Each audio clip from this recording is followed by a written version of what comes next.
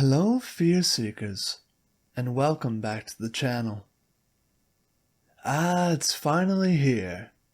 That wonderful, spooky time of year. I wanted to commemorate our first Halloween together with a special treat for you all, and I figured how better to do that than with hours of scary stories. So without further ado, sit back, put any idea of sleep away, and get ready to ferment your fears.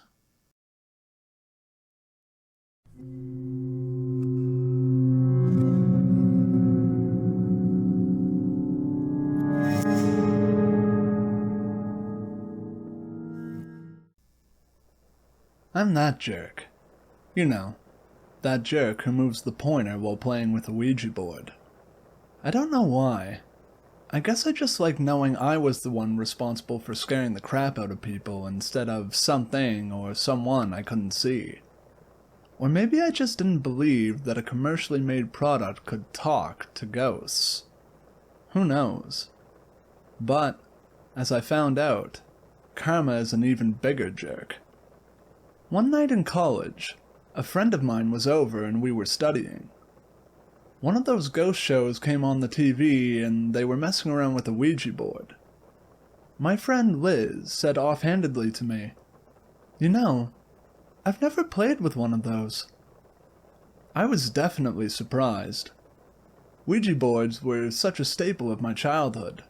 Hundreds of sleepovers with me scaring the crap out of little girls by moving the pointer on the board and that whole light as a feather, stiff as a board thing.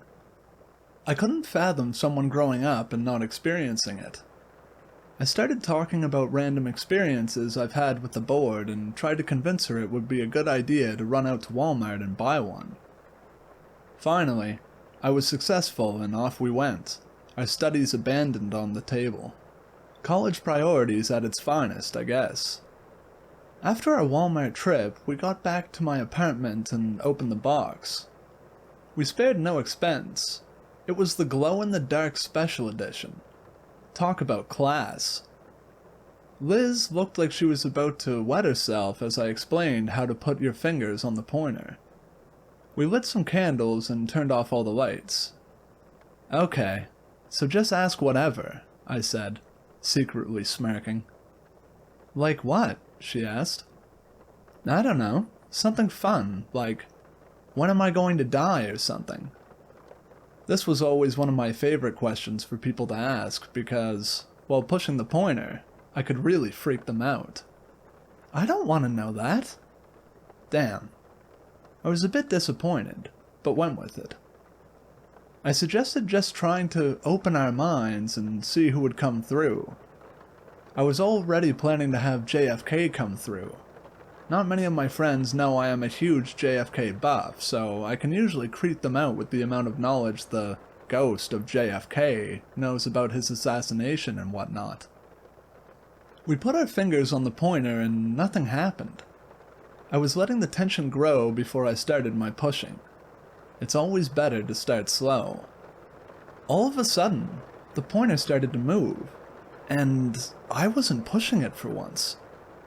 "You can't push it," I yelled at her. Talk about the pot calling the kettle black. I didn't want her to ruin my plan. "I'm not," Liz exclaimed. "Well, obviously you are, 'cause I'm not." "Aren't the ghosts supposed to move it?" she asked.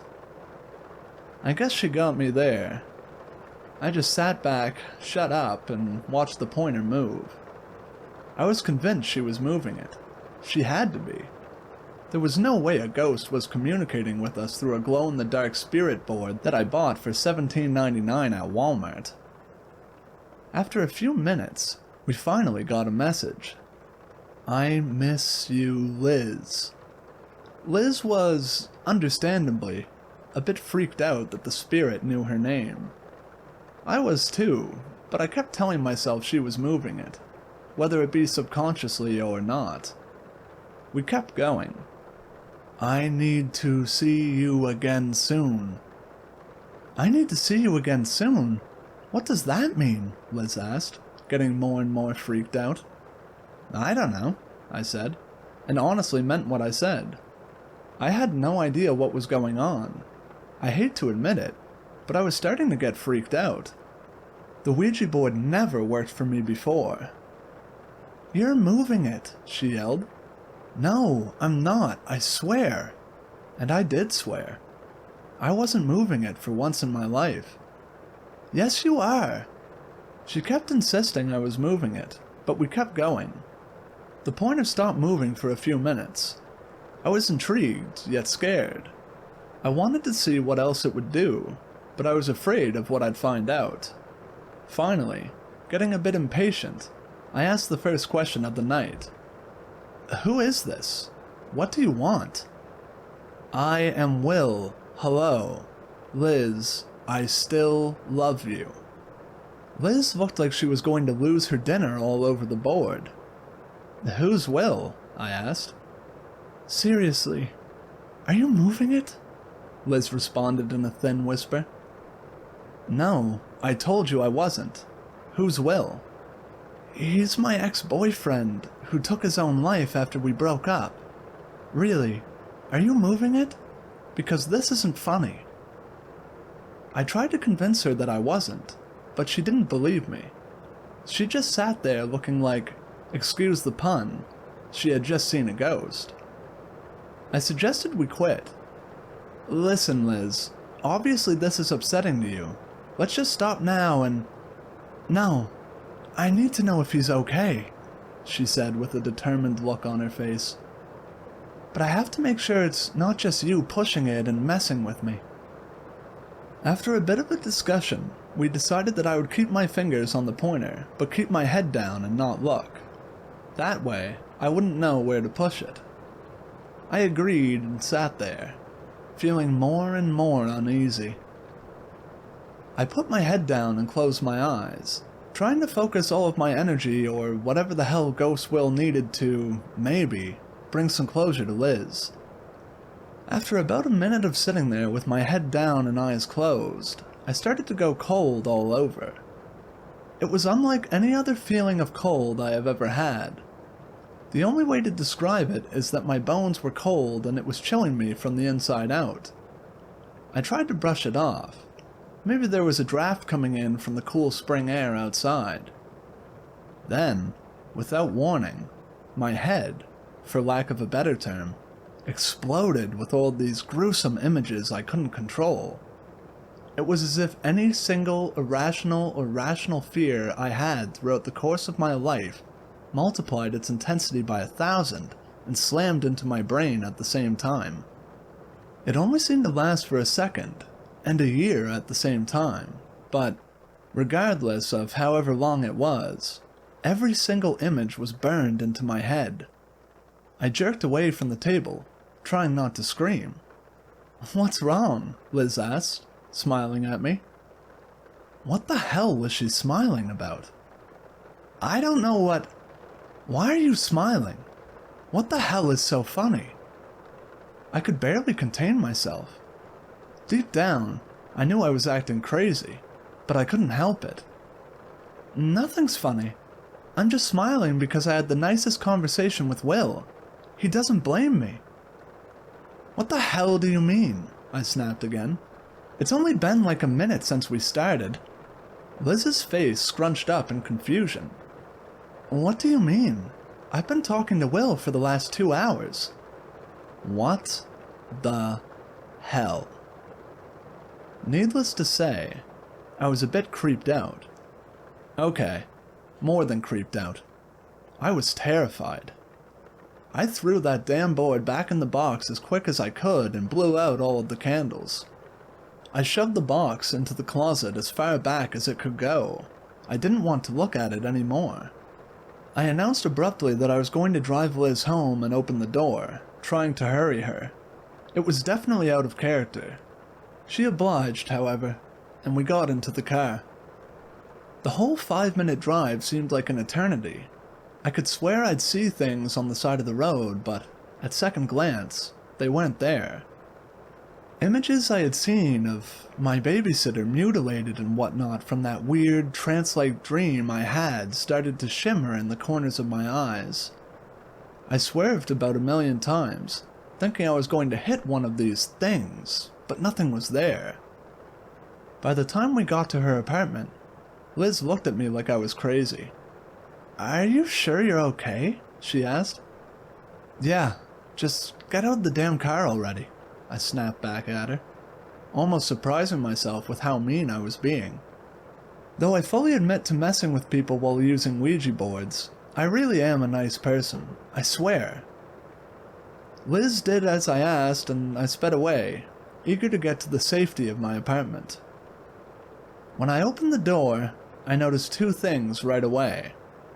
It was about 30 degrees in the apartment, and all of the blinds and curtains were wide open. I was confused, but I tried not to let my mind wander. I shut all of the curtains and cranked the heat. It was April, so it wasn't freezing outside, but it wasn't hot either. Normal springtime weather. After shutting all of the blinds and whatnot, I sat on the couch and tried to turn on the lamp. The light went on and then popped off. I again tried to shake it off as a weird coincidence. I changed the light bulb and went to turn it on again. Pop. Out again. I went to go turn on the overhead light instead. Pop. All 3 bulbs popped off at the same time. At about this point, I was basically freaking out. I was so scared. But I tried to remain as calm as I could. It wasn't easy, let me tell you. I grabbed as many blankets as I could and sat on the couch in the dark living room. I was going to light the candles we had used when we used the board, but I didn't want anything related to that thing around me. I turned on the television and blared it, hoping that I could just attribute any noise and flash of something in the corner of my eyes to the television. You know you would have done it too. Unfortunately, it didn't work. I was just starting to doze off when this loud beeping woke me up. It sounded like the worst alarm clock ever. It was coming from the closet where I'd thrown the Ouija board. I slowly went over and opened the door. Out fell an old alarm clock. I think it was my roommate's. I hope it was my roommate's. Blaring uncontrollably. I hurriedly shut the door so the Ouija board would stay in there, and I started looking at the clock to turn it off. Not only were there no batteries in it, nor was it plugged in anywhere, but the time flashing on the clock was 4:16 a.m., my birthday. Needless to say, I threw that thing quite far and it broke into 1,000,000 little pieces. I wish it stopped there. I really do. But little did I know, that was just the warm-up, so to say. The opening act to a 3-act crap show that has become my life. I have to go to work right now, or I would tell you more. Though I hope this is enough to convince everyone never, ever, ever mess with a Ouija board. Because finally getting my Ouija board story out there without judgment has been so cathartic, I figured I would continue. It's nice to be able to tell people without having them look at me like I have a third head or consider committing me. After the initial Ouija board fiasco, like I said, I went home and things started getting real. That first night, the temperature in my apartment dropped to about 30 degrees. All of the blinds and curtains were open. Every single light bulb burned, and a random clock radio with no batteries or plugs started beeping for no reason with the time displayed as 4:16 a.m., which is, coincidentally, my birthday. Ever since we stopped doing the Ouija, I kept seeing horrible, gruesome images flashing in my head and in my peripheral vision. I was uncharacteristically mean and angry to Liz, my friend with whom I did the Ouija board. It was really crazy. So, starting with where I left off, I was sitting on the couch in my apartment with 10 blankets on and the TV blaring so I could attribute any noise or flash of light to that instead of the paranormal. The gruesome thoughts kept flashing in my head. Things like my sister being mutilated, my mother hanging from the rafters, and all kinds of horrific things. I was starting to think I was losing my mind. After a lot of internal fighting with myself, should I? Yes, I should. No, you shouldn't. You're imagining all this. I decided to text Liz to see if I could come over to her apartment to hopefully feel a bit safer and get some sleep. I pulled out my cell phone and there, on the screen, was a text from Liz. "Can you come over? I'm really freaked out." Thank God. I texted quickly as I threw on my shoes that I'd be right over. The 5-minute drive was, as it had been right after the Ouija board, scary as hell. I kept thinking I saw stuff on the side of the road and would swerve to avoid it, nearly going into the other lane of traffic. But, when I looked back, there would be nothing there. Longest 5-minute drive of my life, I swear. I got to Liz's house and went up and knocked. No one answered. I knocked again, getting a little nervous. With as crazy as that night had been, I didn't know what to expect. Again, no one answered. I knocked again, louder this time. I was getting desperate. Finally, I heard someone walk down the steps to the front door, and there was Liz, half asleep in her pajamas, looking very confused. "Hey, what's up?" she asked. "You told me to come over," I said. "What? When?" I showed her the text I received. She looked at it much more closely than I had. "This isn't my number," she said. "What?" "This isn't my number. It's my name and picture, but not my number," she said.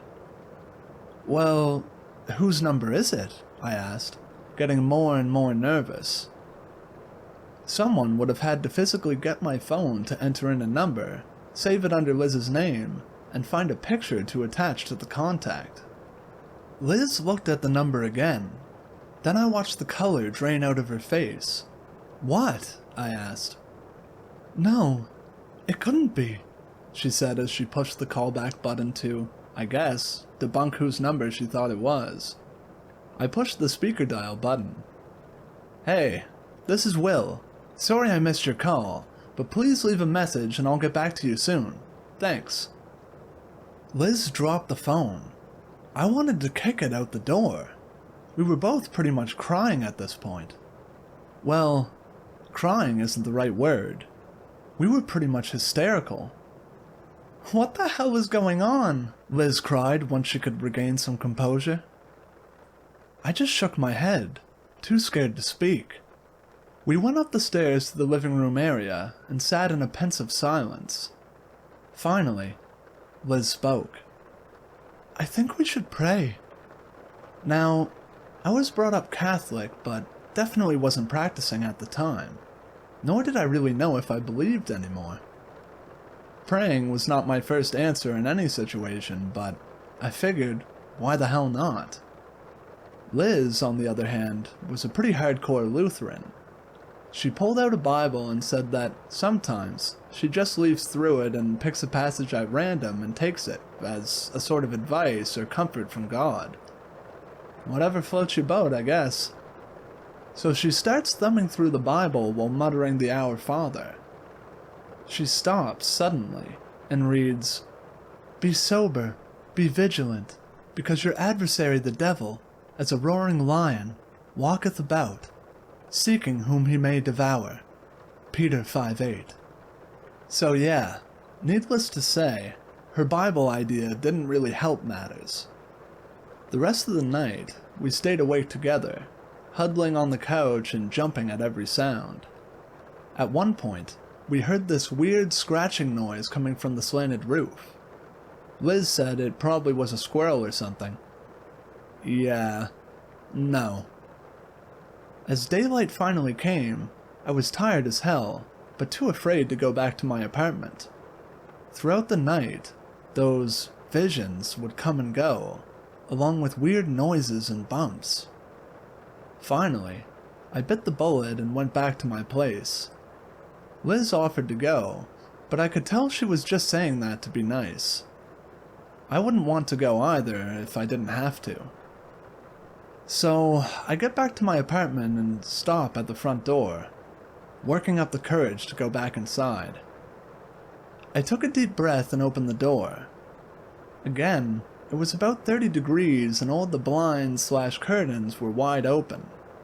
I closed them and went back to my room, being careful to walk on the other side of the hall from the closet I threw the Ouija board in. I wasn't going near that thing ever again. As I walked down the hall, the flashes of those images started up again, and I could hear whispers of conversations. At least, I told myself they were conversations, though, to be honest, they sounded like people screaming in agony. Yep, just your average conversation. As I opened the door to my room, my jaw literally dropped.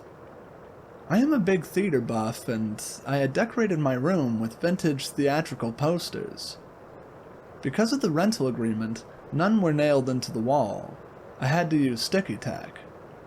All of the posters were attached to the wall, but they were all upside down. All of them. They were in the same places, just turned upside down. I quickly shut the door, probably stupidly thinking that I was just so tired and delusional that when I reopened the door, everything would be the right way. I opened the door again. Nope. All upside down. I don't know why, after all that had happened, I couldn't accept that something was messing with me. I called my roommate who had gone home for spring break early and asked her if she had stopped back to the apartment and went into my room. She hadn't. I spent about an hour taking down all of the posters and putting them back on the wall the right side up. Towards the end of the task, I started getting angry. How dare something mess with me?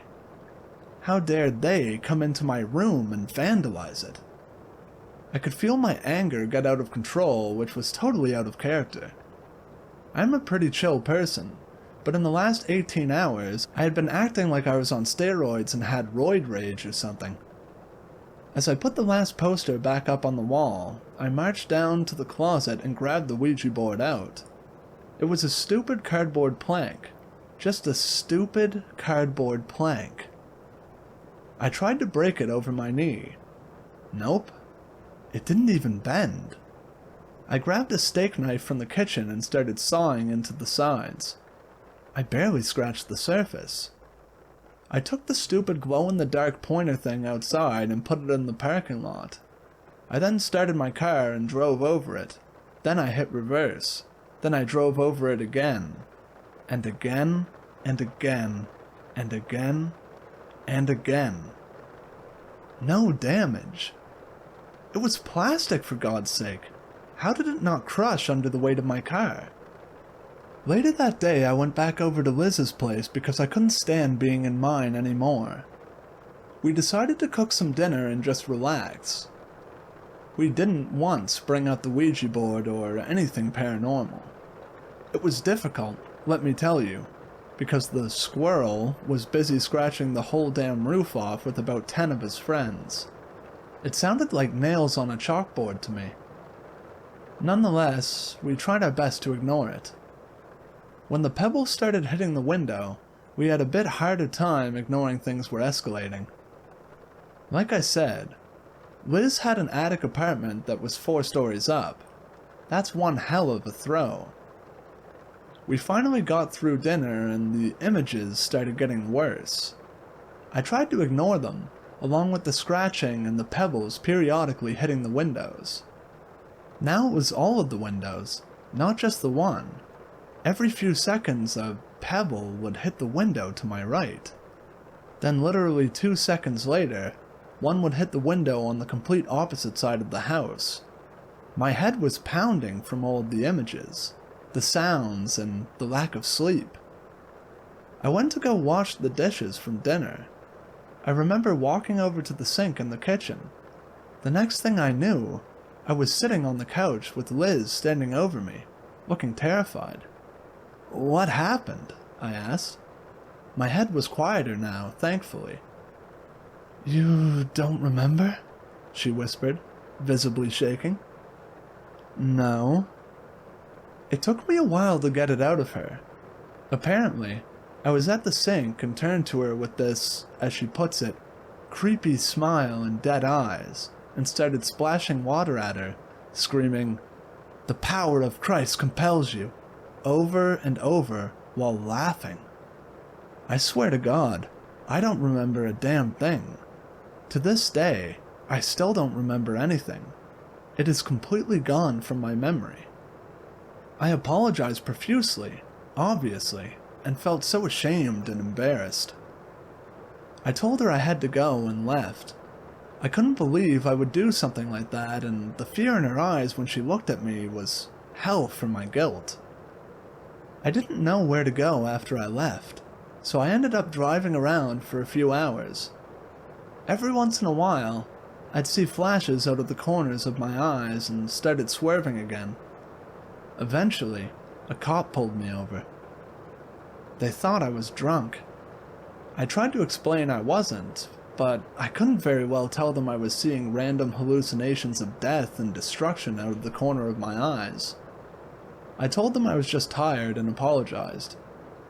They ended up breathalyzing me, but I, not being drunk, oh, how I wish I were drunk, passed. The cop then said he would drive behind me to make sure I got home safely.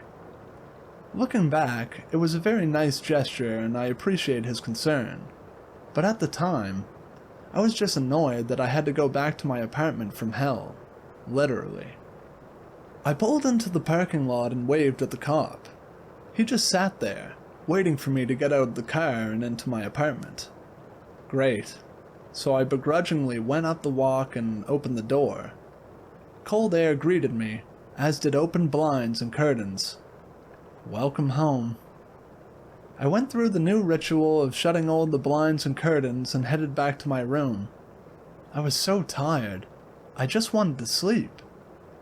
I walked in and all the posters were upside down again. I was too tired to fix them. I just wanted to sleep. I threw a sweatshirt and sweatpants on and threw a million blankets on me. I put the TV on again so that way all the noises could come from that and finally shut my eyes. The images were burned on my eyelids, but I did my best to ignore them.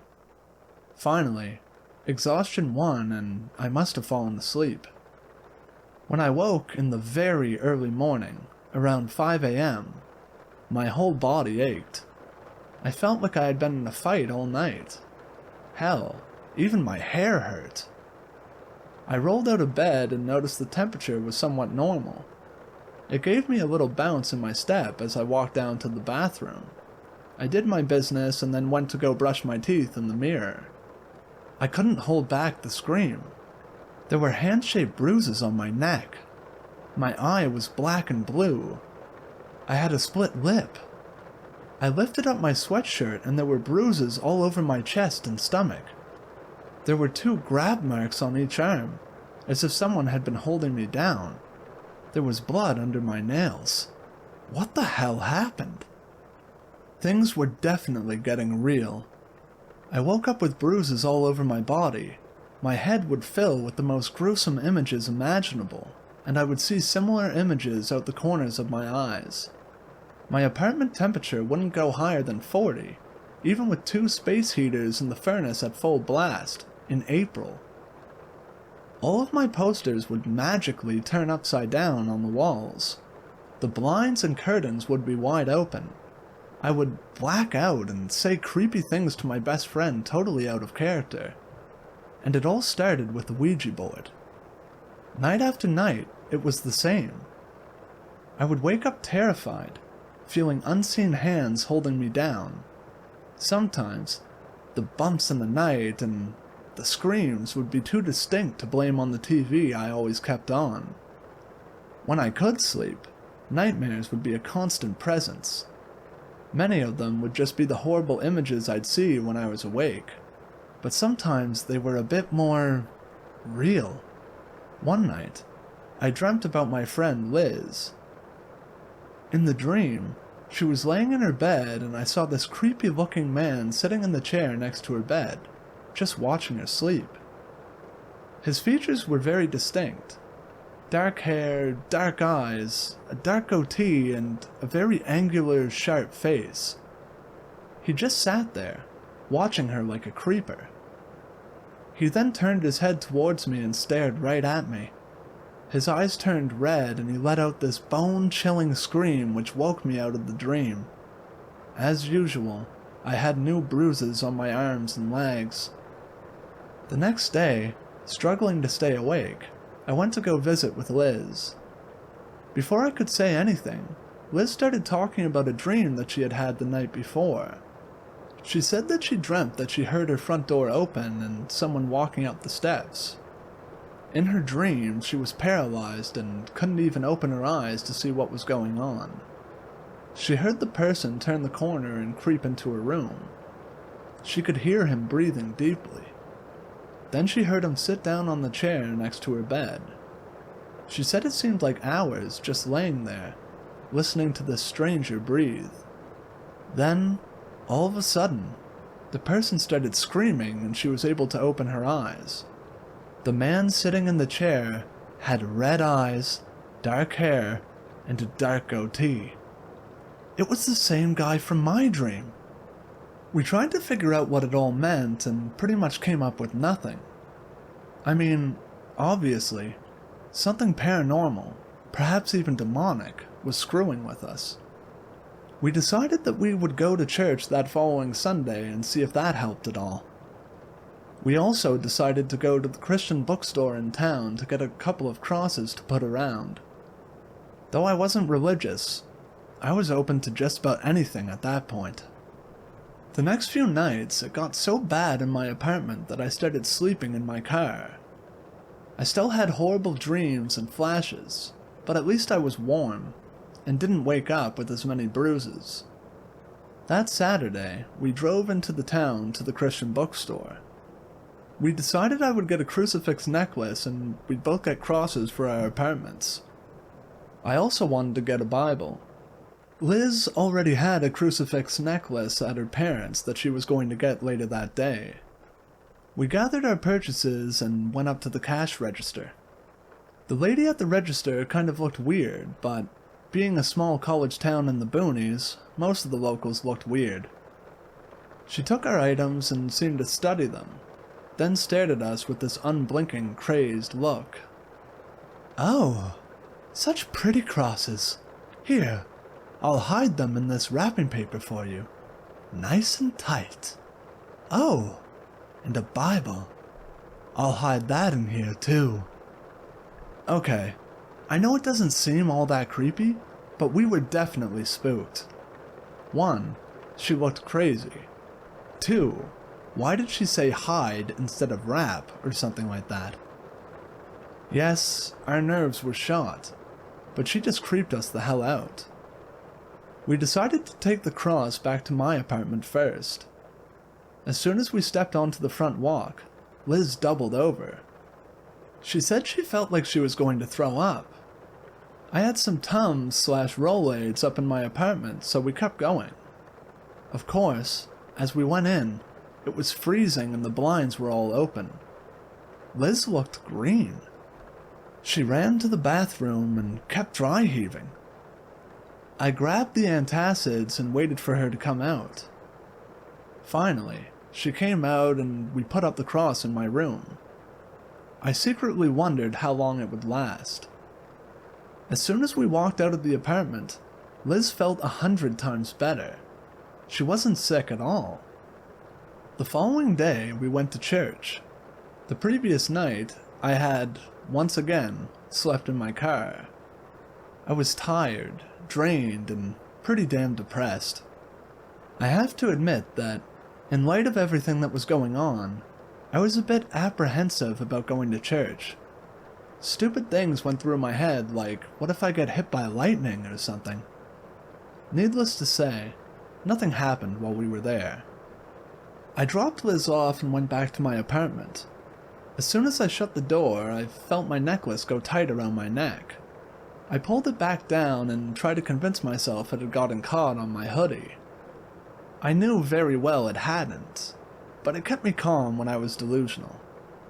I turned on all of the space heaters to try, in vain, to warm it up and shut all the blinds. I went into my room to get some books to take to my car to study when I realized the cross wasn't where I had left it on the wall. I looked all over the room. All of the posters were there, albeit upside down, but the cross was nowhere to be found. I kept looking, and right when I was about to give up, I heard a huge bang coming from the closet in the hall where we had thrown the Ouija board. I walked slowly to the closet, telling myself I was stupid for even going near it, but it was like I was compelled to look. I slowly opened the door, and there, sticky tacked to the inside of the closet door, was the cross, upside down. I went to go grab it, and it was as hot as fire. I couldn't hold it in my hand, it was so hot. Just then, my necklace got pulled again, and all of the blinds shot up at once. I had never actually seen them open on their own. They'd just be open when I got home or woke up. I could barely breathe. I kept clawing at the necklace, trying to get it to loosen. All of a sudden, the chain broke and fell to the ground. I could hear someone or something screaming. The closet door slammed shut, then opened, then slammed again. The door to my room slammed and I could hear paper being ripped, my posters on the wall. The images started up again, but they seemed to be right there in the hallway, not just in my mind. I ran out of the apartment without even shutting the door. I flew over to Liz's house. I think she took one look at me and knew things were going down. She ran upstairs and called up a friend of hers who went to a nearby Catholic university. She recommended a priest who was about an hour from us that specialized in demonology. Liz called him up and explained what was going on. She told him all about the Ouija board and Will and me in the apartment. Everything. He said he could make it to our town in about an hour. That was the longest hour of my life. We waited in her apartment, not really talking. The squirrels were on the roof and in the walls, digging their way to freedom, apparently. It was so loud. The pebbles on the window started up as well. There also seemed to be a lot of bees buzzing around her windows. We just sat there, her silently praying and me trying not to completely lose my mind. We both jumped when we heard a thud. The cross we had put near her front door had just fallen to the ground. Neither of us made any attempt to go and put it back up. Finally, there was a knock on the door. Reverend Bob came in, and he didn't really say much. He nodded to both of us and started right away with holy water. He then said a few prayers and performed the anointing of the sick on the both of us. I know I was probably paranoid, but I could feel him watching me very closely with furrowed brows. He gave us both St. Michael medals to wear for protection. I remember thinking, I hope this one doesn't try to strangle me too. He then asked to go back to my apartment to bless it and to get rid of the board. He told Liz to stay at her apartment for some reason and followed me back to my apartment. I think Liz was relieved she didn't have to go back there. She was convinced, and so was I, that it made her sick. As we walked up to my apartment, Reverend Bob proceeded to vomit all over the walkway. I rushed over to see if he was okay, and he just held up his hand and kept going. He threw up one more time right near the door. When I opened the door, I could barely breathe, but when I did breathe, I could see my breath. The outside temperature was in the 60s, but the apartment was freezing. He immediately put on his stole and started splashing holy water all over the place, murmuring prayers in Latin. The horrific images took over my mind, and it was all I could do to stay somewhat aware of what was going on. I could see Reverend Bob stop near the closet with the Ouija board as if he knew it was in there, but kept walking around the place, splashing holy water everywhere. I could hear distant screams and wails. It was terrifying. Finally, after going through 3 bottles of holy water, he came over to me and prayed over me in Latin. I can't say for sure it was an exorcism, but it was some definite hardcore praying. He went on for about an hour, his hands over my head and Latin spilling out of his mouth. Sometimes, when the images in my head would get worse, I could swear he somehow sensed it and would talk louder, with more authority. Finally, he finished praying over me and asked if the Ouija board was in the closet. I nodded, scared to go in there again. He went over to the door and threw it open.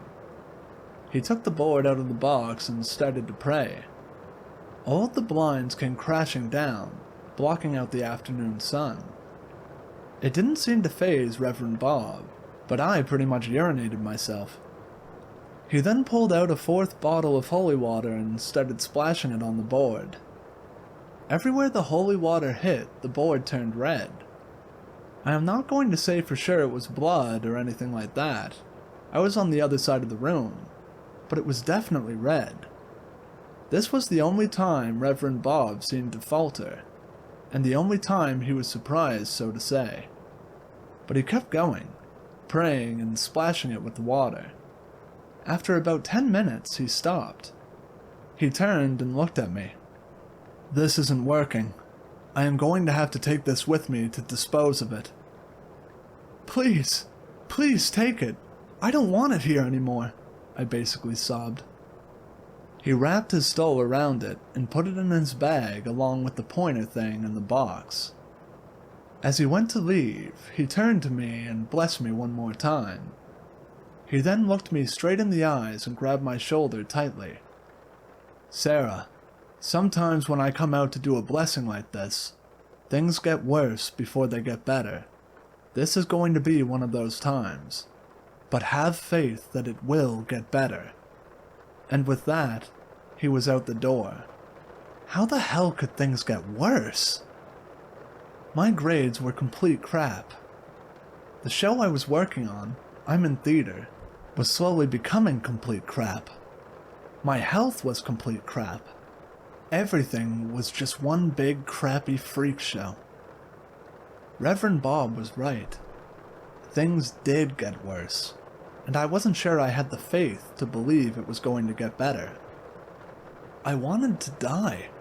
I wanted it to just all be over. The flashes in my head were getting more and more frequent. I would just be sitting there in class and bam, the images would hit me and I'd have to run out of the room. Thankfully, my professors didn't immediately fail me, though there wasn't much they could do about my work and test scores. Though it may not be as evident here, I am just writing to get my thoughts and memories out, not actually trying to write a novel. I was a pretty damn good writer.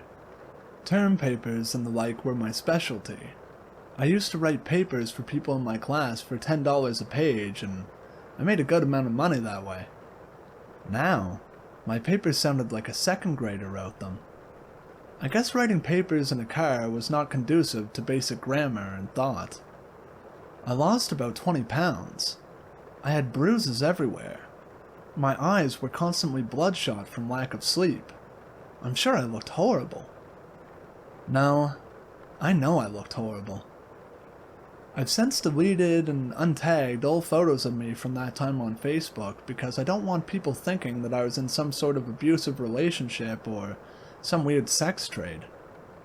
My roommate at the time eventually came home from break but was never at the apartment. She stayed at her boyfriend's place every night.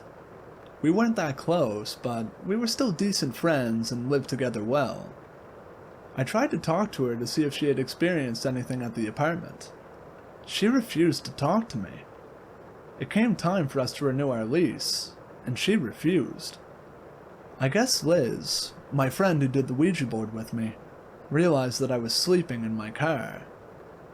She invited me over to her place one day, and there on the living room floor of her tiny attic apartment was an air mattress. She had asked her parents for one for her birthday. We shared the same birthday, 4/16. The same number that was frozen on the clock the night of the Ouija board, and told me I was welcome any time, day or night. I nearly cried from happiness and gratitude. I couldn't help but feel responsible for everything. I was the one who convinced her to do the Ouija board. I was the one who seemed to be the catalyst for all the stuff to happen.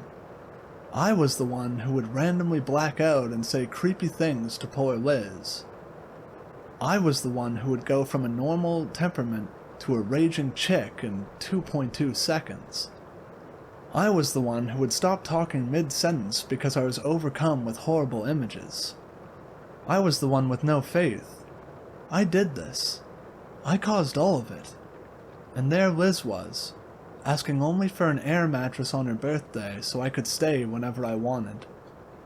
Liz is an amazing woman. Whereas my apartment got worse after Reverend Bob visited, Liz's got better. I actually felt safe there and found myself at her house every single night. I'm sure she got tired of me and, for that matter, was scared of me at times as well. But she never wavered in her friendship. One night, for my 3D art class, I had to make a chair out of cardboard that was sturdy enough to bear my weight. It was one of the only times I was happy to have lost all the weight I did. I decided I would layer cardboard so it would have the strength it would need. I couldn't do the chair at Liz's apartment because it was too small and I knew it was going to be messy. She offered, bless her heart, but I told her I would be fine. Liz demanded that she come and keep me company at my apartment while I did the chair. After some convincing, I agreed. Unfortunately, she couldn't get through the threshold without puking her guts out. I sent her home. I turned on the TV and the space heaters and got to work. Things were actually going well. Nothing was happening, with the exception of the freezing cold temperatures making my fingers numb. I would stop every few minutes and put my hands in front of the space heater, but I was more than willing to do that instead of whatever alternative that could happen. The chair wasn't turning out as cool as I had wanted it, but I was still extremely proud of it so far. It was a personal victory, so to say, to be able to do anything in my apartment, let alone a massive undertaking like a cardboard chair. Though I am very artistic and very crafty, X-Acto knives were my enemy. I can't cut a straight line to save my life. Nonetheless, it was close enough for my purposes. I was going to have a chair. I was going to have a chair that I could sit in. I was going to get an A and bring up my grade for at least one class. Then, suddenly, I woke up. I was on the floor in the living room. It took me a minute to get my bearings. The chair wasn't even started. There was a stack of cardboard up against the wall. I looked down. There was blood. Everywhere. There were cuts all over my right hand and both legs. In my left hand, I am right-handed, was a bloody X-Acto knife. None of the cuts were deep or life-threatening, but there were enough that there was a decent-sized puddle of blood on the floor. The closest door was open, the same closet we had stored the Ouija board in. I was afraid to look in there in case the board had magically reappeared, even though Reverend Bob had taken it. I ran into the bathroom to wash out my cuts so I could get the hell out of there as soon as possible. I turned on the light. Nothing. I, like an idiot, started flipping the light switch on and off like it would help. Nothing. I kept doing it. Finally, the lights blinked on, but then, abruptly, off. Hopeful, I kept doing it. The lights flashed on, and I stopped flicking the light switch, but the lights kept going on and off, on and off, on and off, faster and faster until it resembled a strobe light. I stood there, surprised, though, looking back on it, I have no idea why I would be surprised by anything that happened in that damn apartment. Finally, I just said screw it and started washing my hands and legs so I could get out of there. Stupid, I know, but thoughts don't come too clearly when things are starting to get real like that. I also didn't want to acknowledge it, to give it that power over me. I remember glancing up at the mirror and I swore I saw something behind me in the strobing lights. I turned around. Nothing. I kept scrubbing. The blood didn't seem to wash off. I kept scrubbing. I looked up. There was definitely something behind me. I turned around. Nothing. I kept scrubbing. The blood didn't seem to wash off. I kept scrubbing. I looked up. There was something behind me again. Instead of turning around, I threw my body back into whatever was there. I half expected to hit my head off the wall. I landed on something softish. I say softish because there was a bit of give to it and the first inch or so was squishy. But then it was harder than a rock. It was freezing to the touch, but burning hot at the same time. I screamed. The lights went out. The door shut. I heard a laugh. A sinister laugh. I screamed again and started clawing at the door. The laughing got louder. I felt like my torso was being burned alive, but my arms and legs were freezing, to the point of numbness. I screamed even more. The bathroom door opened, throwing light in the room that made me shut my eyes. The laughing stopped. I opened my eyes. There was a man at the door. He looked at me. He looked peaceful. He reached out his hand to help me. I reached up and let him pull me up. I looked behind me in the now lit bathroom. Nothing. I looked back at the man. Nothing. He was gone. The guy was just gone. Nothing was there. And the peaceful feeling associated with him was also gone. I kind of snapped out of it and realized I was still in the bathroom and that I still had cuts all over me. Welcome back to reality, I guess. I grabbed my phone and ran out of the apartment. I guess the chair wasn't going to happen. Oh well, yet another failed class. I went over to Liz's house and tried to explain what had happened. Though the experience of all the blood and the laughter and whatever the hell I backed into was terrifying as hell, literally, the mysterious man who randomly appeared and made everything stop for a moment gave me some inkling of hope. Maybe he would come again? Maybe he could stop all of this. Even though I felt remarkably safer at Liz's apartment, I could still hear the squirrels scratching all night, and the pebbles hitting the windows in increasing intensity. I tried to brush it aside as we continued to talk about what had happened. Liz was pretty convinced the man I saw was an angel sent from God to protect me. Now, as I've said before, I was not very religious before all of this happened, whereas Liz was quite religious. Not in a crazy, Bible-thumping kind of way, just very faithful. I didn't really care who it was. I just wanted him to come back. The scratching and pebbles hitting the window were getting worse and worse. I also started hearing a buzzing type sound. Liz didn't seem to hear anything. I shushed her and listened. Yep, there was definitely a buzzing sound. Now, keep in mind it was about 2 in the morning in April. Not really a popular time for bees to be buzzing about, but I guess that night it was. I went over to the window I kept hearing the buzzing noise from and lifted the blinds. The whole window was covered with hundreds of bees. I was terrified. I am highly allergic to bees, but didn't have my EpiPen with me. It was at my damn haunted apartment. I guess I kinda half screamed and backed away from the window. Liz looked at me like I was insane. "Bees!" I was able to stutter out. I pointed at the window. She looked. Then she looked at me. She didn't see anything. There were 100 bees swarming her window and she didn't see them?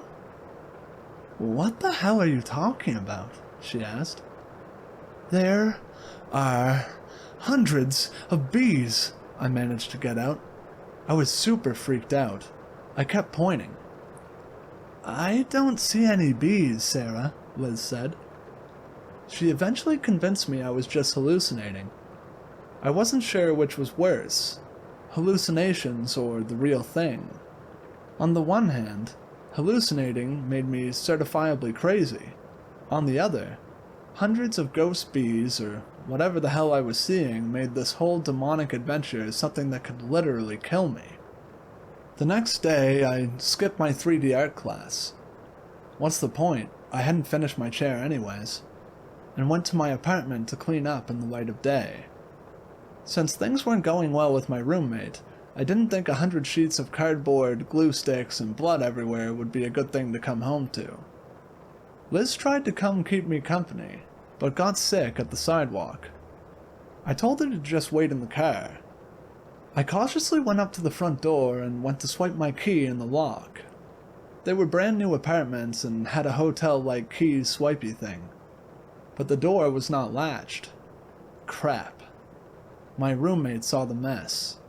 Great. Yet another strike against me. I opened the door, prepared to apologize for the mess, and was instead greeted by an empty, cold apartment. And when I say empty, I mean empty. Sure, the pre-furnished living room furniture was there, but none of our personal effects. It looked like the day I moved in. No lamps, no coasters, no paintings, no pillows, no blankets, no throw rugs. Nothing. Also, all traces of the 3D chair were gone as well. The temperature was, as usual, freezing, and all of the blinds were up. I just kind of stood there, in awe. My brain couldn't compute what was going on. I know I was losing it. Did my roommate move out? Did some unseen force move it all? If so, where? I kept moving through the apartment down the hall. My room and bathroom were on the left, and my roommate's room and bathroom were on the right of the hall. I peeked into her bathroom. All of her stuff was there. I kept walking to her room. Everything was still there. Okay, so she hadn't moved out. So where was the stuff? I think, in the back of my mind, I knew I would not be happy with what I would find in my room and bathroom. Let's be real, my luck wasn't that great. I couldn't decide which door to open first. My bathroom, which should be a bloody mess, or my bedroom, which will, at the very least, have posters upside down and a cross in some weird place.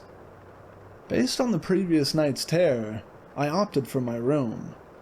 I went to open my door, but couldn't open it. It was locked. Now, I have never locked my door before. Both rooms come with a padlock, but up until all this happened, my roommate and I were on great terms, and we never needed the extra privacy/security.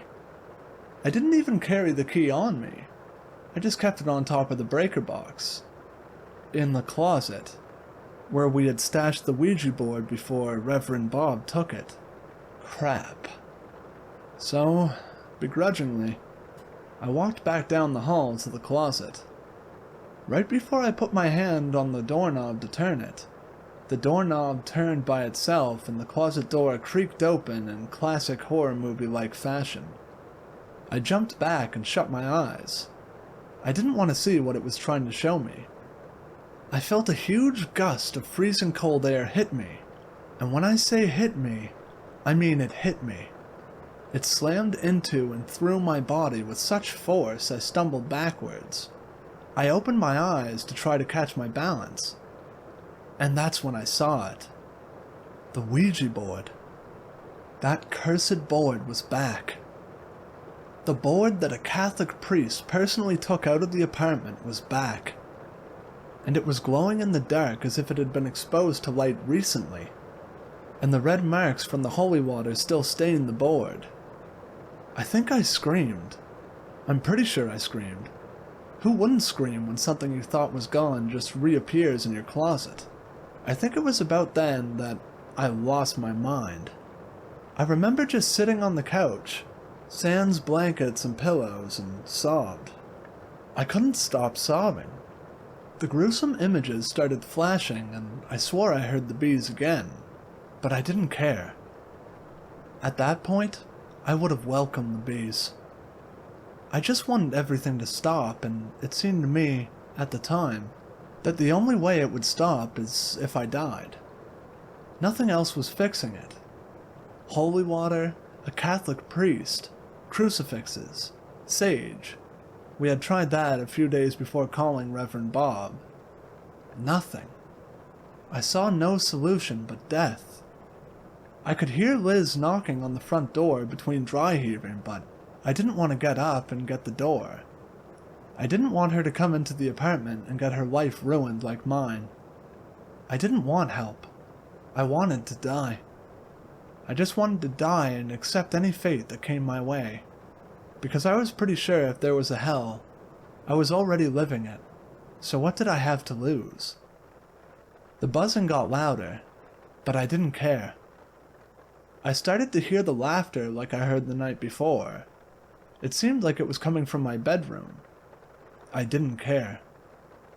Let the bees attack and the ghosts/demons/whatever laugh while I died. Whatever. I half stood up and started screaming, "Come and get me! Do it! Get me already!" I was ready. I wanted to die. I wanted it to end. There was no light at the end of the tunnel. No joy or happiness left in the world. No hope. There was nothing. The laughter and the buzzing got louder and louder. The temperature started dropping significantly. I could barely hear Liz pounding on the front door. It sounded muffled and far away. I kept scream-crying intermittently, trying to shame or anger whatever it was into just finishing the job. I was done fighting. Though the sounds and the cold kept intensifying, nothing else was happening.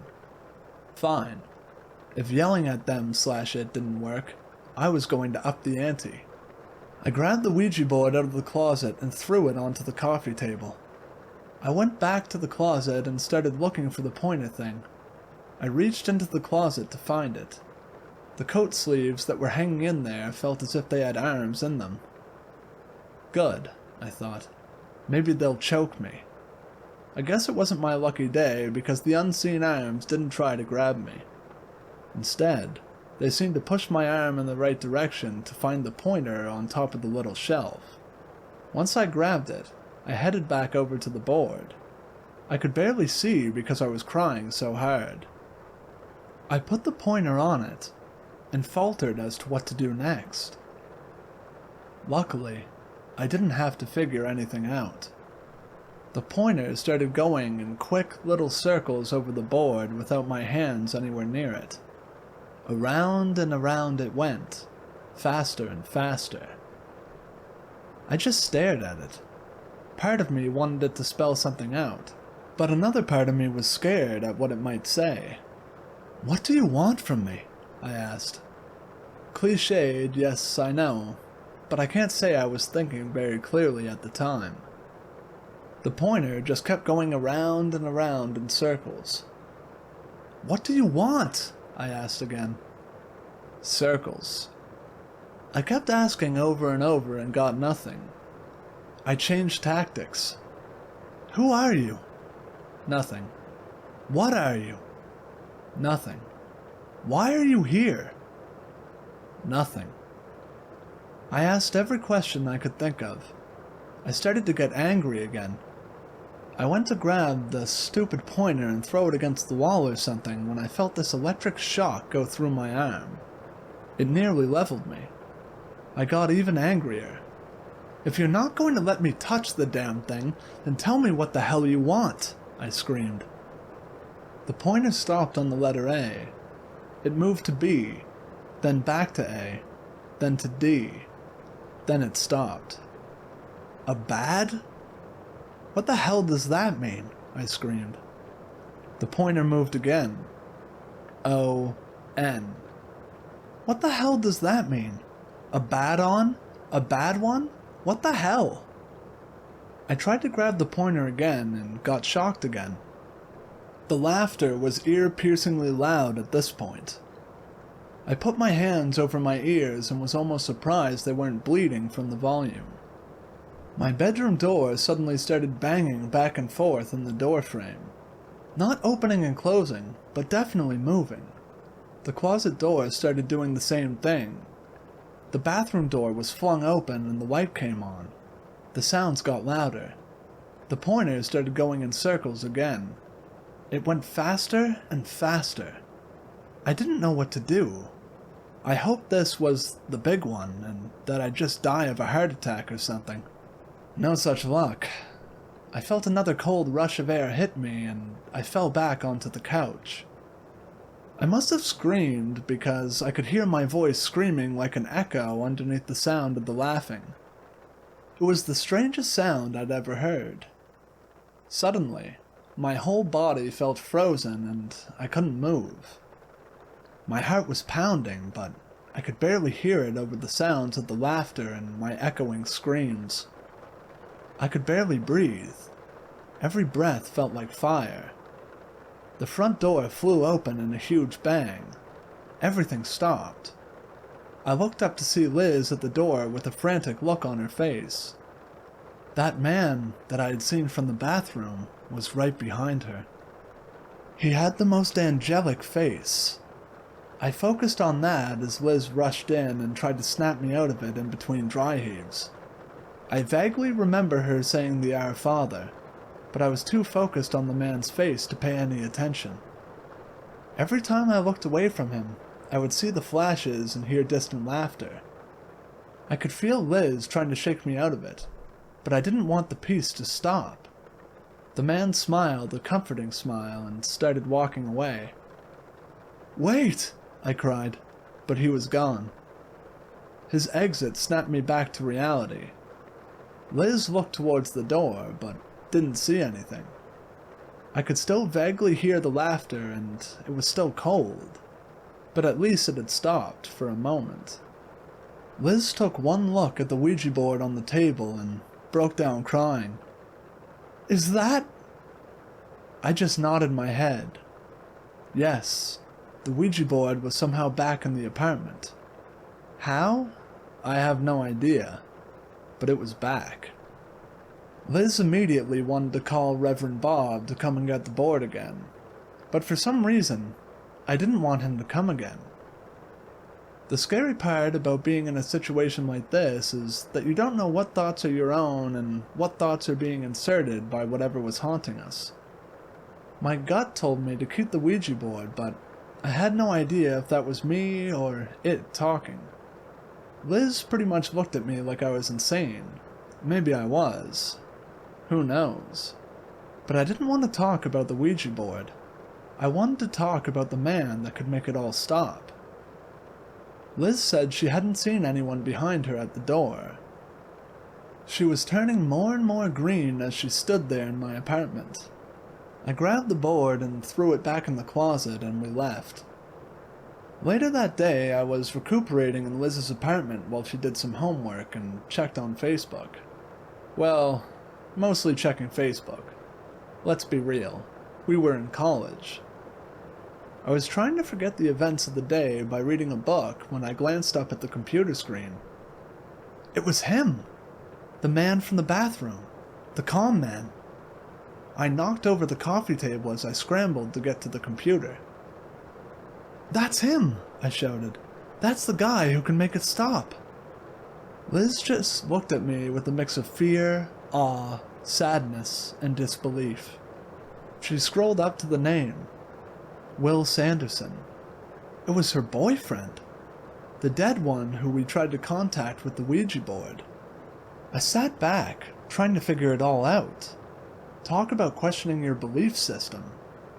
Here I was, faced with potentially the devil messing with me, and an angel, so to speak, that was once a real person. 4 weeks ago I was completely agnostic. And now? I had no idea what to think. Liz didn't want to talk about Will, and I didn't want to push her, but I wanted to desperately. What was he like? Why is he here? Is he an angel? A good ghost? A weird figment of my imagination? A ploy by whatever was haunting us? I made up some excuse to leave and got into my car. I just needed some time to sort out all of my thoughts. I seriously considered going back to my apartment and pulling out the Ouija board, but I figured I'd had enough excitement for one day. Instead, I went to the local coffee shop to sit, relax, and read. It was a quaint little place, located in a renovated house on Main Street. They had couches and big comfy chairs that were perfect to snuggle up with a good book in. I grabbed my coffee and bagel and tried to figure out what was going on. Before I could really wrap my head around anything, I felt this weird tingling on my scalp. I turned around to face a blank wall. There was nothing there. Attributing it to my paranoia from the tiny bit of stress I was under, I went back to questioning my belief system. About 2 minutes later, the tingling feeling was back, but it was spreading down into my shoulders and chest. I touched my head. Nothing. I looked around. Nothing seemed out of the ordinary.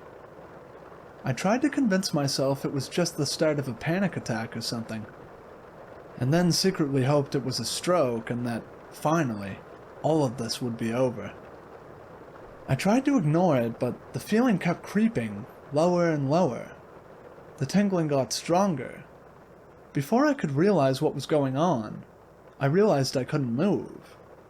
I was completely paralyzed in the middle of a busy college coffee shop. My mind was racing. What the hell was going on? I could still move my eyes, but that was about it. No one else in the coffee shop seemed to know anything was going on. The tingling got stronger and stronger until it started to burn. Still, I couldn't move. It was the longest 6 minutes and 12 seconds of my life. I knew it was 6 minutes and 12 seconds because, in my line of vision, I could see a clock on the wall opposite of me. As soon as it started, it stopped. My body slumped over and I spilled my coffee everywhere. It was all I could do to suppress an anguished cry. I could barely breathe. My panic attack was back in full force. I think, as I ran out of the building, I left my coffee spilled all over the floor and my book in the middle of the mess. I don't remember.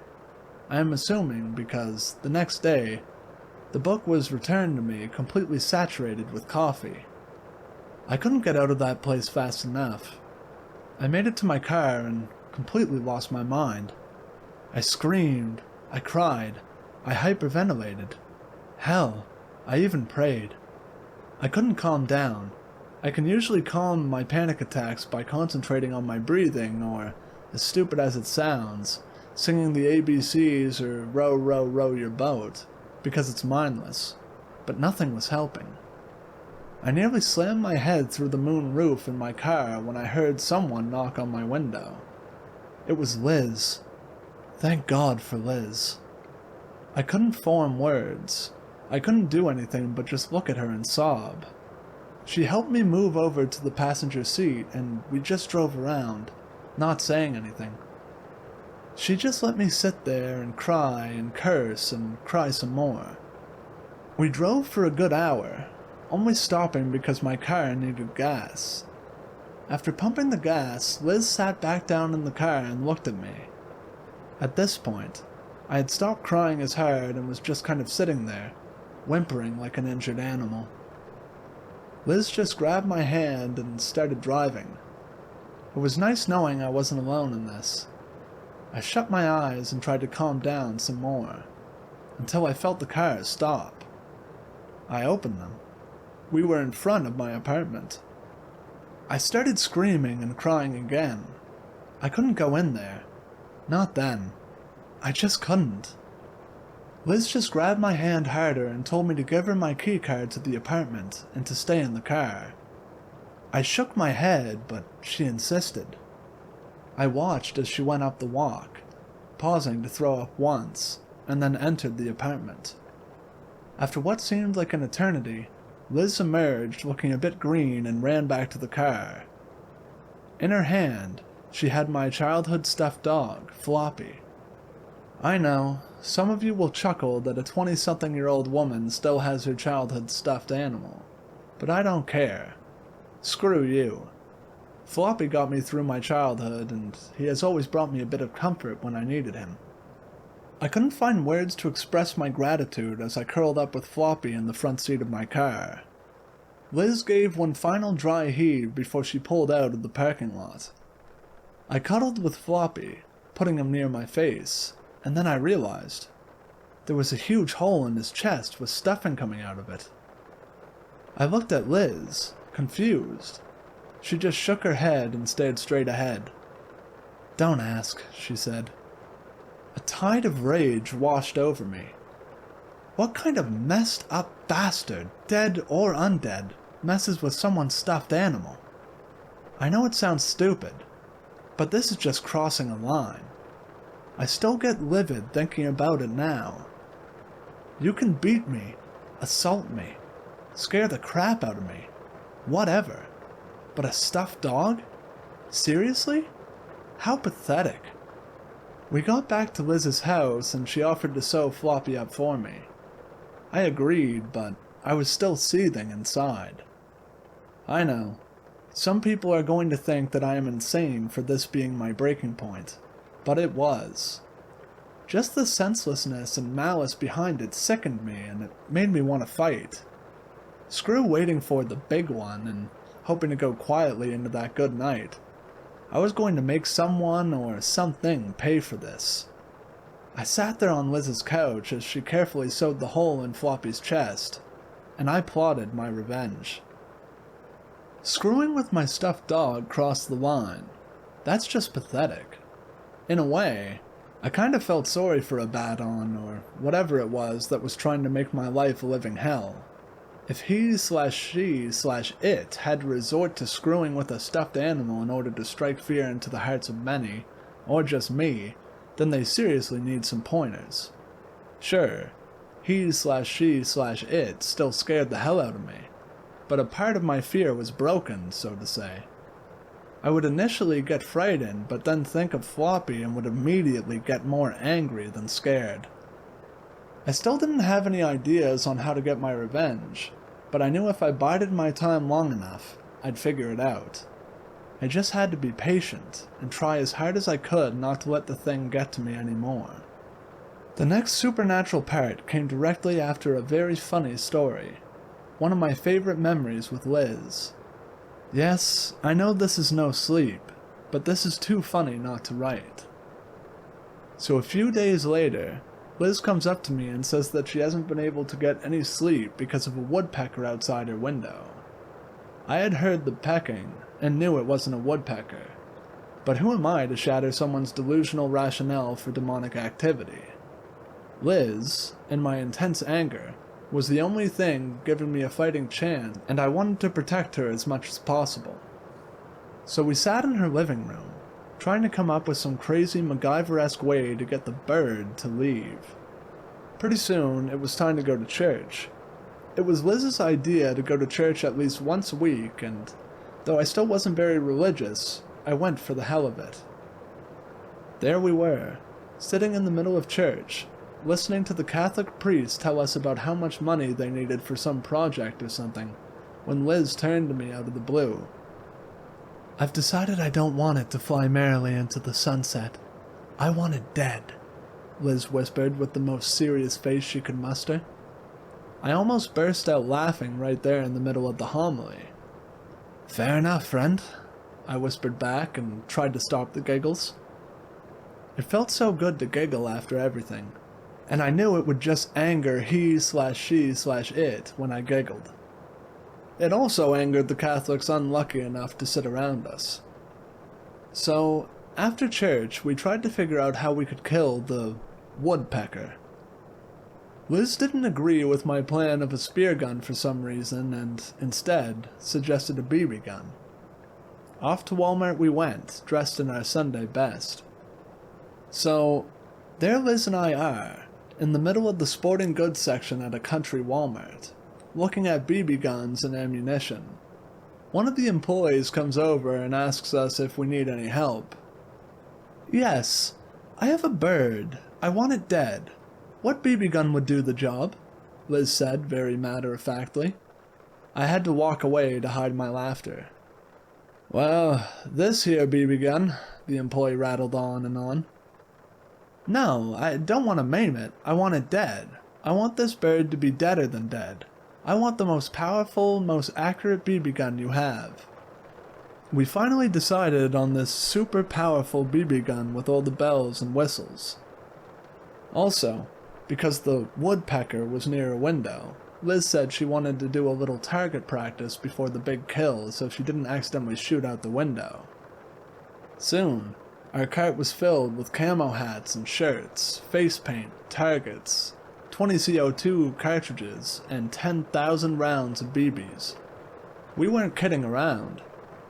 Anyways, we went up to the checkout line. Liz agreed to buy the BB gun and I agreed to buy the rest. The Walmart cashier didn't really look up at us when we got to the register and mildly asked Liz how she was today. Just as the employee grabbed the gun off the conveyor belt, Liz replied, "Oh, a little sad today, but not for long." The Walmart employee finally realized what she was holding in her hand and looked up at Liz with a horrified expression. Liz didn't even crack a giggle. She just stared at the employee with this sad smile. I had to walk away to another register to hide my laughter. After laughing until our sides hurt in the car, we decided to drive into the woods for some target practice. Being in the sticks, finding some remote woods was not a hard thing to do. We started driving and passed this creepy, old abandoned house. We kept driving, but something about that house seemed to beckon me. I tried to ignore it as we finally found a place off to the side of the road about 4 miles from the main road. We painted each other's faces and put the camo gear on and started shooting. It was the best fun I had had in a long time. We went through at least half of the BBs and the CO2 things. We were both confident either one of us could accurately shoot the woodpecker. Driving back to the main road, we passed the abandoned house again. I slowed down. Was it my gut telling me to stop, or he/she/it?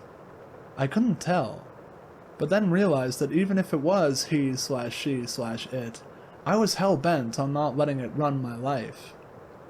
Liz turned and looked at me. "Want to explore?" she asked. I nodded. Hell yes, I felt invincible. My life was my own again. I could do whatever the hell I want, even go into a creepy, old abandoned house. Yeah, I know. I'm stupid. So we pulled over and grabbed the BB gun just in case. We decided to name it Pat Benatar. Hit me with your best shot. Get it? We carefully climbed the overgrown hill to the open front door of this place. The outside of the house was painted a slate blue but was extremely in ill repair. In some places, the paint had peeled so much we could see the wood siding underneath. As we walked into the open front door, we noticed the house seemed to have just been abandoned. There was old furniture still chilling in the living room, dust-covered photos on the wall, etc. There were also holes in the floor where the wood rotted away. As we went through the living room toward the kitchen, I started getting one of my flashes. But this one was different. Instead of seeing my friends and family mutilated, flanked by equally as gruesome creatures, I could see flashes of people I didn't know being hacked to death with a hatchet near the same furniture I just saw in the living room. I tried to shake it off as we went into the kitchen. I know this is going to sound very cliched, but the table was definitely set for breakfast when we walked in, albeit a very dusty breakfast. It seemed like someone had set it up, but never got to eat. God only knows how long it was sitting there for. Based on the dust and cobwebs, I am going to venture to say at least 10 years, but probably more. Again, I got flashes of a mother-type figure in a checkered apron setting out breakfast and being interrupted by screams coming from the living room. I got another flash of the hacking of bodies and could literally feel my heart drop as if I was seeing it as the mother. It was surreal. We kept walking around, and Liz wanted to go upstairs. I snapped out of my flashes and looked up at the second floor, and could have sworn I heard my name. Nope, not going up there. I started to let my panic attacks show. I had gotten very good at hiding my panic attacks as to not worry Liz, and asked her if we could leave. Liz, being the best friend in the world, agreed, and we walked out of the non-existent front door. I nearly sprinted to the car, trying to ignore the overwhelming feeling that I needed to go back in. We sat in the car, catching our breath. Liz didn't look at me, but said in this calm voice, "The mom had a checkered apron on, didn't she?" I was shocked. Liz got flashes too? Turns out she didn't necessarily see anything like I did, but instinctively knew, to an extent, what I saw. We both looked up at the house through the windshield, and something in the upstairs window caught my eye. I strained to see what was up there, and once I did, I felt my heart skip a beat. It was Will, Liz's dead ex who made everything stop. Maybe he could help me take control of this situation and plan my revenge. I hopped back out of my car and started running to the house. Liz was calling after me, but I didn't care. I wanted to see if I could communicate with him, to maybe understand what the hell was going on and figure out a plan of attack. I ran back into the house, barely missing the hole in the floor as you walk in the front door. I bolted up the stairs and tried to reorient myself as to which window I had seen Will at. I turned left down the hall and past a pile of dirty laundry that had to have been sitting there for years. As I approached the bedroom I believed I saw him in, I heard Liz enter the house, calling my name. I yelled that I was upstairs and kept walking into the room. I saw Will in the corner, smiling. I smiled back and went to get closer. All of a sudden, he disappeared. I was crestfallen. I heard Liz coming up the stairs. I kept staring at the place I saw Will standing. I heard Liz in the hallway. Suddenly, the air in the corner where he was started to shimmer. That's the best word I can think of to describe it. Suddenly, there was an image of Will with a noose around his neck. His eyes bulged and his face was red and gray and bloated. His legs twitched, his toes scraped the floor, and I could hear a muffled gurgling sound, probably one of the worst sounds I have ever heard. I heard Liz walk into the room. I tried to hide the sight from her, but thankfully she couldn't see it. I don't know what I would have done if she could see him. I would be so guilty. She asked if I was okay and what the hell was wrong with me.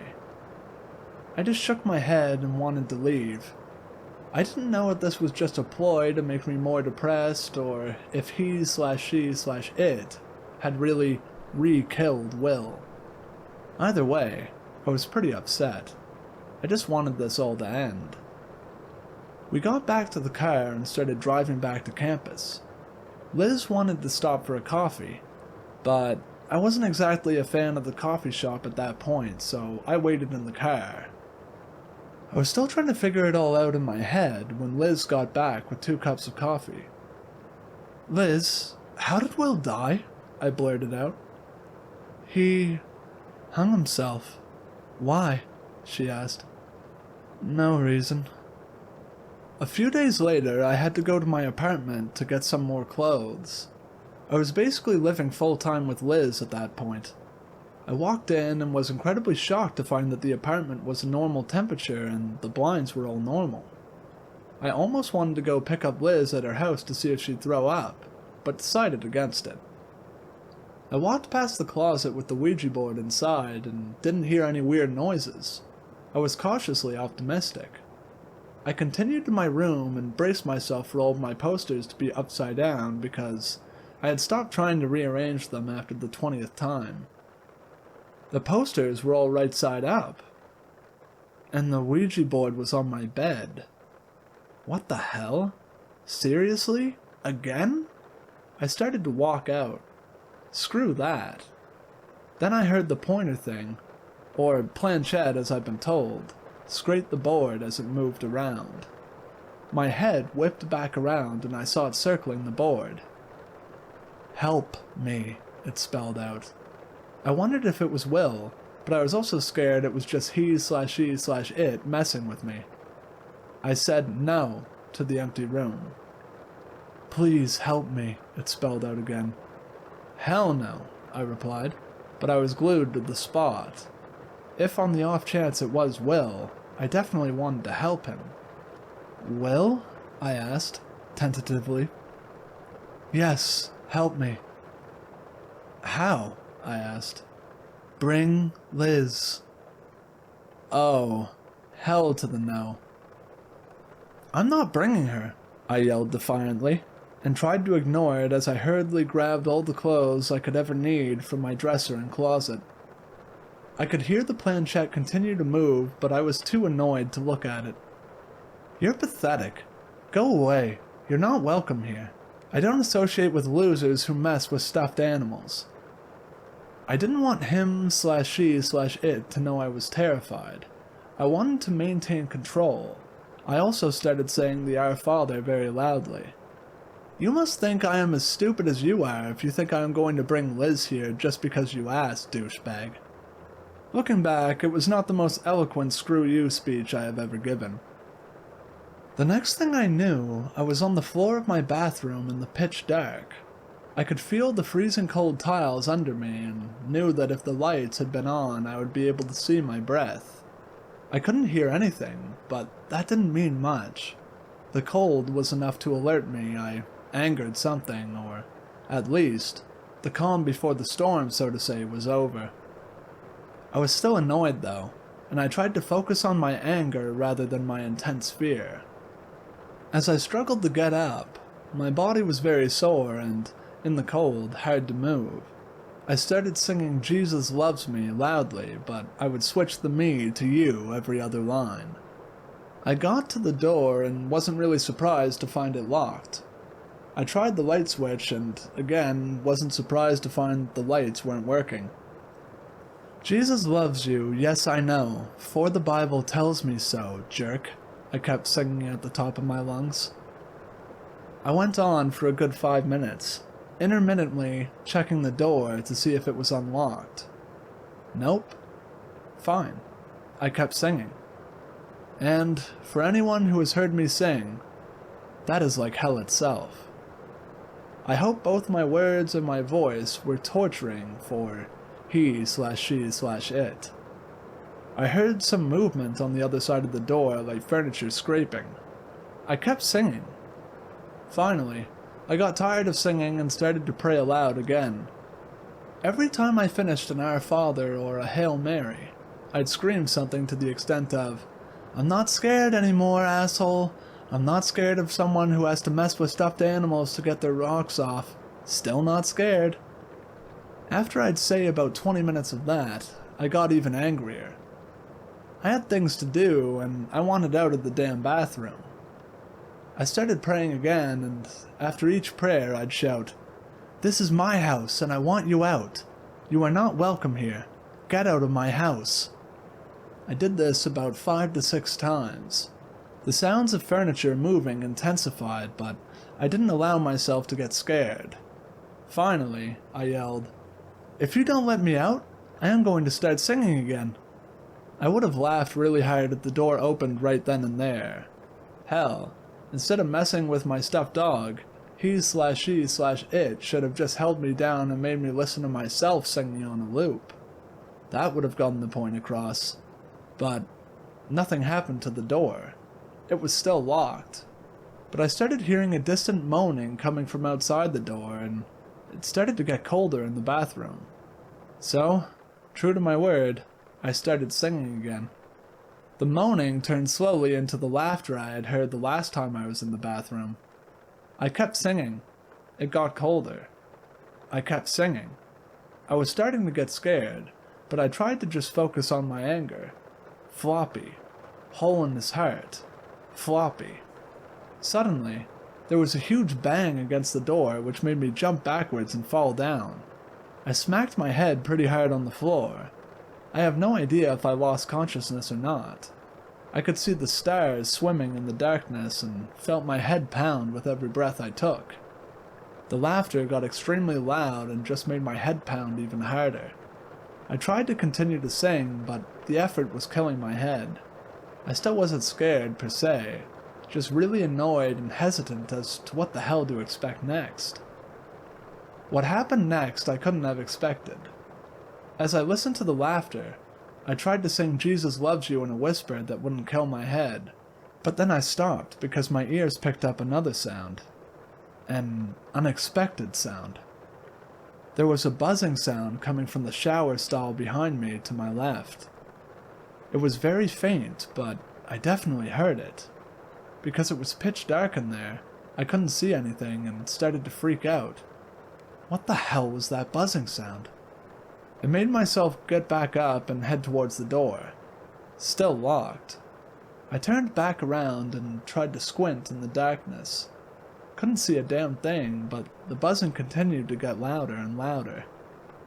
The buzzing started to echo in the bathroom and my head throbbed along in time. I thought I felt something on my arm and brushed it off.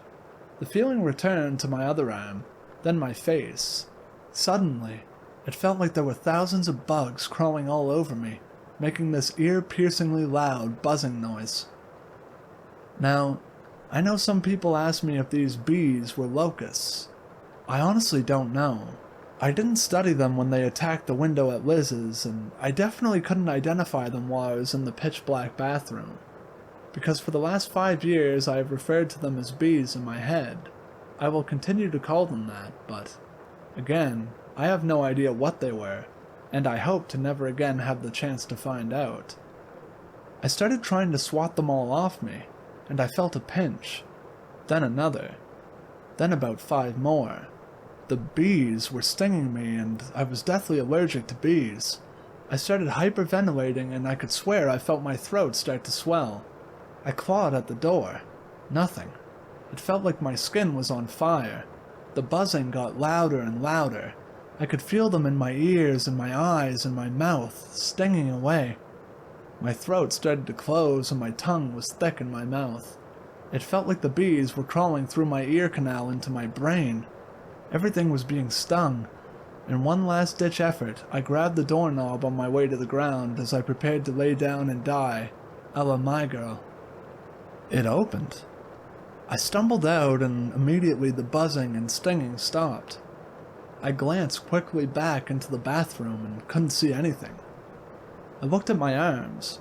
There was nothing there. I tried to take a deep breath. My throat was still slightly constricted. I ran over into the kitchen and grabbed my EpiPen. I slammed it down into my thigh and rushed out the door to go to the hospital. When I pulled into the ER parking lot, I realized I had absolutely no symptoms whatsoever. Sure, the EpiPen helps when I get stung, but it usually only buys me time, and that's when I am stung by just one bee, not thousands. This stuff was getting weirder and weirder. I was still pretty angry at it, but fear started creeping back into my consciousness. While most things I had experienced up until then were unexplainable, being attacked by bees and then all symptoms and signs of anaphylactic shock randomly disappearing had me questioning my sanity. Did I imagine it? Is it trying to wear me down to get in my head? Is it already there? A few weeks went by with the normal crap happening. The flashes, the blinds, the cold, etc. It got to the point where it was just commonplace to see my naked grandmother on the side of the road being ripped apart by demonic dogs. It's funny how the human mind can desensitize itself. Instead of being horrified, I'd just think to myself, oh, it's a brown demonic dog this time. Last time it was that pretty gray color. Huh. I knew I was depressed. I knew I was losing hope. Fast. I knew I had to figure out some way of kicking the hell out of it, soon, or else I would either completely lose my mind or be completely overtaken by it. If given the option, I'd rather lose my mind and spend the rest of my life in a nice padded cell making beautiful macaroni and Fruit Loop necklaces with Floppy rather than giving it control. but I was apparently too stubborn for that. It was around that time I started doing some research. From the safety of my car in Liz's apartment, I searched for Ouija board stories and the like. I was flooded by information about how we did it wrong. There was no silver on the board. We only had 2 people. We didn't say goodbye. I initially had the intention to mess with Liz. We let it go in circles. We left the planchette on the board when not in use, etc., etc., etc. Well, we had managed to pretty much break most of the rules. Great. I then moved on to the name that was spelled out on the board when I was alone. Yeah, no. Definitely shouldn't have looked that one up either. Well, this research was going swimmingly. I then started to look up ways to deter a demon. I read about sage, crystals, and all kinds of other things. Because we went to college in the middle of nowhere, I couldn't run to the local mystic shop down the road and get sage and crystals. I ordered it online and depleted most of my bank account to overnight it to me. I tried to fix the chain to my cross necklace I had bought at the Christian bookstore, but it was tangled within an inch of its life. There was no fixing that. I couldn't even get the cross off to put it onto another chain. I contemplated going back to the Christian bookstore, but the lady there was creepy. I didn't need any additional creepiness in my life. I then realized I had never called Reverend Bob back after I realized the Ouija board had magically returned to my apartment. I remember thinking to myself in this weird, devoid of emotion-like voice, "Damn. Well, I hope he's not dead. That'd be a drag." I was confused by my desensitized nature, but shrugged it off along with everything else. I looked up his number and gave him a call. No answer.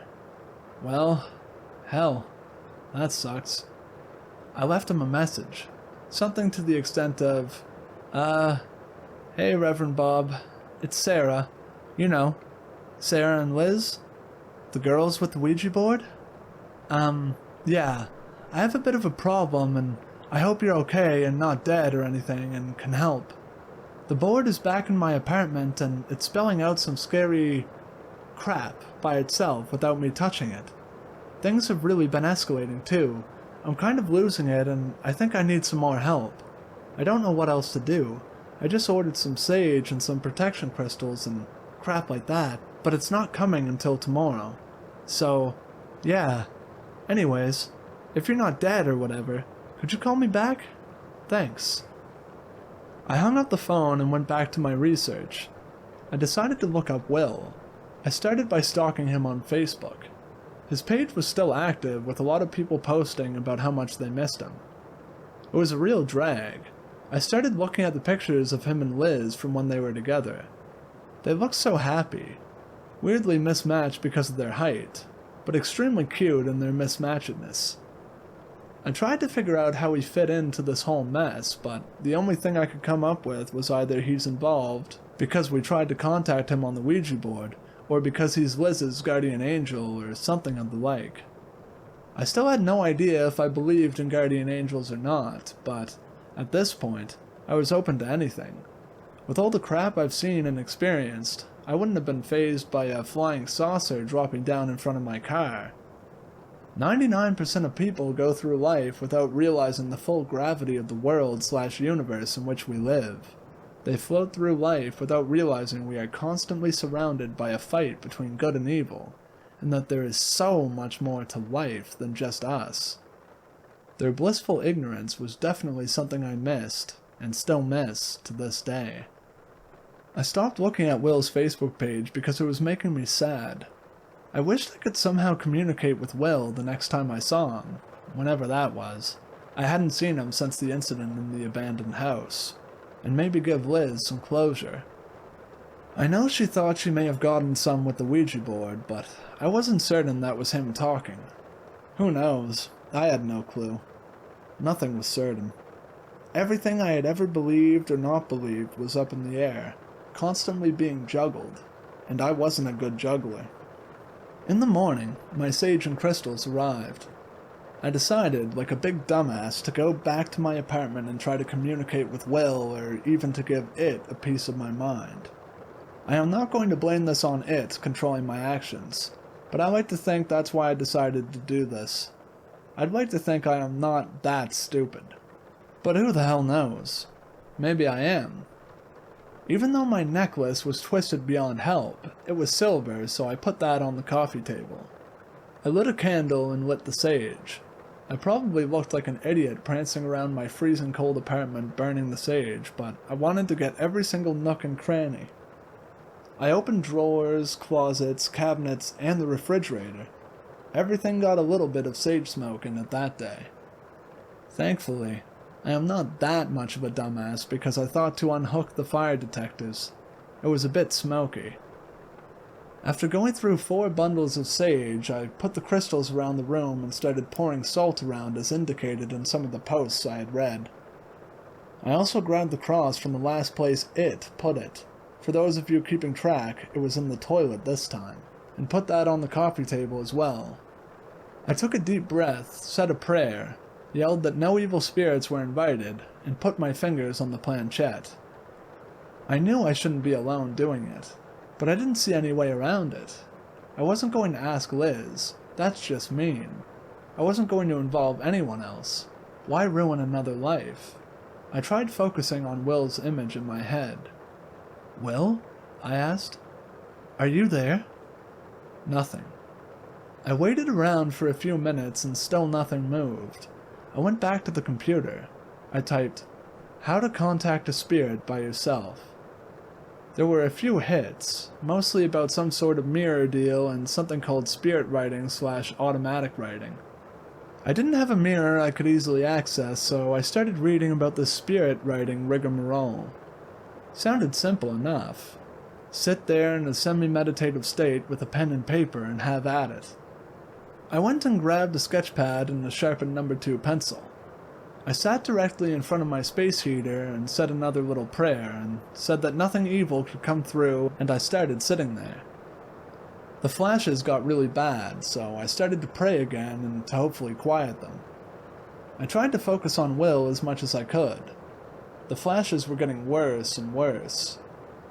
Even now, thinking back on it, I can't even put what I saw into words.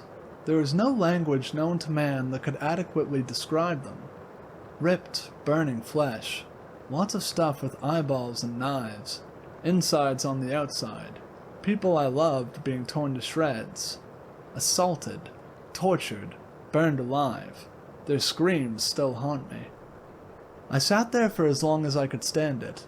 I'd say I sat there for about 20 minutes or so. I could feel sweat pouring down my face and nearly freezing against my cheeks from the cold surrounding me. I was holding the pencil so hard I was afraid it would snap. Finally, discouraged at my lack of endurance, I opened my eyes. It was pitch black, both inside and outside. It was late morning when I started. What the hell? I reached over and tried, stupidly, to turn on the lamp. The light popped off, burnt out. I searched the couch for my phone. Finally, I grabbed it and turned it on. 6:56 p.m., 22 missed calls. I think I screamed. I probably screamed. I probably cursed up a storm. Screw this. I started scrolling through my missed calls. 21 of them were from Reverend Bob. The other one was from Liz. I threw the stupid board back in the closet, grabbed my sketchbook, and ran out to my car. I just started driving. Anywhere. I had to get away from that stupid apartment. The flashes were pretty bad, but I just wanted to get somewhere so I could call Reverend Bob back in peace. Liz was at rehearsal by that time, so I couldn't go to her house. So I kept driving. And I ended up at the abandoned house Liz and I found. I didn't realize I was there until I was there, if that makes sense. Not really my ideal place, to be honest.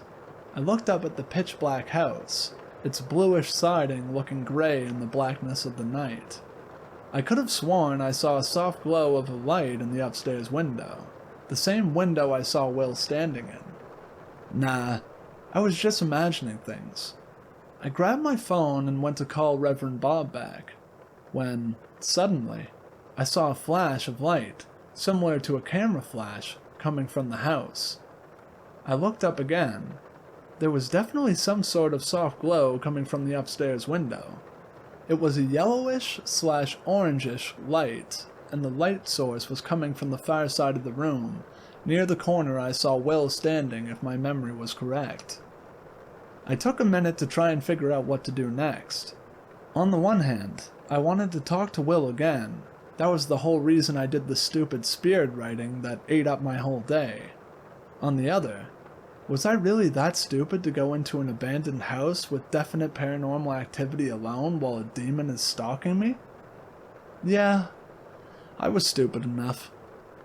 Again, I really want to think that it made me do this, but I will never know.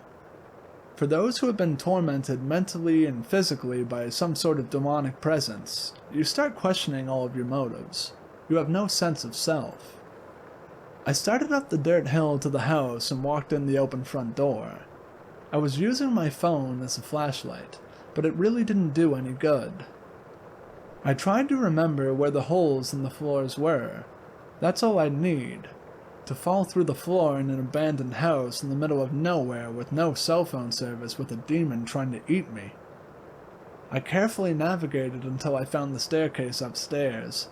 I could see a bit of ambient light from the top of the stairs and went in that general direction. As I neared the top of the stairs, I heard something whispering my name. I turned around to the blackness of the downstairs area behind me. Nothing that I could see was there, but I really couldn't see much, so who knows. I stepped onto the last step when I heard it again. I spun around with my cell phone, trying to see. Again, nothing. I brought my second foot up to the top of the stairs when I heard my name being screamed. The shock almost sent me tumbling down the stairs. I grabbed onto the poor excuse of a banister to steady myself and felt it rip from the wall. Everything seemed to happen in slow motion. I felt the banister splinter from the wall. I felt the inertia of my body falling backwards, banisters still in hand. I felt each foot leave the safety of the floor. I saw the silhouette of my feet against the pale light coming from the room fly into the air. I heard my name again. I saw the horizon line of the top stairs start to move up as I started to fall further and further back. I felt the sharp pain of my shoulder hitting a corner of a step. I felt the stabbing pain of my head hitting another step. I could see the archway of the top of the staircase get further and further away as my body slid down the stairs. I smelt the dust that my body was kicking up. I felt the walls sliding past my fingertips as I searched for something to grab onto. I felt my head hit another step and stop the sliding momentum of my body. I felt my legs start to flip over my head. And then I felt hands on my legs, stopping me from flipping over. It was a warm feeling which was quickly forgotten as I dangled upside down. I felt my feet being softly put down on the next step down. I felt hands on my back as I tried to stand up without falling backwards down the rest of the steps. As soon as I was sure my footing was secure, I whipped around as fast as my throbbing head could stand. There was nothing there. I whipped back around and looked at the top of the steps. Will was standing there, against the pale yellowish light. "Will!" I yelled, but he just looked at me smiling and wiping dust from his hands. I started to run up the steps, but he put his hand out to stop me. He pointed downstairs in the general direction of the front door. "You want me to leave?" He nodded and pointed again. "But I have so many questions." He shook his head and pointed to his wrist as if there was a watch. He pointed again in the direction of the door. I shook my head and started up again, but Will started waving his hands to stop me. I complied. "I need you to help me stop this," I pleaded. He nodded his head, but again pointed to the door. I wasn't having any of it. "Can't you just answer one question?" He shook his head and pointed to his wrist again. I was starting to get angry, but the anger was muddled by the throbbing of my head from my fall. "Were you the one who stopped me from falling?" He nodded and pointed again. "When will I see you again?" He seemed to ponder this for a moment and then just smiled. Aggravated, I started up the steps again, but was stopping dead in my tracks by my name being whispered again. Will got an urgent look in his eyes and pointed towards the door. I finally took his advice and, with one last look, ran out of the house and into my car. I looked at the clock on my dashboard. It was 10:50 p.m. I had been there over 3 hours. What the hell was up with this loss of time thing? I drove back into town and parked outside of the Walmart. 10 more missed calls. 8 of them being Reverend Bob and 2 being Liz. Liz must be out of rehearsal. I decided I'd text her that I'd be there in a few minutes. That would buy me some time to call Reverend Bob. I hit the send button and finally looked down at my clothes as I listened to my phone ring. I was filthy. Reverend Bob answered after about 4 rings. "Sarah." "Reverend Bob, I'm glad you're not dead. Look, I'm sorry about—" "Sarah, do you still have the Ouija board?" he asked in an urgent voice. "Yeah, it's in my closet again." "Does Liz know?" "Yeah, she saw it the other day," I said, confused. "Okay, just tell her I gave it back to you." "What? Why?" "Because I don't want her to know it just randomly showed back up at your house," he said, and seemed out of breath. "Okay," I said. "Why?" "We need her to maintain her faith in all of this. The less she knows, the more strong her faith will be. I've been doing some research and have prayed a lot on it, and I think the entity is really after Liz. It is using you to get to her because you were an easier target with your lack of faith. Kind of a stepping stone," he said. I tried to process it all. "But why does it want her? I don't understand.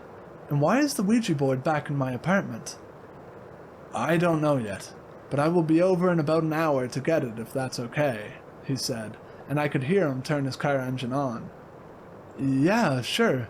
I can meet you there," I said, still confused. "Why didn't you just get rid of it?" "I thought I did," he said in a very low, sad voice. "Well, there's been other incidents in all of this," I continued. "When I found the board was back, it was sitting on my coffee table and the pointer thing started moving by itself. It spelled out what I thought were random letters, but then I googled it and it had spelled out the name—" "Don't say it!" Reverend Bob shouted into the phone. "Whatever you do, don't say it." "Okay," I said, even more confused. "Well, it spelled that. I also think Liz's ex-boyfriend is involved. He took his own life about a year ago, and every time I see him, things stop for a moment. It's hard to explain, but I tried to communicate with him this afternoon, and—" "Just don't do anything until I get there," Reverend Bob said sternly. I agreed and hung up the phone. I didn't think it was possible, but I was even more confused than I had been before. I drove back to my apartment to meet Reverend Bob. I figured I should go upstairs and clean up a bit from my contact sessions so I didn't anger the priest. I figured that would not be a good idea. I walked into the freezing cold apartment and threw the board back into the closet. I started sweeping the salt off of the floor and windows and opened the door to get the overwhelming smell of sage to dissipate a bit. After I was done, I went outside to wait for Reverend Bob. I took a seat in my car and figured I would start sketching some ideas for my upcoming set design while I waited. I opened the sketchbook that I had used during the spirit writing that only served to make me lose an entire 6 hours of my life. All over the pages were pictures and words I had no recollection of drawing. In my mind, my hand hadn't moved at all. My stomach dropped to my feet. The sketch pad was covered with all kinds of weird symbols, scratches, and sketches that I had no recollection of ever doing. There wasn't really any order to them. Stuff was all over the page in what appeared to me to be an arbitrary scattering of crap. Imagine for a minute if you were me. You stupidly tried to spirit write for about 20 minutes and you didn't feel the pencil move 1 inch. Then you open your eyes and not only is it a few hours later, but there's stuff all over the sketch pad that makes absolutely no sense to you. and the intensity of the sketches and the amount of pencil lead on the page doesn't really add up to what a pencil can do without being sharpened. Though, who knows what happened in those hours? I certainly could have gone to my room and sharpened the pencil. I have absolutely no idea what happened in that time. For the most part, I couldn't make heads or tails of what I saw. All I knew is that it was freaky as hell and that I probably didn't want to know what all of the symbols meant. I didn't want to know what came out of my own hand, if that makes sense. I didn't want to know what had taken over my body to write this. I definitely didn't want to know what kind of message was being sent either. I tried really hard not to be as freaked out as I wanted to be. I didn't want to give it the satisfaction of knowing it successfully freaked me the hell out. Though I was scared, I was still angry and ready to take a stand. As hard as it was, I tried to look at the sketchbook as a piece of art, albeit a messed up one. I forced myself to appreciate the lines and the composition. I know it sounds crazy, but it gave me a bit of leverage over my fear. I nearly crapped my pants when there was a tap on my window about a half hour later. Reverend Bob had arrived. I may or may not have used the Lord's name in vain with that one, but Reverend Bob didn't acknowledge it, thankfully. I got out of the car and he seemed to shy away from me. I don't know if it was just me being paranoid or not, but he definitely took a step back from me. Maybe he was just trying to give me room to get out of my car? Who knows? We didn't really exchange pleasantries. He just asked if the board was still in the apartment. I nodded and off we went, skipping merrily to the wonderful world of hell, aka my apartment. As per the usual, Reverend Bob started dry heaving on his way up the yellow brick road. I mean, my walkway. We both pretended it wasn't happening. As we neared the door, we found it wide open. I could have sworn I saw Will standing inside, but when I looked to see if Reverend Bob saw him too, and then looked back, he was gone. Did you just see him? Will? Did you just... You didn't see anything, Reverend Bob seemed to growl. Yes I did. We got into the apartment and the board was exactly where I had left it. Reverend Bob immediately went to work after dry heaving a second time. He didn't look so good. He had sweat pouring down his face even though it was as cold as ice in my apartment. He looked almost gray and his hands were shaking pretty badly. Out of his briefcase he pulled out his book, a different one he had used than the last time he had visited with Liz and I. He started going at it in Latin again, though this time he was nearly screaming at the top of his lungs. I remember thinking to myself that he had better be careful because the vein in his neck was so big I was afraid it would burst. I could see it pulsating with his quickened heartbeat. Next, out came the holy water again. He told me to sit down on the couch while he basically drenched me and the board with 2 bottles of holy water. Every time he splashed the water, I could hear something that sounded like thousands of people and cats, yes, cats, screaming in agony. I don't think I personally screamed, but it was so loud that I can't be sure. For those of you who will be asking, no, the water didn't burn me or anything like that, but the volume at which I heard the screaming in my head definitely made my head burn from the inside. I kept telling Reverend Bob to stop for a minute, but he kept going, emphasizing each phrase with a forceful flick of the holy water in my and the board's direction. After the second bottle was empty, he took out a third and started going throughout the apartment again. I went to follow him, but he yelled at me to stay where I was if I was able. The "if I was able" phrase kind of stopped me in my tracks. What the hell did he mean? If I was able? Did he think I was being possessed? Did he think I was going to hurt him? Was I possessed? Did I not have control over myself? I mean, yes, I had blacked out, and woken up a few hours later, but did that mean I was possessed during that time? Just when I thought I was taking back control over my life and my fears, he went and shattered that sense of control with 4 simple words. I broke down. All I had done, all the fighting was for nothing? Why fight anymore if all that happens is that I anger it and it controls my body without my knowledge? What the hell was there to fight for if it had already taken possession of me? My heart and mind were shattered. There was no hope. Everything I did was in vain. Everything I had fought against, endured, suffered through, and put up with meant absolutely nothing. The bruises, the bees, the flashes, all of it. Why, if I was actually possessed, didn't I just succumb to the damn thing at the beginning? It would have been so much easier. I wouldn't have had to deal with all that I had gone through. I just sat there on the couch and sobbed, adding my cries to the sounds of the screaming in my head.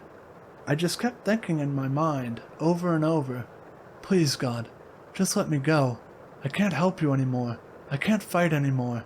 You won't miss me. Please, God, just let me go. Don't make me fight anymore." But then a fleeting thought popped into my head. What if Reverend Bob had just said that to break me down? What if he was part of it? What if he was sent by it to give me hope and completely shatter it with one phrase? It was a jerk move for sure, but I didn't really expect less of it at that point.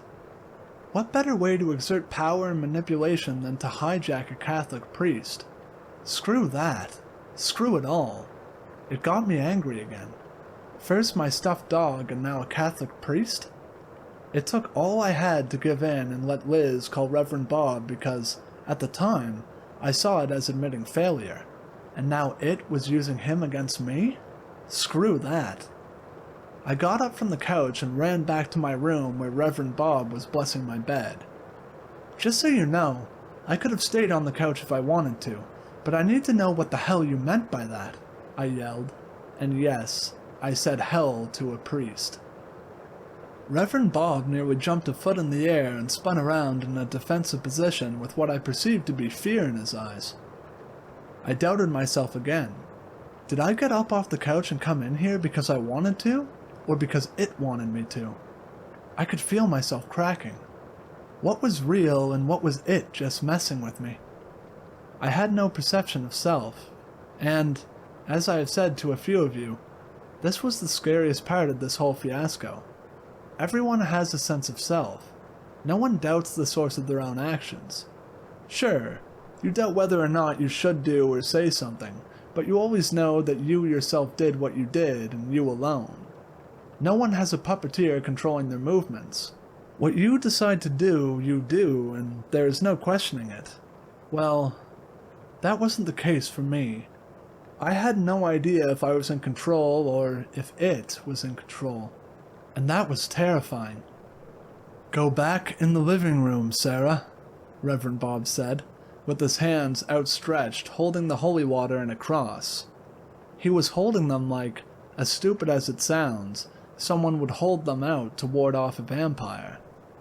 The fear in his eyes scared me, and I retreated back to the living room.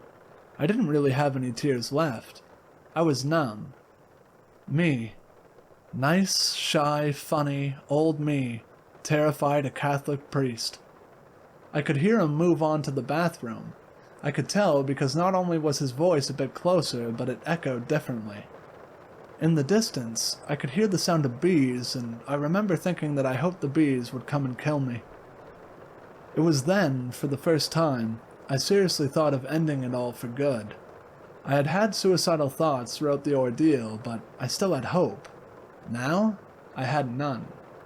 I glanced over into the kitchen and saw a block of knives. If I didn't have control over myself anymore, screw it all to hell. The last decision/action of my life would be on my terms, not its.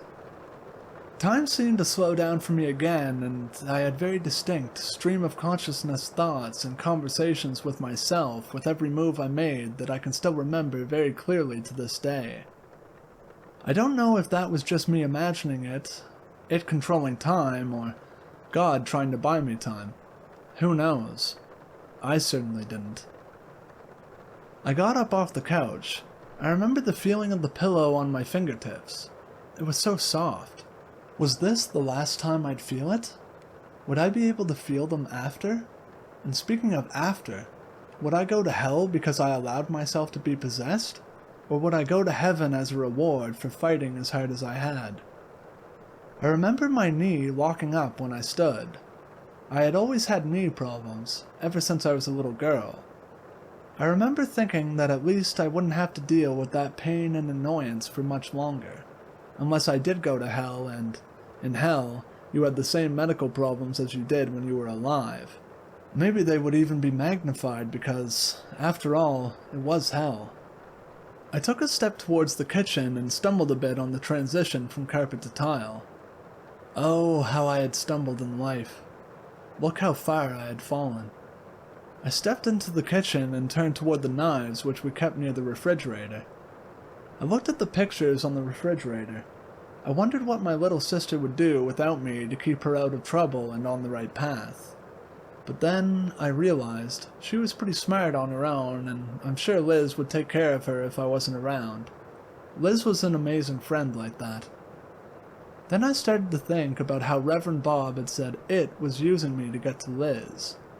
Well, maybe with me gone, she'd be out of danger. She didn't deserve all of this. It was all my fault. Everything started because I thought it would be funny to trick her with a Ouija board. Maybe even let her talk to JFK. JFK. Maybe, if I went to heaven, I'd finally find out who shot him. I neared the knives and I wondered how much it would hurt. Of course, I knew the right way to do it. But would that be quick enough? Would Reverend Bob intervene? Should I just go for the gold and go for my throat?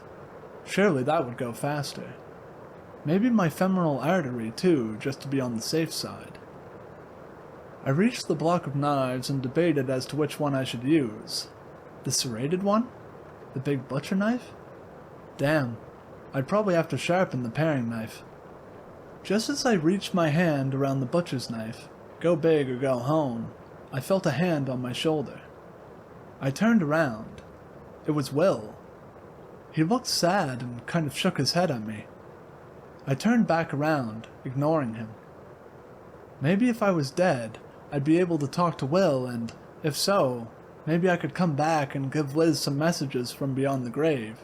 I mean, I knew it was possible, obviously.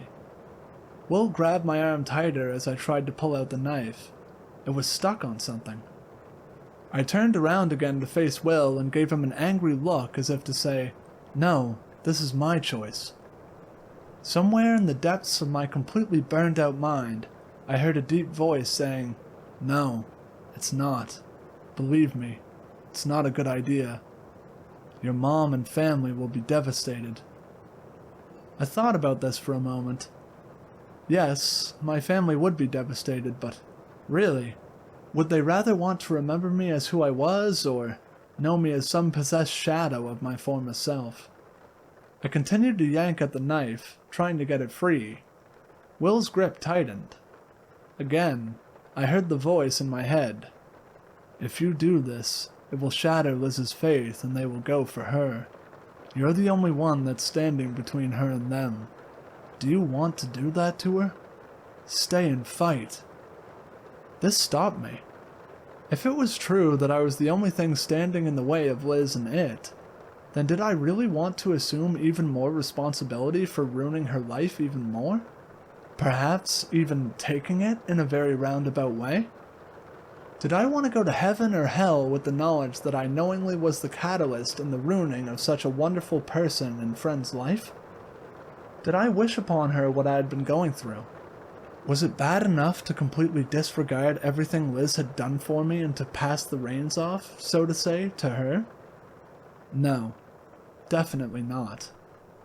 I took a deep breath and tried to let go of the knife. I couldn't open my hands. I heard a noise behind me and whipped around. This time, the knife slid out of the block with ease and it was firmly implanted in my right hand. It was Reverend Bob, and I think I may have given him a heart attack. He put his hands up with the cross and the holy water and started talking very loudly. Latin prayer intermixed with English phrases like, "Sarah, you don't want to do this." I wanted to tell him that I didn't mean him any harm, just that I couldn't let go of the knives, but no words were coming out of my mouth. I looked towards Will, pleading for help. He kind of closed his eyes and seemed to concentrate very hard.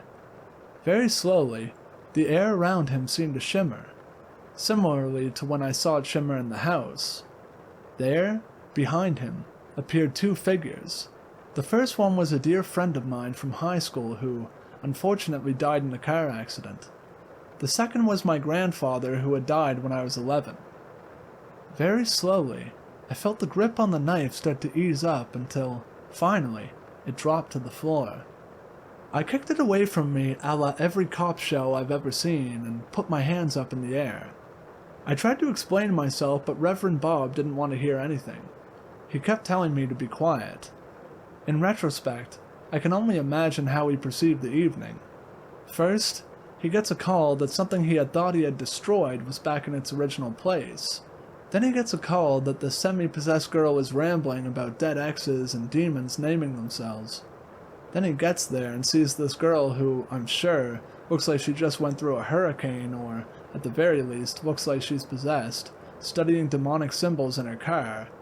Once he gets inside after puking, he sees the Ouija board, the same one that he thought he had gotten rid of, sitting on the coffee table ready to go. Then he blesses her with holy water and it appears to burn her, though it didn't, at least not how it is assumed to hurt.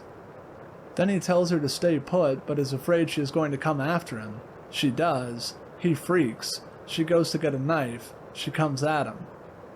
Poor guy. I did. I felt bad for him. I felt bad we had involved him in this mess. I understood he didn't really want an explanation of why I was wielding a large butcher knife, but at that point, didn't really care because he had seen what I did.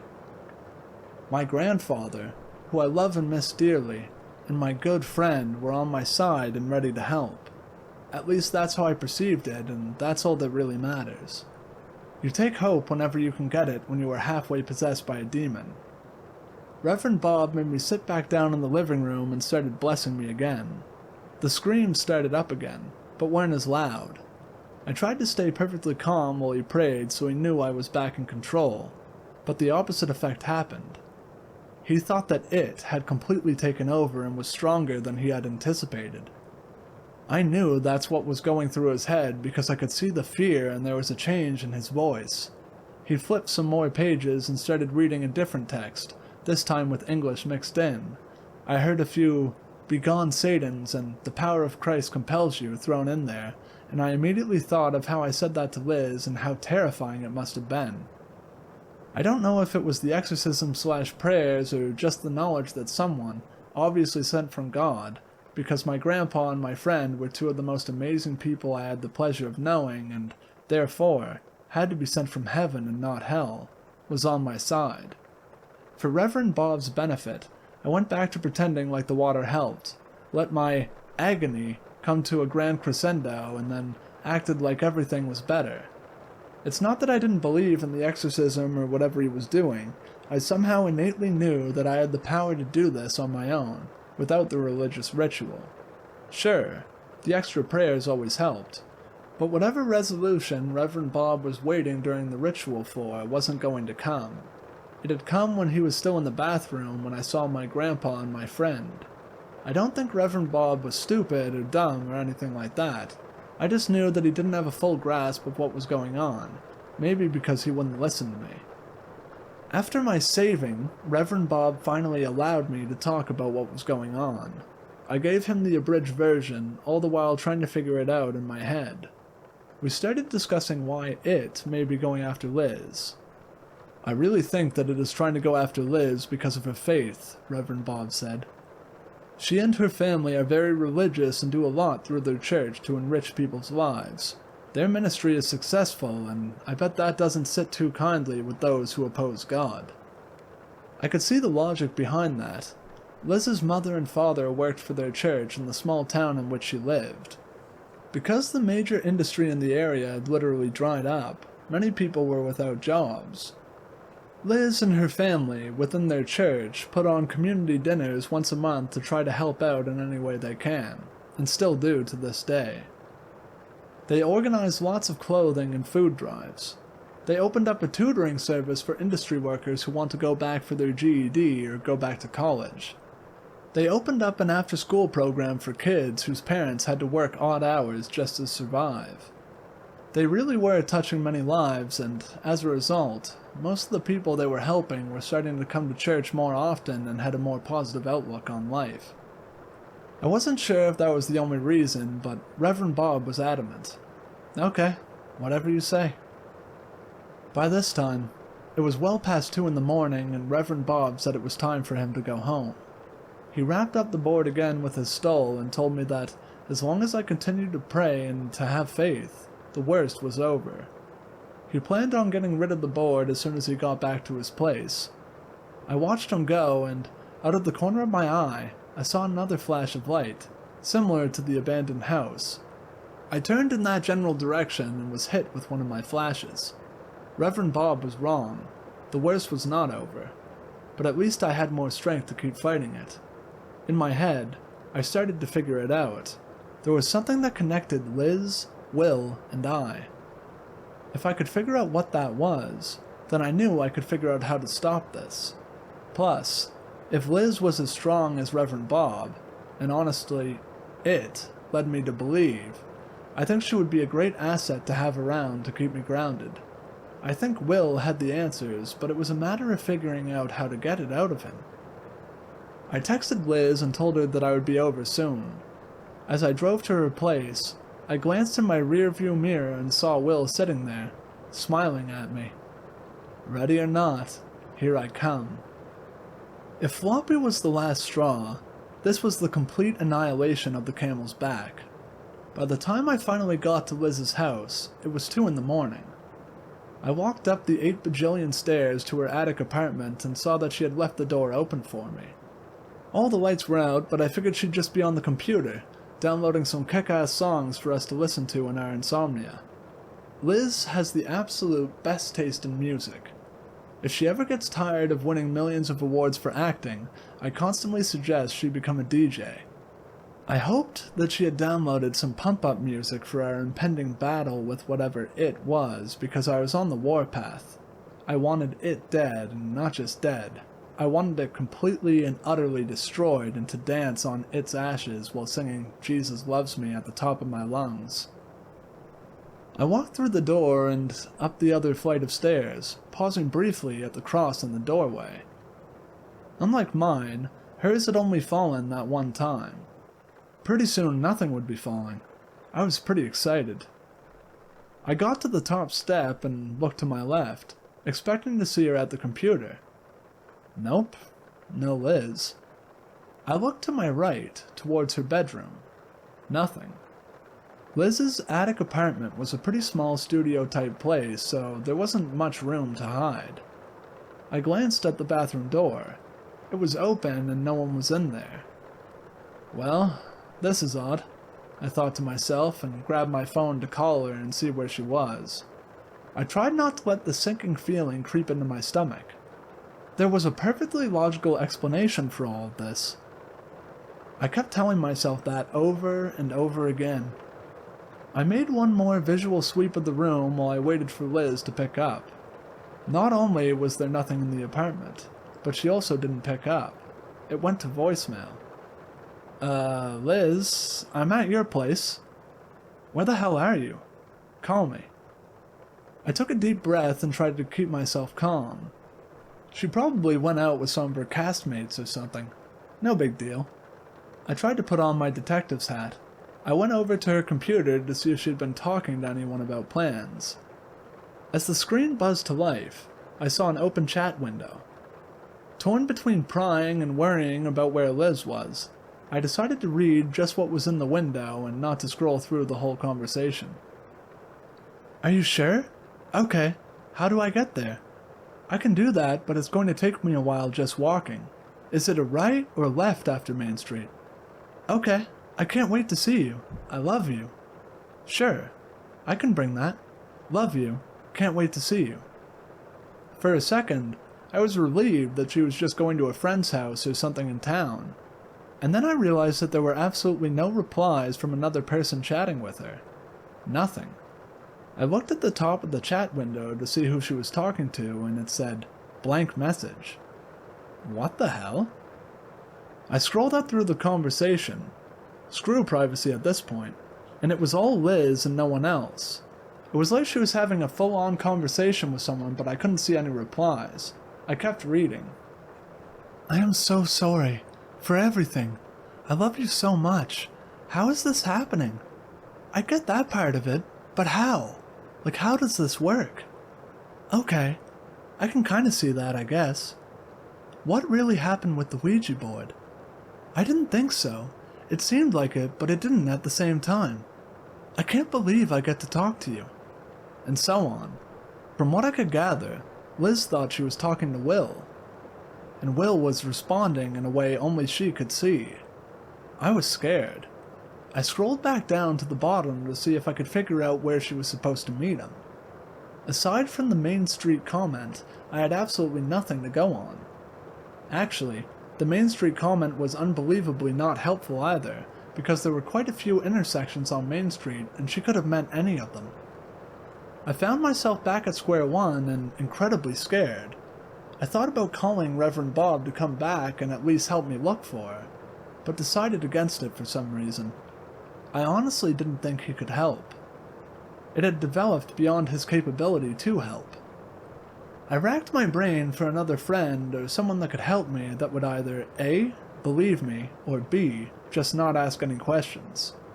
But then I had a sudden burst of brilliance. I clicked on the settings button and figured out how to add timestamps to the IM chat window. Score. She had sent the last message only 15 minutes ago. On foot, she couldn't have gotten that far. Main Street was at least a 10-minute walk from her place. There was a good chance I'd either see her on Main Street or be able to figure out which intersection she turned down. I raced back down the stairs and got into my car. I turned the key. Nothing. I turned it again. Nothing. You've got to be kidding me. I don't do cars. I don't understand cars. If it doesn't work when I put the key in, I have no idea how to fix it. I usually cry when that happens and then yell at AAA to come and get me. I sat there in the driver's seat, defeated. For some reason, I glanced up and saw Will sitting in the back seat through the rearview mirror. I turned around, but didn't see him. I turned back to the front and looked in the mirror. He was back. He smiled at me with a sad smile. "Do you know anything about cars?" I asked, not expecting to get any sort of answer. He motioned for me to try it again. I did, and the engine turned over. We were in business. "Do you know where Liz is?" I asked. He just pointed straight down the road. I started driving. I reached Main Street and he motioned to turn left. I did. I kept looking in vain for Liz on the side of the road. She couldn't have gone this far. I looked back at Will, who was pointing to the right. I turned onto a side street and kept going at a snail's pace, trying to catch a glimpse of Liz. The houses started to get further and further apart. I remember noticing how inky black the night sky was. It was creepy, but I was determined to find Liz. Pretty soon, I had driven 3 very slow miles on the side road. There was no way in hell Liz could have gotten this far on foot in the time frame. I glanced back at Will, but he wasn't sitting there anymore. Crap. I looked around and I didn't recognize anything. The trouble with going to college in a town in the middle of BFE is that you take a wrong turn and you are smack in the middle of nowhere. That's where I was. Up ahead, in the distance, I saw a house. I decided I'd go up to the house and turn around. As I approached, I saw a light in the downstairs window, but the house looked like it had been abandoned for years. Great, I thought. Yet another abandoned house. Super. I slowed down as I tried to turn around in their circular driveway when I saw a flash of a person in white to my left, near the house. I strained my eyes. It was Liz. I threw my car in park so fast that the transmission, or whatever the hell handles the gears in cars, like I said, I know how to pump gas and put windshield wiper fluid in. That's the extent of my car knowledge. Made a whining noise. I flew out of the car and tried to make my way through the weeds and overgrowth of the place. I was stopped in my tracks by an overgrown, rusty wrought iron fence. I hadn't seen it in the dark. Great. An abandoned house and tetanus. Oh, and a missing best friend. Best night ever. I followed the fence until I finally found an opening about 20 feet or so down the yard. I had lost sight of Liz. I contemplated calling out for her, but something told me not to make my presence known. I doubled back on the other side of the fence and went to the last spot I saw Liz. I didn't see her. I tried whispering Liz's name, but it was like no sound could travel in the thick darkness surrounding me. I crouched there, silently wishing I had angled the car's headlights towards the house so I could see. There was some movement to my right. My head snapped over and I saw Will standing there, pointing to the back side of the house. He almost looked angelic, lit up by the tiniest bit of light coming in from the moon. I kept low as I creeped through the weeds toward the back of the house. The house was huge, like someone had put on multiple additions at various times throughout the last century. I'm sure, in its heyday, it would have been a beautiful house. With all the weeds and overgrowth, though, it just looked creepy as hell. As I rounded the corner, I saw Liz standing near the back door to the house. She wasn't moving at all, just standing there. "Liz!" I called out, trying still to be quiet. She didn't respond. I tried again. Nothing. I started to move closer and was nearly knocked over by one of the most powerful and horrific flashes I had yet gotten throughout this whole ordeal. Someone asked me if I could feel the flashes along with seeing them. Yes, most of the time I could feel something too, but it was never that severe. My head screamed in agony as flash after flash assaulted me. I tried to keep my eyes focused on Liz, tried to find the strength to call out to her, but my whole body was being held down by something I couldn't see. In my agony, I saw her take a step toward the door. Again, I tried to call out to her. Something. Anything. Nothing would work. I tried to look around for Will, but I couldn't see anything but the flash and about 15 glowing eyes in the bushes around me. It scared the hell out of me, to be honest. I had never seen something like that before. Finally, my foot found some leverage on the ground to somehow push me into a kneeling position. I finally thought I would be able to stand up and get over to Liz. I saw her take another step, and I put all of my energy into my foot to try and propel me forward. My foot felt like it had broken through something and I fell back down. Whatever I had gained traction on had basically cracked under my foot. It was only a few seconds later when I heard the sound of bees. Oh hell, not the bees again. Suddenly, my body was on fire. It felt like I was being stung by a million bees. I couldn't scream. I couldn't move. I was face down in the weeds with a million bees tearing my body with their stingers. I couldn't see any bees, however, though I couldn't see much from my vantage point with my cheek on the ground. In my head, I debated whether or not to just give up. I wanted to, believe me. But then, all of a sudden, Will was there, and he was lifting me off the ground. Where his hands were touching me, there were no bees. I tried to scream out Liz's name. This time, a semblance of sound came out of my throat. I saw her turn towards me, confused. "Liz," I was able to croak out. "Help!" She started to rush over to me. As soon as she got within 2 feet of me, Will completely vanished. "What the hell? What happened? Where am I?" she yelled. "Are you okay?" The stinging had started to subside and the flashes weren't as severe. I didn't answer her. Instead, I just grabbed her hand and led her to the break in the gate. "No, where are we going? I think I figured it out," she said, but I didn't really listen. I just kept going. "Sarah, stop!" she screamed. I didn't pay any attention to her. I just wanted to get the hell out of there. She stopped dead in her tracks. "Seriously, Sarah, stop. I need you to listen to me." "No, we have to get out of here, Liz. Please, do you trust me?" "Yeah, of course, but we need to go. Now." We finally made it back to the car. I gunned it back towards town. Once we had hit civilization again, I pulled off to the side and looked at Liz. She looked extremely confused. "Where are we? What the hell just happened?" Turns out, Liz had prayed to talk to Will to see if he could help us figure out what was going on. She had yet to see him as I had, and wanted to see him for herself to kind of prove that he was who he said he was. As she was praying, Will IM'd her, and they chatted for quite a while online. "It was just like the Ouija board, Sarah," she said. Towards the end of the conversation, Will asked her to meet him. However, the place Will had asked her to meet him was not the same one that she had ended up at. "Sarah, I honestly don't remember walking that way. I remember getting onto Main Street and passing some drunk guy being pulled over by the cops because he was weaving his bicycle back and forth. I was supposed to meet him in the park, not 3 miles down the road." I started asking her some more questions. It turns out she was there, but wasn't really there. She saw a house, but it definitely didn't look like the same house I saw. Something was definitely messing with her. I explained the abridged version of what had happened with Reverend Bob and how we thought it was coming after her. Poor Liz looked terrified. I would be too.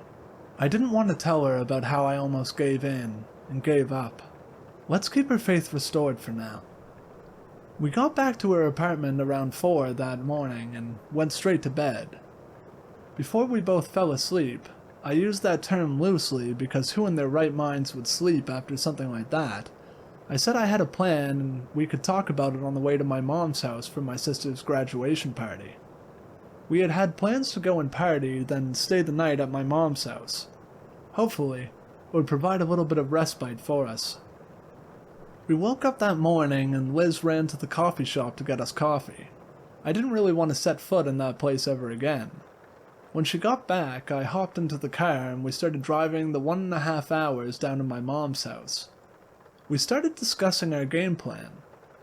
"Something connects me, you, and Will to whatever this is," I said. "I don't know if he's your guardian angel, if he's just a regular ghost looking out for us, or what, but there's definitely a connection there. He is the only one that has been able to stop things. He was the one who pointed me toward that house you were at last night.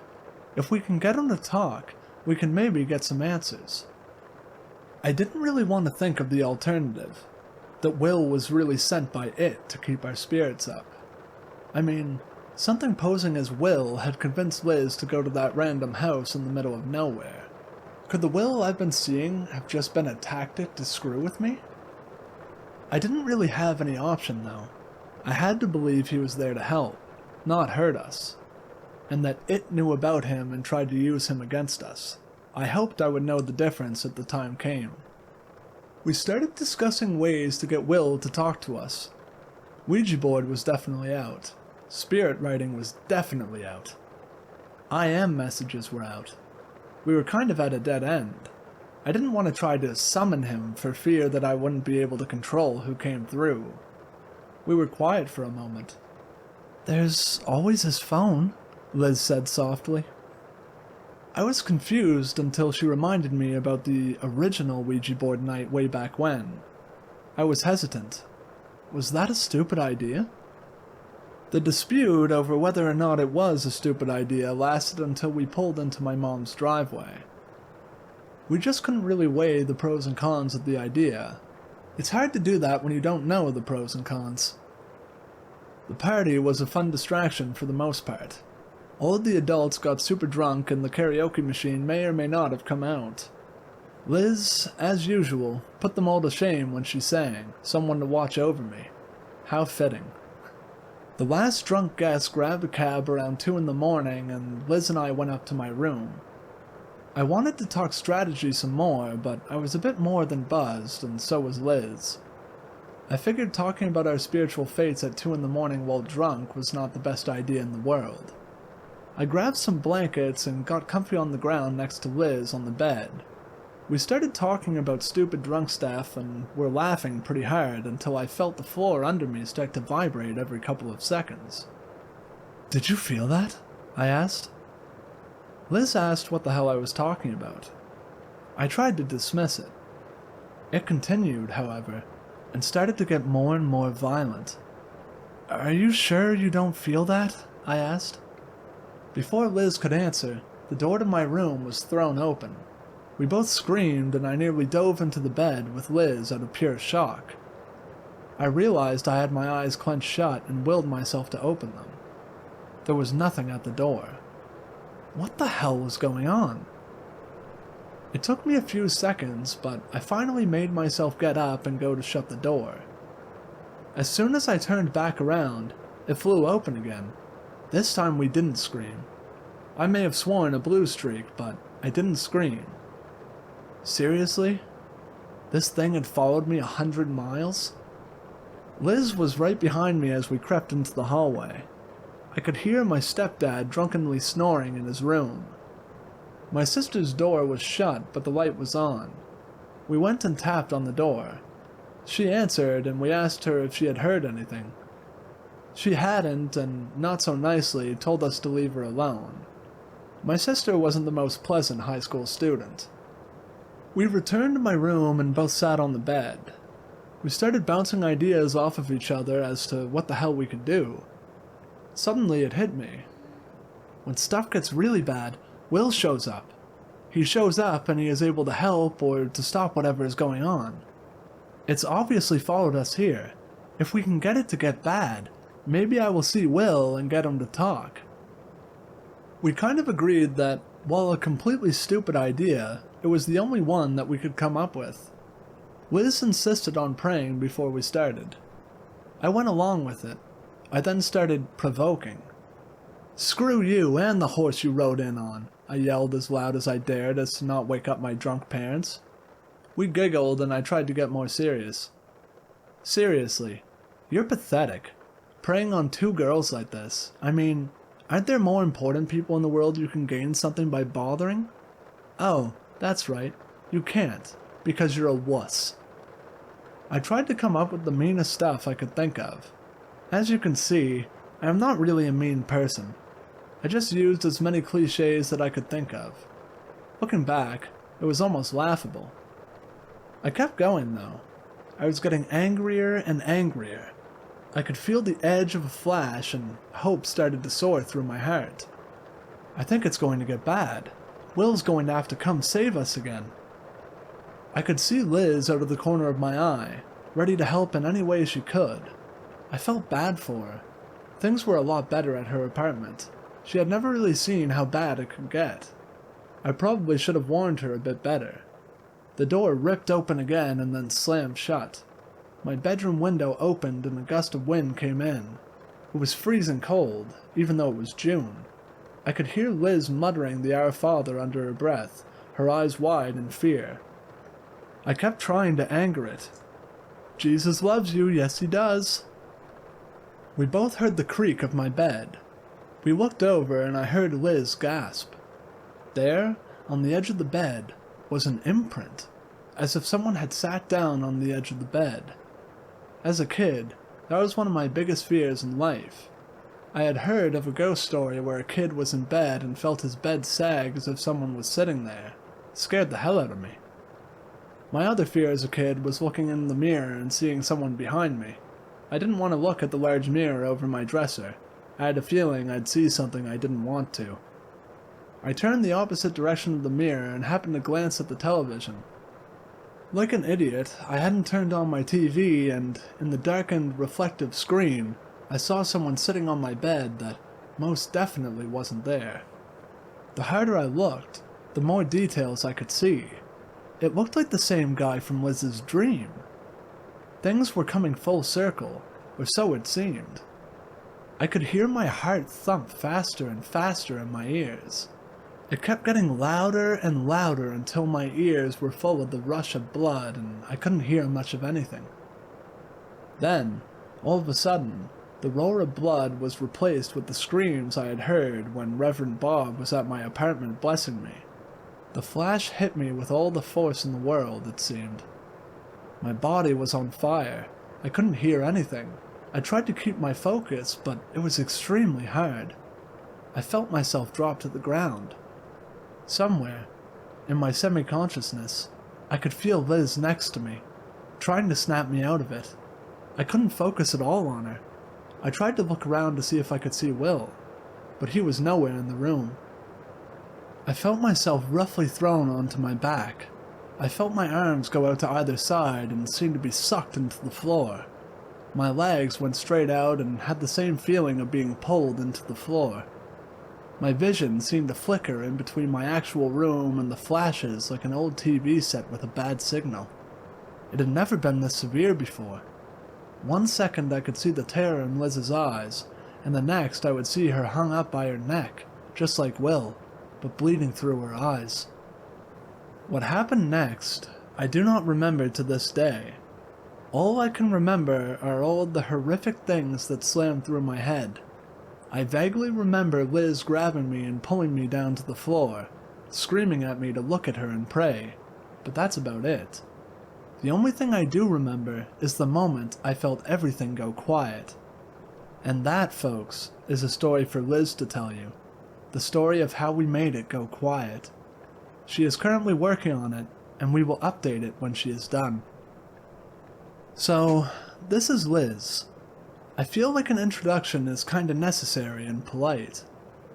I've been reading through Sarah's recollections, and it helped me remember stories from that time period in our lives, and I remembered a lot of crappy things that I'd purposely blocked. We didn't talk a lot about this stuff until recently because we were afraid that it would bring it back in force, so it faded into the echelons of my brain. That's why this took me so long to write. I had no one to help me remember this, and this is definitely the one I blocked the most. Now, I just look back and think, wow, I can't believe we lived through this. This is kind of badass. Not tooting our, mostly Sarah's horns, but it's the truth. Hell yes to us. I grew up super Lutheran. My parents were religious studies majors that met in college, and my parents worked in the church my entire life. Ouija boards were just not on my radar until I met Sarah. When we decided to do it, I didn't think it would work. I wish it hadn't. Though through all the stuff we went through, it did strengthen my belief that there's good and evil out there and that good always wins when you want it to. And this is the story of our win. I'll start where Sarah left off. She was writhing on the floor, but her limbs were pretty stiff. That's not a good description, but it was the weirdest thing I have ever seen. I tried not to be scared because I knew she needed me. When you see your best friend basically fighting for her soul on the ground in a mock crucifix-like positioning, you sober up pretty quickly. Believe me. Those beers and shots disappeared. I didn't know what to do. I knelt down beside her and tried to shake her awake. As soon as I touched her arm, her head snapped over to me and her eyes went black. Honest to God, they were black as night. She had this creepy smile on her face similar to the one time in my apartment with the water and the whole power of Christ compels you thing. But this time it was scarier, if that's even possible. Imagine a serial killer, sexual assaulter, terrorist, and sadist rolled all into one, sitting on an electric chair, waiting to die, and being asked if they had any last words. Now imagine them turning to the one victim who got away, the one who brought them to justice, and saying, "See you soon," with a creepy smile right before they pulled the switch. That's kind of what it looked like. It wasn't Sarah. I had no idea who it was, but I knew it wasn't Sarah. I'll admit, I recoiled a bit, but then I got myself together. How dare this thing think it had the right to do this? Sarah was a great person. No one messes with my BFF. Especially because it wanted to get to me. You want me? Then come at me. If this is our fight, fight me, not her. I grabbed Sarah's arm again and started praying. I am not well versed in demon fighting. As religious as I may be, our primary focus is learning about God and stuff, not about fighting demons. Praying is all I had in my arsenal until I could gauge the situation. I shut my eyes so I didn't have to see that creepy smile and black eyes again and just kept praying. Any prayer I could think of. I just kept saying it over and over and over. Nothing was going to stop me. At least I thought nothing would stop me.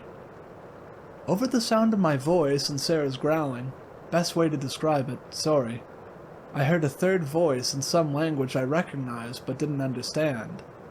I was a bit surprised, to say the least. I briefly opened my eyes and saw Sarah's mouth moving along with the words I was hearing. So to recap, she was not only making these groaning noises, but, on top of it, she was speaking in some tongue. I also noticed that she was about 3 to 4 inches off the ground. Off the freaking ground, people. There weren't 10 girls around her with fingers stuck under her. She was levitating right there in front of me. I pushed her down and tried to continue to pray as forcefully and confidently as I could. I could feel her skin go cold and hot, back and forth under my hand. Again, weirdest feeling ever. I caught a few words of what Sarah was saying and recognized the language as some sort of old Aramaic that I had heard my dad speak a few times when he was doing his religious study projects, but I still had no idea what was being said. I didn't think to brush up on my Aramaic before coming to Sarah's sister's grad party. I kept praying. What else was I going to do? I had to buy time so I could figure out a plan. I wished I could see Will like Sarah, for a lot of reasons, but mostly because I thought he could help me figure out what to do. I wasn't really jealous per se. I didn't want to see the crap Sarah saw or experience all that stuff, but I did want to see Will like she did. That's when an idea hit me. If I could get a small bit of Sarah back from wherever she was, and could get her to see Will, maybe he could tell me what to do. I noticed Sarah had started levitating again. This time, I had to put my body weight on her to get her back down. I had to go up on my knees and push her down to the ground. When I got there, I stared point blank into the black eyes and creepy smile. I smiled back. I smiled like I would smile at Sarah when she would be upset. I made myself stare and smile while I quoted the most comforting and reassuring scripture I could think of. Intermixed, I started telling funny stories of our escapades together. Pat Benatar, Walmart, and a lot more she didn't mention here. That's the best thing about our friendship. We had it really good and we had it really bad. When it was good, it was really good and the best times of my life. When it was bad, well, you know how bad it was. I kinda saw it like I was talking to a friend in a coma. Maybe something I would say would wake her up.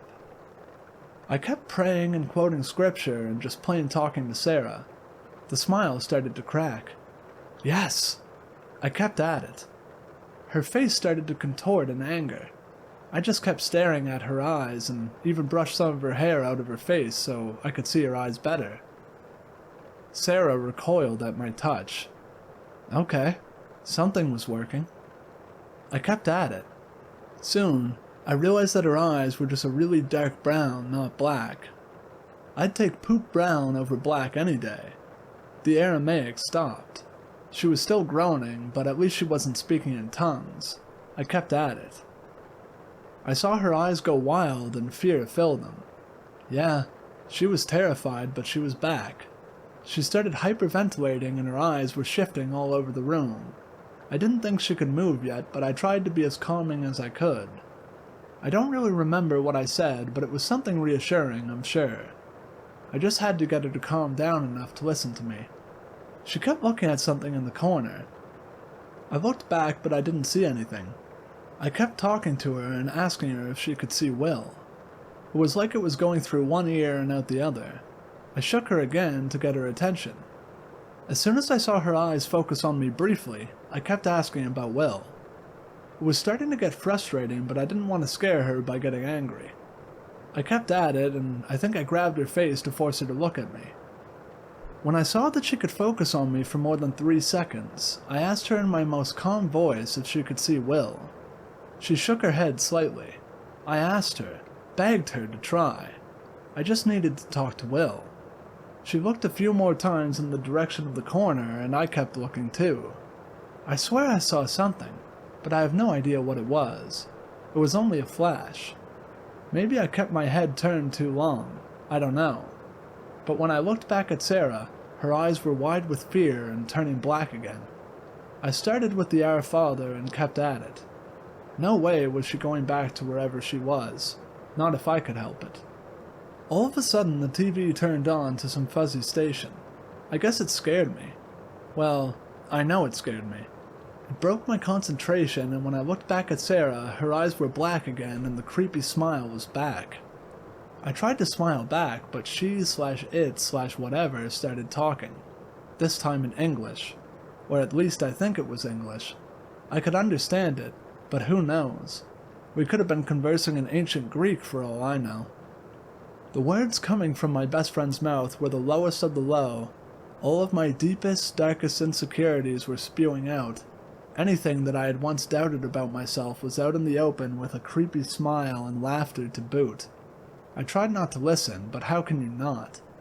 It's not like I haven't heard it all before in my head when I've been sad, but it's different to hear it coming from the body of your best friend. It ran the gamut from the generic, "You look fat in that outfit," to much more personal stuff. I'm not going into all that here, but the next time you think something self-deprecating about yourself, imagine your best friend saying it to you with a smile. It sucks. I will admit, I started to cry. I don't think you'd blame me. But to my credit, I got over it a lot more quickly than I thought I could. I stopped listening and just got angry. She had risen off the ground again, so I tried pushing her down. It was harder this time, but I managed. I prayed some more and then just said screw it and started talking to it directly. To my surprise/horror/disgust, it started responding. I'm not going to even try to remember the conversation, but it was pretty screwed up. It was like a test. It was never explicitly said that it was a test, but I had this overwhelming knowledge that if I said the wrong thing, if I wasn't 5 steps ahead of it, that I would lose Sarah. And that was not happening. Period. We bickered back and forth quite a bit, and I must have said something to anger it because I could see the smile falter and a scream that sounded remarkably like Sarah's come from somewhere in her body. It wasn't really through her mouth, but it was from the general direction of her body. Sorry, I can't adequately explain it. I took that as my in to start praying again and talking directly to Sarah. Her eyes started getting brown again. Finally. I was tired, but I kept going. The smile faded completely, and Sarah's wide-eyed, fearful grimace replaced it. She kept looking at the corner again. This time I know I grabbed her face and stopped her from looking that way. I tried to be calm but firm and tell her she had to see Will. I could tell she couldn't see him, so I tried changing tactics. I'm not a liar, and especially not a liar to Sarah, but I thought if there ever was a time for it, this would be it. I told her that I had summoned Will and that he was standing behind me. "Can't you see him behind me?" I kept asking. "He's right there." He wasn't, or at least I didn't know if he was, but something just told me to say that. I saw her eyes connect with something behind me, then they'd go back to the corner. I'd grab her face again and try to make her focus. "Did you see Will?" I asked. She nodded. Thank God. "Ask him what I should do." It went back and forth a lot, her staring at him and then breaking her gaze and trying to look into the corner. I kept making her focus on Will behind me and started asking questions. Questions that would really only require yes or no answers. 1 blink yes, 2 blinks no. Stuff like, does praying help? Should I make it mad? Should I get the Bible? Stuff like that. There was a hell of a lot of other stuff too. This honestly took 3 to 4 hours because I'd keep losing her as soon as we got to the good questions and have to start all over.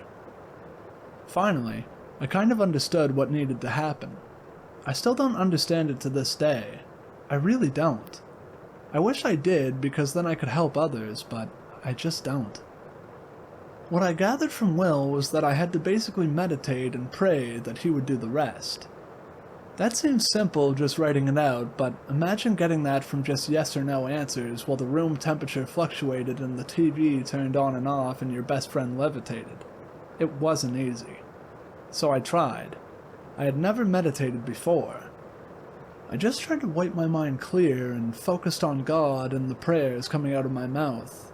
I won't get all religious on you. That's not what this is here for. You wanted to know the ending, and the ending just happens to have a religious connotation for me. I cleared my head and kept praying, and I had my hands on Sarah's shoulders so she wouldn't float away again. All of a sudden, I felt this overwhelming calm sensation come over me, and my hands seemed to buzz and glow. I felt the buzz go through my hands and into Sarah's shoulders. Her eyes burst open and she stared at me with this confused look. If she could have tilted her head in confusion, she would have. As my hands tingled, I could feel a burning sensation come back through. It was like one side of my arms/hands tingled towards Sarah and the other side burned coming back to me. I started seeing what Sarah has called flashes in my head. I got pretty scared, but I kept praying. I almost stopped. It almost stopped me. But I didn't. I didn't know how I didn't. The only way I can describe it is that something more than myself made me continue to pray. This went on for a few more minutes until the burning seemed to let up a bit and the tingling increased. In whatever circuit I had created, most of the bad fire stuff was gone. But it was in my head. The flashes got worse and worse. It's strange because I know I was saying stuff to Sarah, but I have no idea what I was saying. I could consciously feel my mouth moving and sound coming out, but I wasn't controlling it. At first I was scared that I was now possessed, but realized the speaking was not a bad thing. The flashes were, but whatever was coming out of my mouth was something that was good. The words coming out of my mouth were not mine. I had a different cadence to my voice, and I said things that I normally wouldn't say, if that makes sense. All of a sudden, the flashes kind of exploded in my head. I could feel my body fall backwards, and as hard as I tried, I couldn't sit back up. I was terrified. Was I possessed now? But then I saw Will. I only saw him very briefly, but he put his hands on my shoulders just like I did Sarah's, and then I felt the flashes leave. I wish there were better words to explain this. As soon as the flashes were gone, so was Will. I couldn't see him anymore. I looked over and Sarah was there, curled up on the floor, sobbing, but I could tell it was a good sob, not a bad sob. I went and joined her. We both just held each other and sobbed. Over the sobs, I heard her say, "It's quiet, Liz. It's quiet." We sat there for a very long time. We cried out years' worth of pain and suffering, terror and fright. We cried until we couldn't cry anymore. We watched the sunrise. It was beautiful. And then we made mimosas. We did it. It was over. And that is our story. At first I was mad at Sarah for telling this story because I was afraid to give the demon any power or credit for our misery. But I realized telling this could potentially help people and figured that was how we could spin this to make it a positive thing. So for God's sake, don't screw with a Ouija board.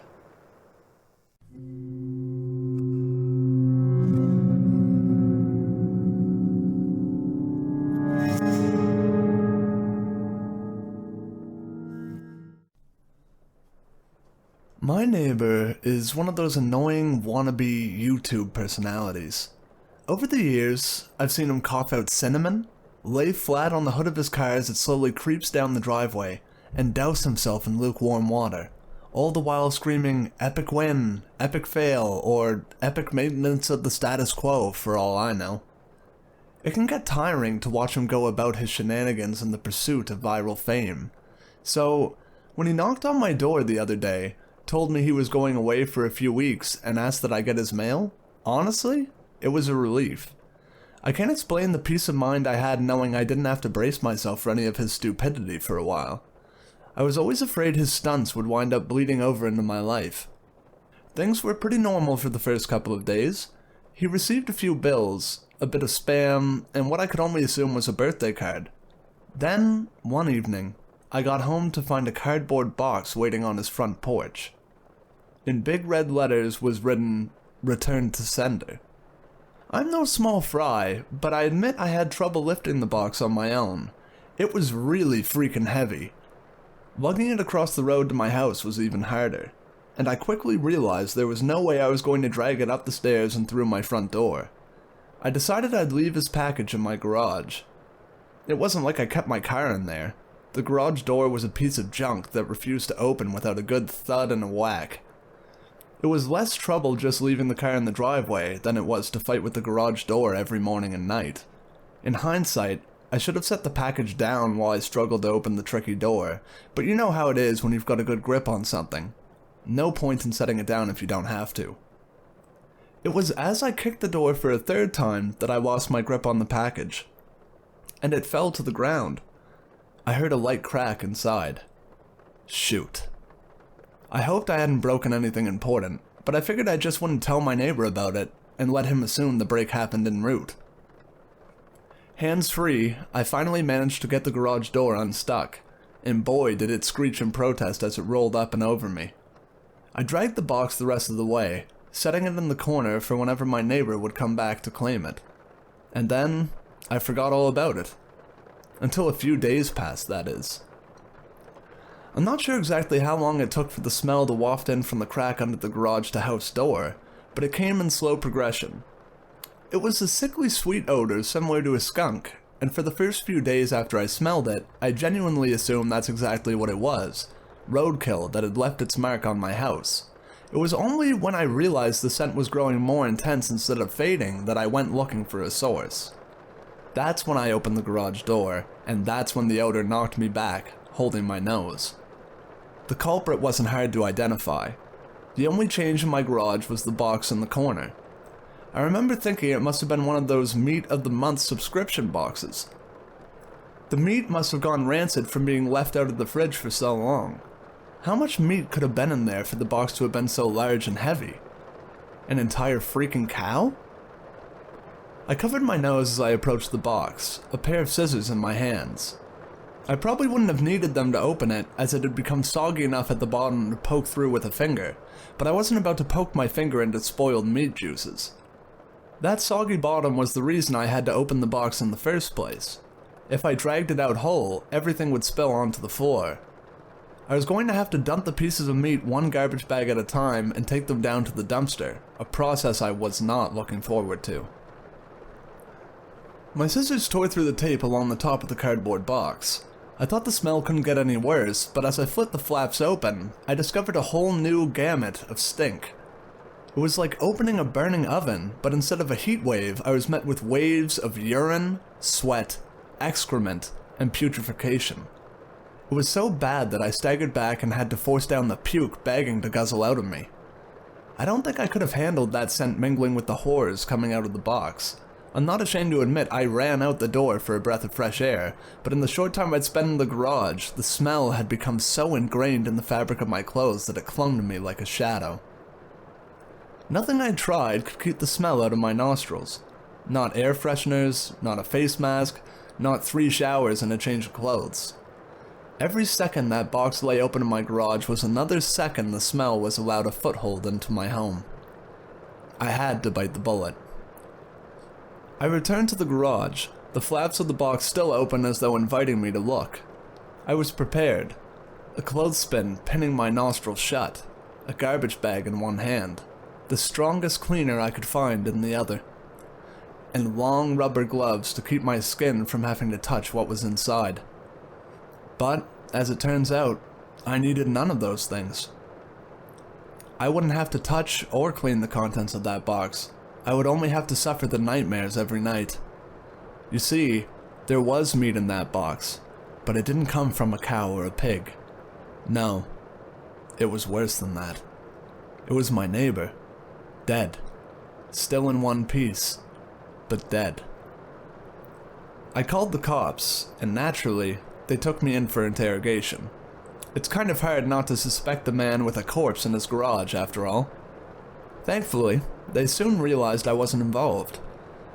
My DNA might have been all over that box. The smell might have left a mark throughout my house, but there was one piece of irrefutable evidence in my neighbor's own hands that proved my innocence. A vlogging camera. They showed me the footage only once. I'm not sure if they were allowed to, or if they felt so bad for me they figured it couldn't hurt. Either way, I saw it. My neighbor was sitting in the box outside of a shipping facility, laughing as he told the world how he was going to mail himself across state lines. He'd brought pee bottles, food, a pillow, and a few flashlights. His friend, a guy I'd seen at his place several times to help with his stunts, closed the lid and presumably dropped him off for shipment. Throughout the next couple of hours, or days, I'm honestly not sure, my neighbor recorded a few short clips about his progress.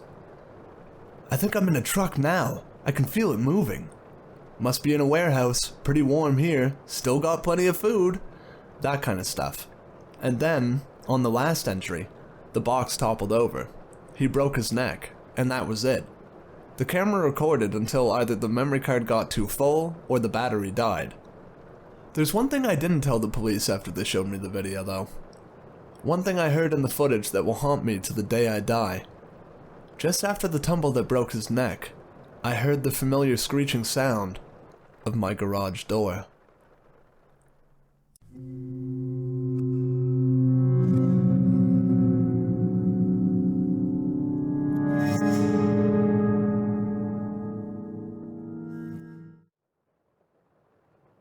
There's this painting my wife loves, called Death and Life by Klimt. I don't know what she finds so fascinating about it. I made all the right noises when she showed me her beloved frame print when we were first dating, oohing and ahhing and making up some nonsense about warm and cold color schemes, and the specific choice of angles and line. She was an artist. Our first few dates involved long walks through museums, starting in Picasso's Blue period and ending in heavy petting and frustration on my part. I took an art history course as an elective when I was finishing up my doctorate. I remembered enough of the lingo to charm my fantastically gorgeous future wife and lure her back to my stupidly filthy apartment. We're talking me as the foul bachelor frog, sitting on a lily pad made of empty takeout containers surrounded by a pond of enough unwashed clothes to keep a laundromat in business for a cool 6 months. I remember scrambling to find 2 of any sort of cup-like container for the bottle of wine we had brought back while she was in the bathroom. I rinsed out a couple of coffee mugs and ran into the bedroom to try and clean up the condom wrappers that had been sitting on my bedside table since 2003. On the bed, neatly laid out against the rest of the chaos, were my wife's dress, bra, and panties. She came out of the bathroom completely nude aside from a pair of high heels, took the wine from me, and took a swig straight from the bottle. I fell totally, completely, and irrevocably in love. I have no head for artistic things. I work in finance. I get creative with numbers, not paint. But I effing love her stuff. She's made a name for herself over the past few years. Critics call her the American Damien Hirst. One of her first exhibits was composed of a dozen oil paintings of rotting pastries, surrounding an actual cake filled with thousands of dead ladybugs being fed to a mummified tarantula dressed up as a Little Miss Muffet. I have no idea what it meant, but it was sick, successful, and catered by Balthazar, so I ate about 20 croissants. They did not have bugs in them. I checked. She was amazing. She had the body of a Laker girl and the face of a model, and still does.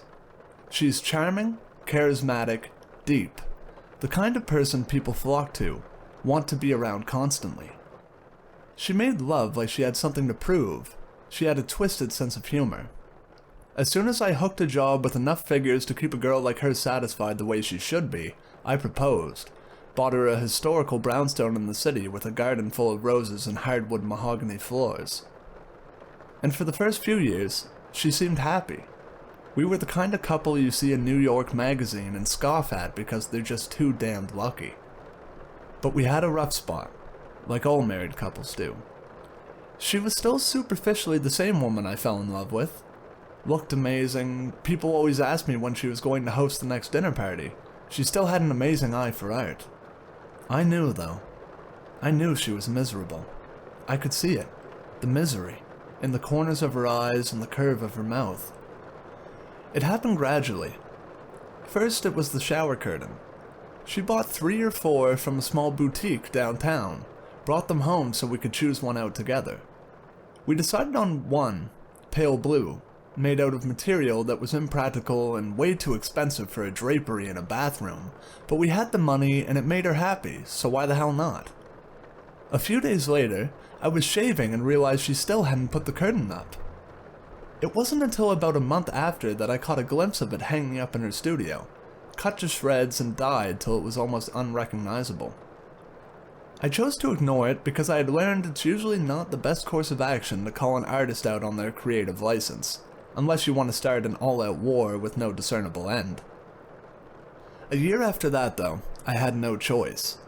She had been so on edge it was like she was standing on a razor. She usually had a show every 3 or 4 months or so, and if anything, she had too many ideas. The galleries always asked her to trim down her collections. When the year passed without so much as a single finished painting, I started to worry, both about her well-being and our bank account. We were extravagant spenders, and each of her shows would bring in a cool 20 grand that paid for a few months of European beaches and ski trips in Aspen. The final straw, though, is when she burned down the roses. It turned out she had finished dozens of projects over the year. She had hated all of it and had either destroyed or painted over everything. While I was at the office, she flew off the handle, doused about 16 canvases in lighter fluid, and set the yard on fire. When I got the call from the fire department, I rushed home to find her sitting in the back of the ambulance, covered in ashes, blonde hair singed at the ends. She was smoking a cigarette. I looked over the burnt flowers, the skeletons of her paintings, the ruined limbs of broken sculptures, and asked her what happened and why. She took a drag of the cigarette and said, "It was mine to burn." She took big, fancy pictures of the inferno.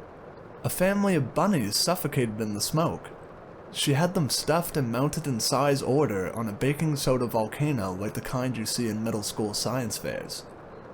She gathered up a few of the charred bits and pieces, wired it together, and made some warped, pained-looking kind of phoenix thing, weighing in at 400 pounds and easily over 8 feet tall.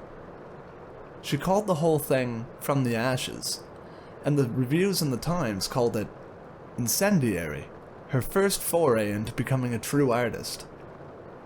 Someone bought the phoenix. I pity the person who wakes up every day and looks at that strange thing, suspended in constant agony. We were both drunk, at a random, expensive, vaguely Dante's Inferno themed bar in San Francisco when I finally got a chance to ask her what was bothering her. We had been making dark jokes all night about the beautiful irony of her show and our current locale. At first, she vehemently denied anything was wrong, angrily pointing out that we had made 4 times as much off of her last show as anything before it, that it had more than covered the damages, that it had paid for the vacation we were on. I stayed silent. She tossed her newly cropped hair and looked like she was going to open up for a second. I saw her soft blue eyes fill with tears, then she took a shot of whiskey from a glass that had a bull's head and smirked. "Well, for starters," she slurred, nonchalantly dangling the glass from the bull's nose ring, "I'm fairly certain I'm pregnant." She let the glass drop from her finger and it shattered on the floor as she slid out of her seat and stumbled to the exit. I sat there for a while and drank more, feeling furious, confused, and miserable. I remembered her face when she showed me that Klimt painting. I remembered how she wore glasses back then, how she pushed them up the bridge of her nose when she smiled as I talked about the effing warm and the effing cold colors and the effing angles and lines. We converted her studio into a nursery. Rather, I did, while she stayed in San Francisco and did God knows what with her artist friends. I had a landscaper come in and replant the roses. I worked a lot of overtime, drank myself to sleep while I skimmed through parenting books. She came back when she was almost full term. I came home from work one night to find sonogram pictures posted all over the fridge of 2 healthy-looking twins, big baby girls. I walked into our bedroom and saw her dead asleep on top of the covers, belly swollen, smelling faintly like pot and paint thinner. She had a rainbow of dried paint on her fingertips. I loosened my tie and walked to the nursery. She had been busy. The canary yellow I had chosen was covered in a layer of translucent blue, and she had covered one wall in Klimt-esque patterns and curlicues. soft, creamy plush carpet was covered in paint splatters. She had worked furiously to finish. She had cut a swath from one of the new rose bushes and made a giant bouquet, shoving them so tightly in the vase that some had escaped and made their way from their perch on the changing table to the floor. She had scattered them in the bassinet on the windowsill. It was chaotic and beautiful. The next few years were peaceful for the most part. We bonded over raising the girls. Despite my wife's less than careful prenatal preparation, they were wickedly smart and beautiful. They both looked like her, with long, curly blonde ringlets and blue eyes. Sometimes, when I put them to bed, I wondered if any of my DNA was in them at all. They were like miniature versions of her. My wife agreed to see a psychiatrist for a little bit. She took some medication for a while, Xanax, some mood stabilizers.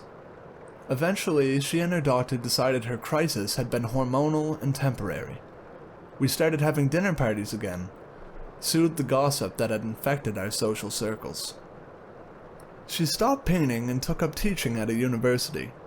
She seemed content again, even happier than she was before. Every once in a while, I would catch a look in her eyes like repressed artillery fire, like she was ready to explode at any second. But it never lasted for longer than a few seconds before they went back to the soft cornflower blue I knew so well. And who doesn't get a little agitated every once in a while? I rose through the ranks at work. I loved the feeling of power that came with promotions. I loved my girls, and by God, I loved her. My crazy, disgusting, beautiful, hateful, and loving, extraordinary wife. Then came today. Today I came home from work early. Today, my wife took the day off to be a chaperone on a class trip to the MET. They were after her for months because of her expertise in the art world. They wanted the children to experience the culture in the most sophisticated way possible. I thought it was ridiculous. They were 1 to 3-year-olds in a private daycare. They saw more beauty in Cheerios than in Monet's water lilies. But they wore my wife down, and she was given a gaggle of toddlers and wide-eyed teachers to tour around the museum. I came home for lunch because I'd forgotten my iPad that had notes on it for a presentation I was giving that night. I walked through the rose garden and noticed a tiny piece of sculpture left over from the Ashes exhibit from so long ago. It was half of a tiny bird. It had the kind of exquisite detail that my wife used to be so famous for. I was pretty sure it was an actual bird that she had cast in clay. I thought I could see a small piece of feather in one of the cracks. I idly wondered why I hadn't noticed it before. I went inside and poured myself a glass of orange juice. The fridge had pictures that my daughters drew. Happy, crooked stick figures that looked nothing like the beautiful horrors their mother used to churn out. I was happy about that. I hoped they would fall in love with numbers like I did. It was absolutely silent, and I sipped the sweet citrus and enjoyed the nothingness. Then I caught a vague scent of fresh paint in the air. Curious, I walked into the living room, and there was my wife, sitting on the leather couch with a bottle of wine, looking like an angel of death. She was covered head to toe in blue-gray body paint, with a special concentration underneath her eyes. She was wearing a revealing patchwork blue dress, covered in crosses of various shapes and sizes. Not a dress, I realized, but the shredded shower curtain from so many years ago. I could see most of her still perfect breasts, the curve of her waist. The bottle of wine was elongated and painted a strange shade of orange. The smell of paint was stronger in here, an overwhelming smell of lighter fluid, and something else I couldn't place. She had shaven her head. I stared at her for a while. Minutes? An hour, maybe? Eventually, she took a swig of wine from the bottle, swirling it around in her mouth. I noticed paint, deep blues and even deeper reds around her fingers. I sat down in the armchair across from her, unable to think of what exactly I wanted to ask her. Maybe because I knew. Maybe because I didn't want to know. I noticed a camera on the table between us. I went to pick it up, and she rested her gray hand on mine before I could. Softly, gently, with all the familiarity of years of marriage. She opened her mouth to speak, soft, pink lips made pallid by the paint. They were mine, and I've been sitting here, knowing what's behind the door to my daughter's room, with the Klimt wall we never repainted, knowing why my phone keeps ringing with calls from the school, from the NYPD, knowing why I couldn't find my sleeping pills last night, knowing what that smell is, seeing in my peripheral the red pooling and staining the carpet from underneath the door, the pile of clothes neatly folded next to my wife on the couch. I can picture that thick wire she used to fit all of her subjects where she wanted them. What a perfect, detailed recreation it must be. Because she's so perfect. I see the phoenix in my mind's eye. I hope, when she flicks that cigarette she's about to light, we both effing burn.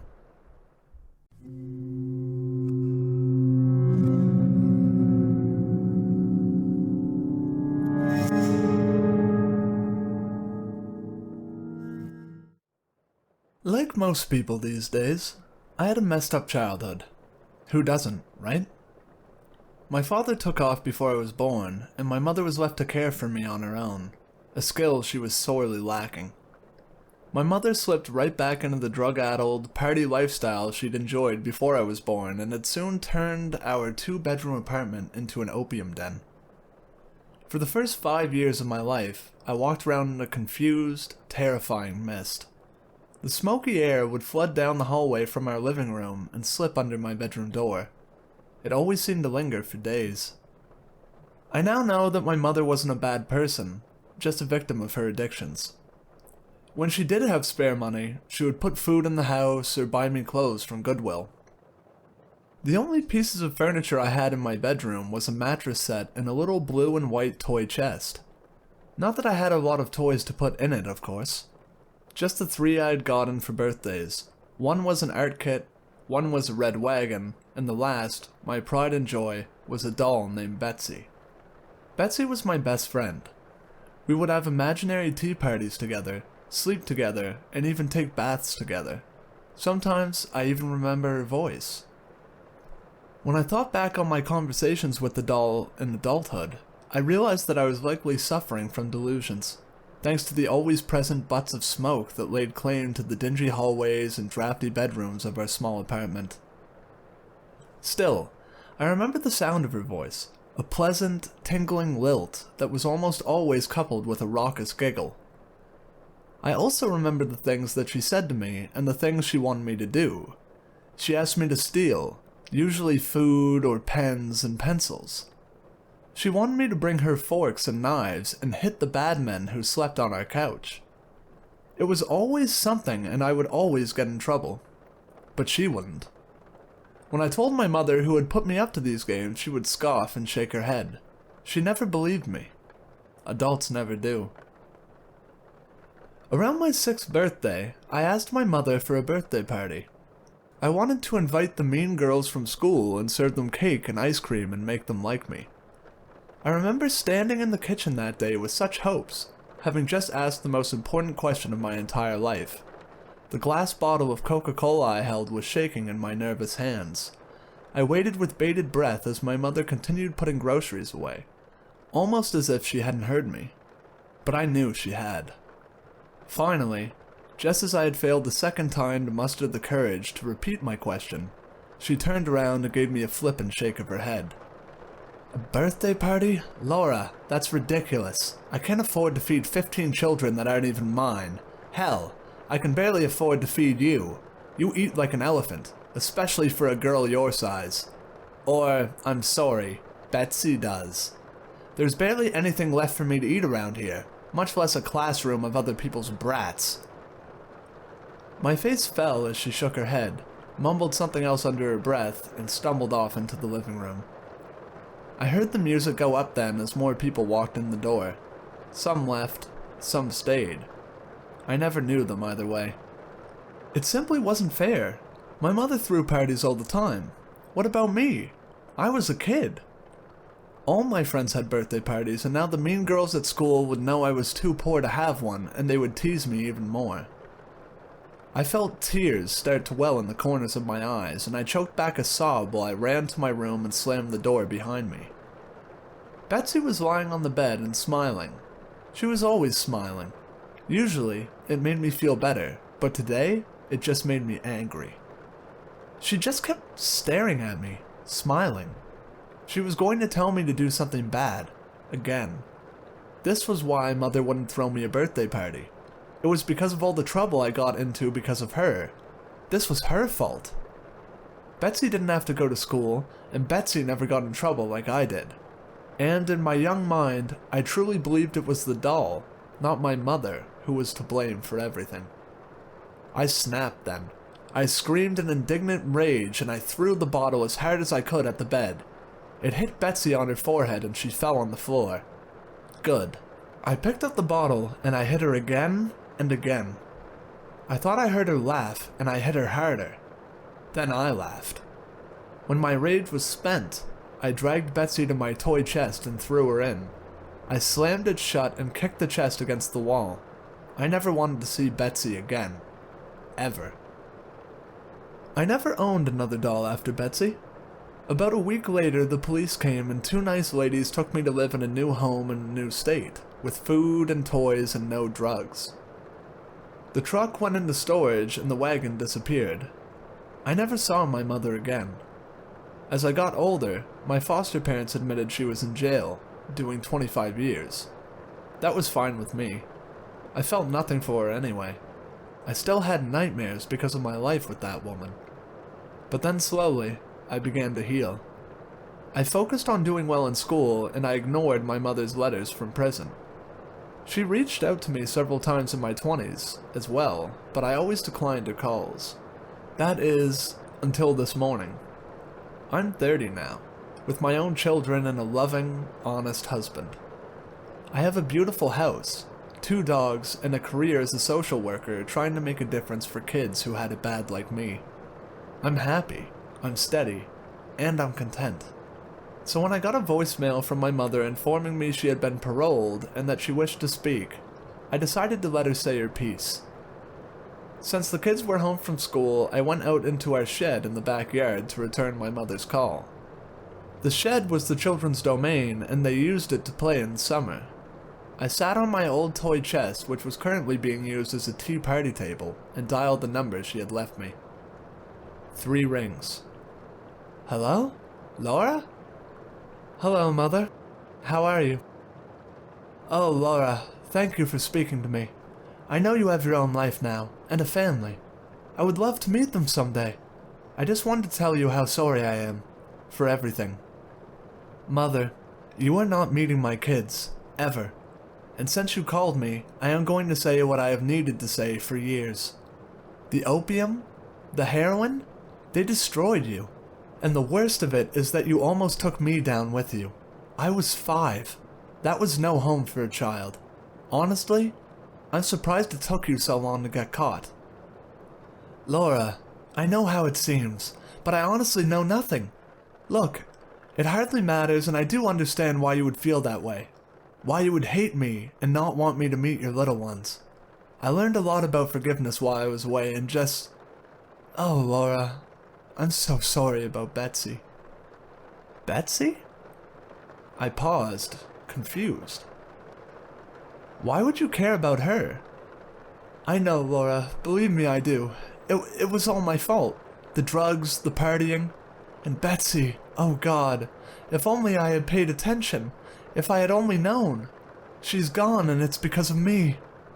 As my mother began to cry, I tapped my fingers on the toy box impatiently. The drugs had clearly fried her brain. Mother, I sighed, why are you talking about Betsy? And why do you even care? I know where Betsy is. Right underneath me. What are you talking about, Laura? Oh God, where is she? I shifted uncomfortably. Well, Betsy's in the trunk, where she's always been. There was a beat of stunning silence. What do you mean your sister's in the trunk? Sister? What the hell are you talking about? Back on drugs so soon? That's a record, even for you. Betsy is a damn doll. I locked her in my toy box a few days before you got arrested for possession.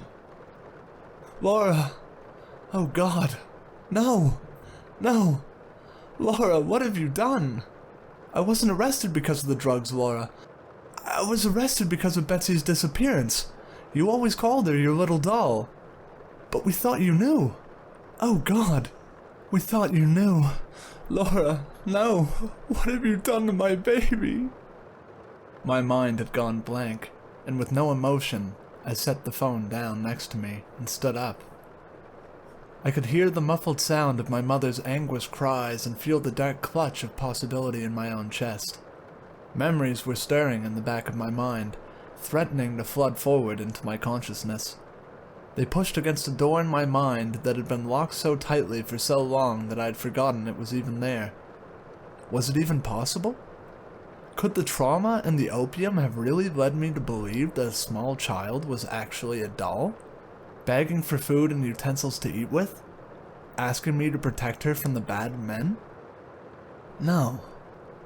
I slowly turned around and brought my eyes down the makeshift tea party table. Surely, it was too small. You couldn't fit a person in there. You couldn't. But then, what about a very small, starving, emaciated child? What about her? Would she fit? Would an investigator even bother looking for a person in this chest? I knew I wouldn't. It was just too small. And I was sure we had opened the toy box at some point over the years, hadn't we? Or had something swimming in the dark recesses of my memory always stopped me? I couldn't remember ever seeing it open. I knelt down to the ground and opened the clasps. It would be better to not look. After all that I had overcome, this new life that I had earned for myself, it could all be undone by opening this toy box. I shouldn't open it. I should throw it in a landfill and forget it ever existed. I should not look inside. I opened the chest. I never had a doll. My mother never could afford to buy me one. I never had a wagon either, for that matter. But I did have a toy box. A pretty, blue and white toy box. And when I was 5, I beat my little sister to death and put her in it.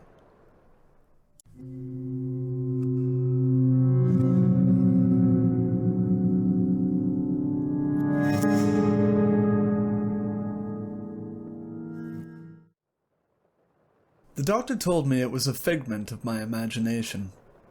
A hallucination. A phantom limb. Cut off, but the ghost of a feeling remains. The doctor tutted and prescribed me a different pill. I've lost count of how many pills I've tried. There was the yellow one, and the red and white capsule, and the green one. They have succeeded in giving me incontinence, nausea, and hair loss, but they haven't taken my girl away. My doctor told me to talk about it. Tell people. Who the hell am I supposed to tell something like this?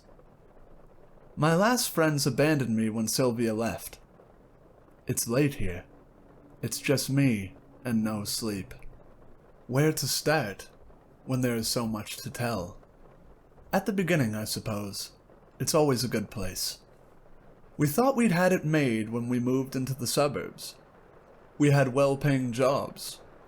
Fluke or competence had saved us when the waves of cuts hit around 2010. For once in our lives, money wasn't a problem. 8 years earlier, we had Annabelle. Belle for short. She was our little angel. Parents out there will know. A child shifts the center of gravity of your life. The move was good for her. Good for us. Away from the hustle and danger of the city. Busy streets, missing children, the sticky hands and staring eyes of sexual predators. It wasn't the house of our dreams, but it was close enough. A lawn for the balmy summer months. Fireplace for the chill of winter. Space for us to grow into, especially for a young girl. It came fully furnished, and it was a steal. A distressed sale, our agent called it. at least a tenth off what a similar property would set us back. The euphoria and novelty lasted me till the first night. Sylvia was asleep next to me. The moonlight sparkled off the fine hairs on her bare shoulder. We shared a celebratory drink after dinner, and then another after that. I was lying in bed, basking in the warm glow of alcohol when I first heard it. My first thought was rats. That was exactly what it sounded like. The little tap dance of tiny claws on hard wood coming from the walls. The delicate snoring from next to me told me that Sylvia was undisturbed by the scratching noise coming from the walls. I flinched as my bare feet touched the cold floor. The floorboards groaned in protest as I padded across the room like an overweight ninja. The tapping paused at the first creak of the floorboards, then resumed. The rough weave of the wallpaper under my palm as I leaned in to track the pitter-patter behind the walls. The scampering sounds eluded me. Every time I attempted to track the rats, the sounds seemed to come from another part of the room. My knees grew sore from pressure. I wasn't some young child at a playground. I was a grown man, and my weight pressed down on the bony points of my kneecaps. Out of desperation, I put my ear to the wall, hoping that the source of the little noises would reveal itself to me. I was only met with a stubborn silence. Or almost a stubborn silence. On the edge of my hearing, so quiet that I had to strain my ears to pick it up, a child's laughter from inside the walls. I did not speak of the incident. I spent more time trying to convince myself that there hadn't been that childish giggle. Wind. Perhaps. The rattle of a toy. Not a rattle. Maybe one of those few fangled dolls with those soulless eyes and microchip voice. There was a change in her, like the heavy air you can smell before a thunderstorm. She was a little quieter than usual. A strange environment will do that to a kid. A little withdrawn. Sylvia didn't really notice. I suppose I'd always been more observant than her. Belle started looking tired, dark crescents appearing under her light hazel eyes. She wasn't getting much sleep. My first instinct was to blame the rats in the walls. Who wouldn't? They got louder and louder as the days went by. The damn things were keeping me up at night. It seemed that the sound progressed from simple scratchings to thumps, almost as though the cursed rodents were hurling themselves bodily against my walls. The thumping started sounding eerily like footsteps. I was not about to be defeated by a group of jumped-up rats in my own house. Fueled by testosterone-induced rage, I waged war. I tried glue traps. I tried poison. I tried cages. Nothing worked. I asked Sylvia about it, but she seemed oblivious to the late-night disturbances. That woman could sleep through a hurricane. I asked Belle if the noise was keeping her up at night. Sylvia was over in the living room, watching TV while Belle and I did the dishes. She just looked up with those big eyes of hers. "The other children want to come in and play, but they can't open the door." The girl always had an overactive imagination, but this one hit a little too close to home for me. I felt the unfamiliar prickle of goose flesh on my arm. "You mean the door to the house?" I asked, keeping my tone deliberately playful. It was a game. Just another of her little games. I had imaginary friends at that age. Why should my own child have been any different? "No, Daddy. The door behind the cupboard."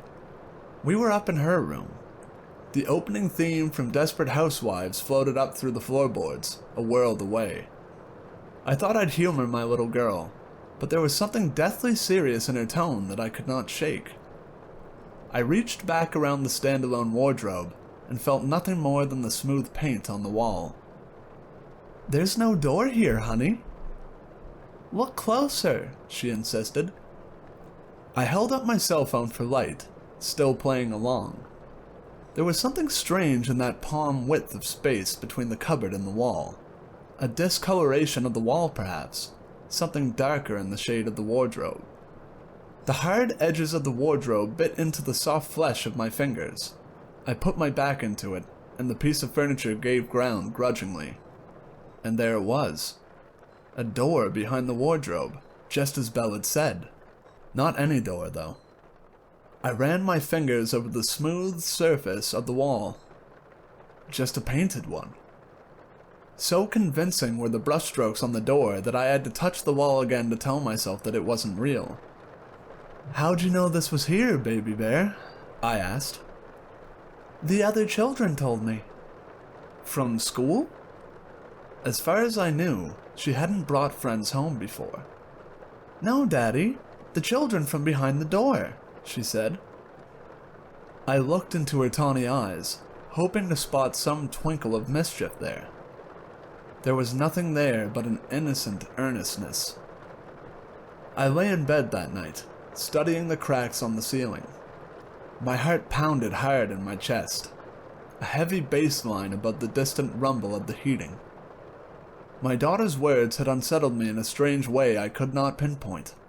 It felt off somehow, like a surrealist painting, one tiny detail throwing my carefully ordered world into disarray. I took deep breaths, trying to drive away that strange tight fear in my chest. The odd painted door. A mural of some sort? Why was it still there when the room had been so clearly repainted? The thumping of rats in the walls, sounding so much like little footsteps. The children from behind the door, she said. I rubbed at my forearms vigorously, trying to press the goosebumps back down into my skin. That's when the thumping started again. Not rats, I realized. Not rats at all. Footsteps.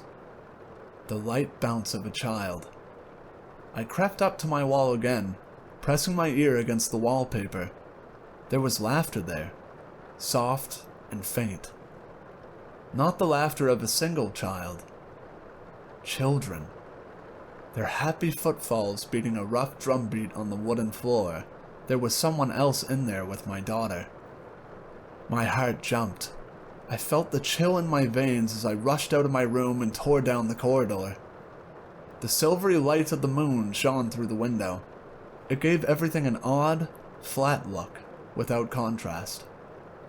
Belle's room was only a few feet away from the door to our bedroom, but my chest heaved with deep, body-shaking breaths. I could still hear them faintly through the door, the thud of feet on the floor. I steeled myself. It was nothing. Sound traveled strangely through these old houses. Echoes, maybe. She was just talking to herself in her sleep. The stress of moving, perhaps. Suitably calmed, I turned the doorknob slowly. There was a conspiratorial shush from the other side of the door, and silence descended like a shroud. I gave the door a gentle push. The room was dark and quiet. The moonlight crept into the room. My daughter was standing there, just behind the door, a still figure against a dark background. The shock took the strength from my legs. I backed away a little quicker than I meant to. She just stood there, swaying slightly. Thin white crescents showed from under her hooded eyelids. Her lips were moving, almost soundlessly. I leaned forward, straining to make out what she was saying. It slowly became clear. One sentence, over and over. "All the doors are open now. All the doors are open." And from behind her, in the shadowed room, the quiet click of a door shutting. Belle didn't recall a thing the next morning. She could sense my frustration and fear as I quizzed her about the night before. Dark circles framed puzzled eyes in her pale face. She hadn't slept well last night either. Sylvia took her to school. I hadn't broached the topic with Sylvia yet. There was still some time before I had to leave for the office. I crept back to my daughter's room, feeling like a thief in my own empty house. I stood in front of that strange painted door for the second time in as many days. I ran my fingers around its edges, remembering the strange sound of the door shutting from the night before. Its edges were wholly contiguous with the wall. I pulled the wardrobe out further, putting my entire frame between the wardrobe and the door and leaning into it. There was no give, no yielding of the door. It was just painted over a wall as solid as any other. I was about to go when I heard an unfamiliar rasp under my foot. The floor was gritty with some kind of dust. I knelt down and pinched some of the dust between 2 fingers. "All the doors are open now." My daughter's dreamy voice in my ear, my memory of it so sharp that it seemed that she was right there whispering it. How odd it was, for the dust to be pink. Of course it would be. It wasn't dust at all. It was paint. Paint from the wall. Things didn't get better. The gambling footsteps continued at night, unabated. That and the whispers and the giggles at night. Whatever was in my daughter's room toyed with me. It never let Sylvia hear it. I would stay up, waiting to wake my wife up just in time to hear it, only to be met with a stubborn silence. Trickery wouldn't work either. She stayed up late to catch a DVD long into the small hours of the night. But the house remained quiet. The laughter from the next room was always tantalizingly distant. The happy sounds of children at play as though from a great distance. Too great a distance to be in the room next to mine. Belle was in high spirits, but she was wasting away. Sylvia hadn't noticed it yet, but I felt it in the sharp bones of her shoulders, pressing into my arms when I hugged her, or her skinny arms that I could almost encircle with my thumb and forefinger. I received an email from her former teacher, mentioning that Belle still wasn't integrating well at school. He said that Belle was perpetually tired in class, and she had blamed late-night games of tag and hide-and-seek with her friends for her tiredness. "You need to exercise more control over your girl," he said. I had to know what was going on. Sylvia was already asleep. The nightly visits hadn't started yet. I slid into Belle's room silently, an open packet of flour in my hand. I scattered it all around the floor, taking care not to step into the flour myself. I lay back in my bed with a sigh, waiting for the sounds to start. Sleep took me unexpectedly, but what little I had was fitful and restless. I woke up with a snort at first light. It was a Saturday, and it would be some time yet before the rest of the world woke. I stretched under the covers, my back popping satisfyingly. I blinked the sleep from my eyes. The flour. I had to check the flour. I swung my feet off the bed and planted them on the floor, right next to a pair of white speckled footprints. Just where they would be if someone was standing over my bed, staring at me. That damnable chill stole the warmth of the morning sun from my skin. My hands clenched and unclenched spastically, like dying spiders. I stared at the trail of flour-marked footprints from my open door. How long had she stood there, in the dark, watching me sleep, I wondered. I stood up on shaky legs, my hand on the wall to support myself down the corridor. Belle's door was ajar. It swung open silently. The sound of deep breathing told me that Belle was still asleep. There was but a single set of footprints, just starting from her bed, where her feet would have landed if she got off. Not multiple footprints, just a single set from my daughter. Typical somnambulism, perhaps? The stress of the move, the new school could have brought it on. She'd never sleepwalked before, but who knew what dark things lurked in her psyche? I heaved a sigh of relief, chastising myself for a week's worth of irrationality. How reassuring the illusion of normalcy in our lives, and how quickly it shatters. Not with a roar or a flash, with something simple. Something simple like my daughter's shoe, bouncing off my toe as I tried to leave the room. Flipping once, twice, and coming to rest next to a hollow in the flour on the floor. The size, the shoe, the prints. It didn't fit. It didn't match. Whatever had gotten off the bed, had stood next to me the night before. It wasn't Belle. After that cruel prank, the noises at night returned unabated. The strangeness started to leak. The night was no longer its sole province.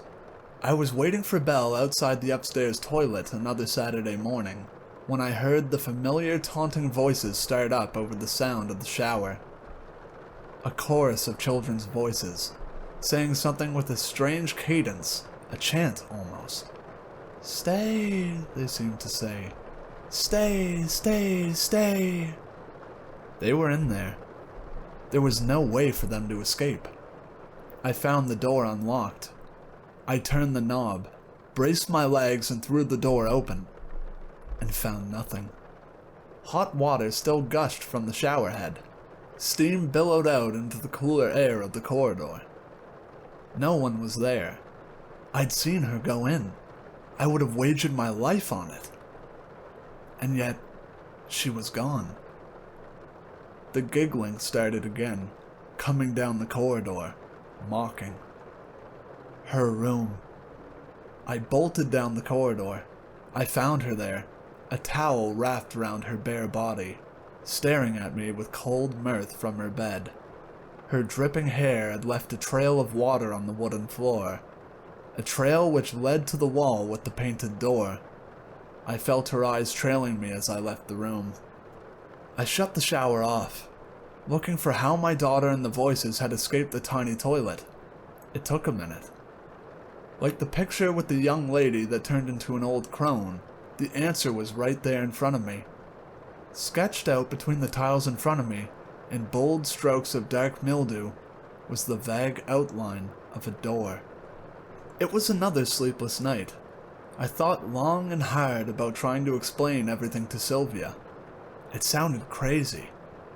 There were doors in the walls, doors that our daughter had walked through, doors that let in something strange into our house, something that wanted her to stay. The thought lingered in the back of my head like a suppurative scab, itchy and red and raw. Sleep would not come easy. I was contemplating a little chemical assistance to aid me along my way when I grew aware of a soft, sliding sound. Movement caught my eye. I saw a slim figure slowly shuffle by the door to our bedroom. "Belle!" I called out to her softly. She didn't break step, and what a step it was. A stiff-armed and stiff-legged march down the corridor, her feet scraping over the wooden floor. "Belle!" I called out, a little louder. There was no response. I got out of bed and tiptoed to the door. The door to the toilet clicked shut softly. I followed. The lights revealed an empty corridor. The toilet door yielded with a squeak of complaint. The silence was thick and cloying. It seemed that no sound would carry through the air. The light clicked to life in the toilet. Shadows leapt and danced with its first few flickers. The shower curtain swayed. The draft I had let in when I opened the door, I told myself. It did not help. I chided myself for my childish fears, but the flutter in my gut remained. I yanked the curtain aside roughly, my other hand balled into a fist to protect myself. From what? My daughter? Nothing awaited me on the other side of the curtain. Nothing but that strange outline of a door, etched out on the tiles. I heaved a sigh of relief. Perhaps the lack of sleep was getting to me, my fears spilling over into waking dreams. The calm was short-lived. I heard another door slam shut, downstairs. A series of childish titters carried up through the floorboards. I bolted downstairs. Again, the lights revealed nothing. Almost nothing. The huge throw rug that had come with the furnished house had been tossed aside. There, hidden under it, was another door, scratched into the parquet flooring. I felt sick to my stomach, thinking of the days we'd spent on the couch, with our feet on that hideous thing. I ran my fingers around the thin grooves of the scratch marks. The door felt cool to the touch. cooler than the surrounding wood. The same feel of a front door, guarding against the winter chill. Whatever it was that the door guarded against. It was cold. Very cold. The laughter started again. Taunting. Mocking. I heard the creak of my daughter's footsteps on the stairs to the basement. The light of the living room seemed to shy away from the depths of the basement. I could make out Belle's outline, just where the light of the living room met the darkness of the basement. The light switch was at the foot of the stairs. The steps sang under my weight. Belle didn't turn around. I reached out to grab her shoulder. Her bony shoulder was ice cold. I pulled her towards me. I could just nearly see her face.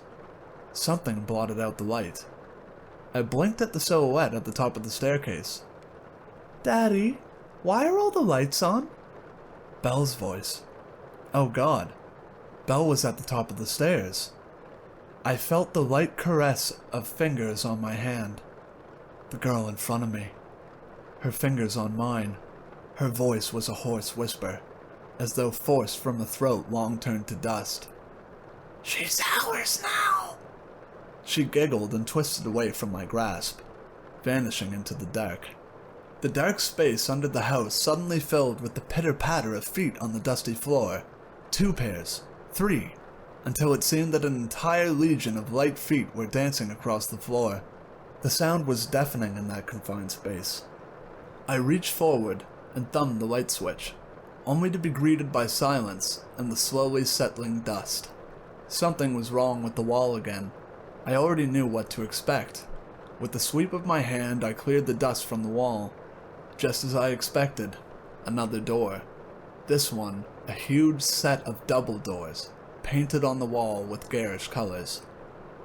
Just before I left the basement, I saw the clean circles on the floor where the opening door had swept the dust away.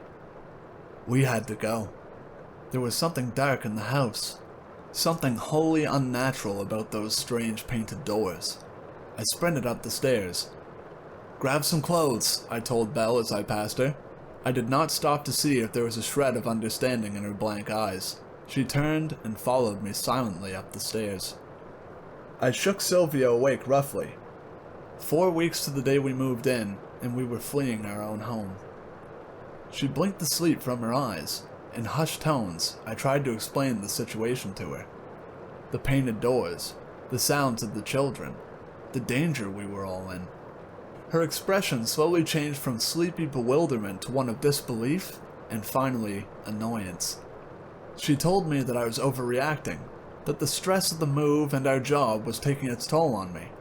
We would talk about it in the morning, she said, get help from a doctor if we needed to. I grew increasingly agitated at her apathy. I begged her to humor me, for just one night, for our family to shift to a motel for a single evening. Our conversation grew heated. All this was cut short when Belle reappeared at our doorway. Her hair was wild, her eyes burning with some inner fire.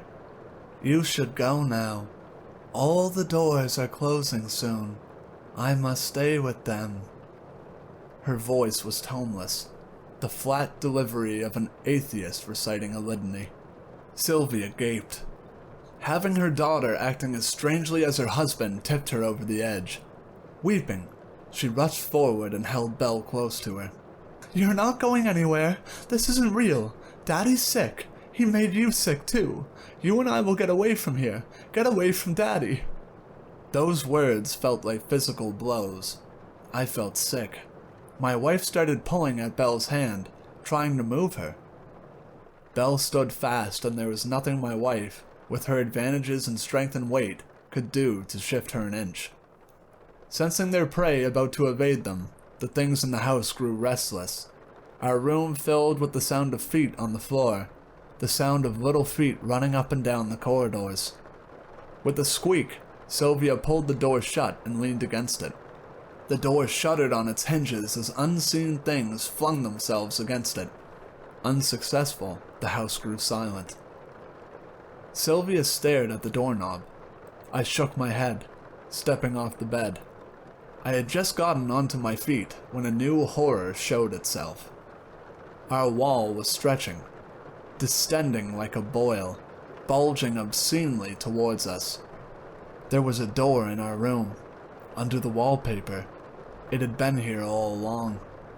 Sylvia began to sob, big, hiccuping sobs of fear.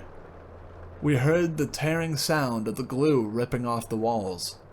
The blister on the wall took shape. I saw the hard edge of the door pressing, straining against the wallpaper. And behind that, the sharp points of fingers pressing outwards. Many, many pairs of hands. And then, a rip. A pale finger burst through the thick wallpaper. It hooked downwards and began to tear at the fabric. Sylvia and I were transfixed by the sight, paralyzed by fear. Sylvia screamed as Belle tore herself free from her mother's grasp. Belle took a step forward and placed her hand on the light switch. In that moment, I saw my daughter again, for the last time. Her eyes sparkled with tears. "Don't look. You don't want to see them. I love you." With a flick of her wrist, she plunged the room into total darkness. The sound of the wallpaper ripping was very loud. The temperature in the room fell. It felt larger somehow, that we weren't in the bedroom of our home anymore, but in some vast and empty space. A chill wind blew, and it smelt of dry dust. When the wind died down, we were alone in our room. Our girl was gone. What is there left to say after that? We did what we could. We moved into a motel. The police came. They looked for prints. They asked questions. They took pictures. They broke down the walls behind the doors with their hammers. Nothing. The detectives came. They asked more questions. Hard questions sometimes. They took me away for a while. The doctors came. They cajoled and counseled.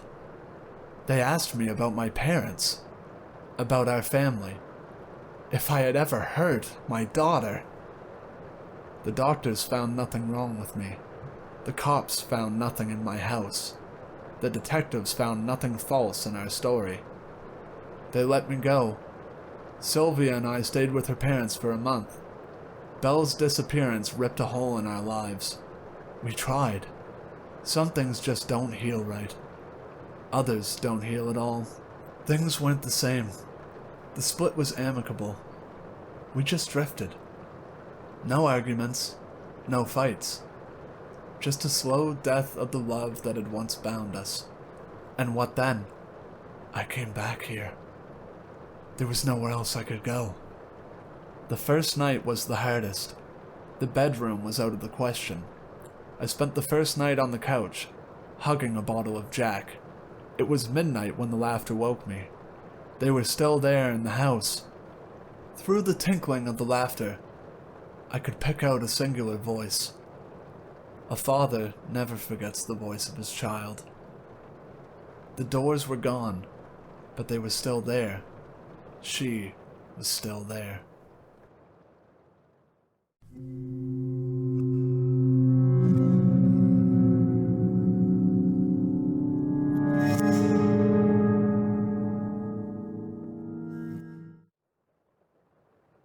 I suffer with a condition called Charles Bonnet syndrome, or visual release hallucinations, if you want to get more technical. It's a condition that's far more common than you might realize. It's estimated that as many as half of people with gradual loss of vision will experience one or more bouts over their lifetime. Yet, I'm willing to bet that most of you have never heard of it. The reason for that is because most sufferers are scared to tell anybody what we experience. I know I was. But I'm getting ahead of myself. My name is Andrew, and I'm 26. 2 years ago, I woke up with awful blurred vision. Every single edge and detail clouded, as if somebody had smeared Vaseline on a camera lens. It never got better. I was scared then, and got over to Dr. Harper's surgery as fast as I could, suddenly needing to take a cab rather than climb in the car I'd driven without incident ever since I'd bought it 3 years prior. The doctor did some tests, asked me some questions. Have you been much thirstier lately? How often do you urinate? How would you describe your tiredness levels? And then gave me the diagnosis that changed my life forever. Diabetes. Type 1. He explained that I would need to take insulin shots with every meal, that eating the wrong foods without monitoring my blood sugar could see me drop into a coma, or worse. Then he got to my eyes. Andrew, your diabetes has resulted in maculopathy. Do you know what that is? I shook my head dumbly, already reeling with the shock of my diagnosis, and Dr. Harper went on. It's when the diabetes affects the blood vessels at the back of your eye, blocking them and causing them to leak into the macula, the central part of your retina that helps you to perceive color and fine detail. When these blood vessels leak into the macula, it can cause significant damage. With a lump in my throat, I asked, "Okay, so how do we make this better?"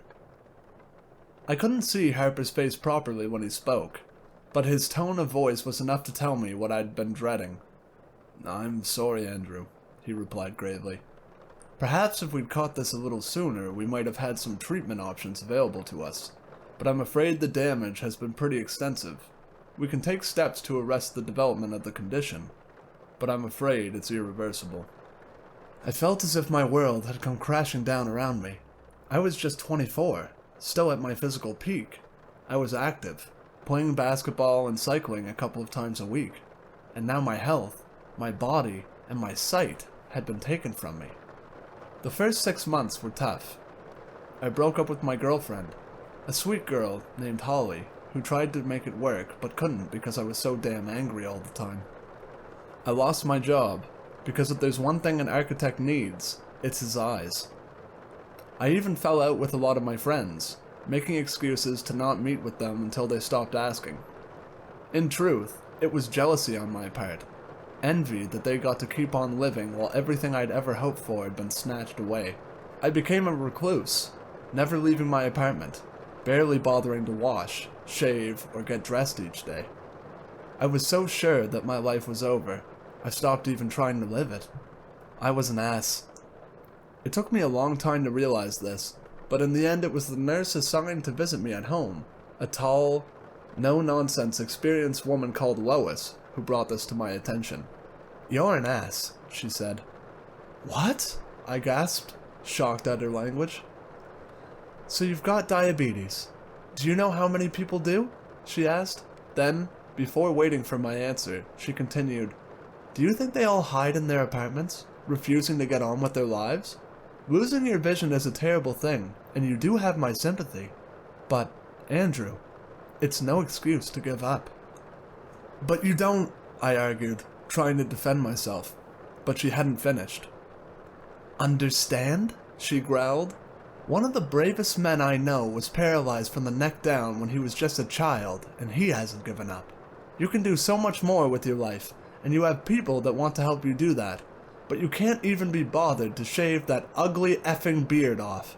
Stop being a crybaby, and make a difference." Of course, it didn't happen overnight, and I argued with her. I was furious at her blunt insensitivity and told her to leave.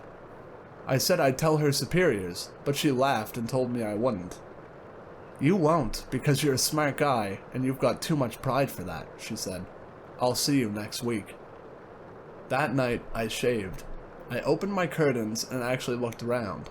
Things were blurry, but when I really looked, I could see the things scattered around my home, the mess I'd let it become. When Lois came back the following week, the place was tidy. I was clean-shaven, dressed. I'd even attempted to comb my hair. She didn't say anything about it, didn't mention the argument of the week before, but she took me out for coffee down the street. She guided me along the sidewalk to the coffee shop, talking to me, reassuring me. It was daunting, even though it was less than a block away, but I felt so proud when I got there. We talked, me and Lois. I think I even laughed.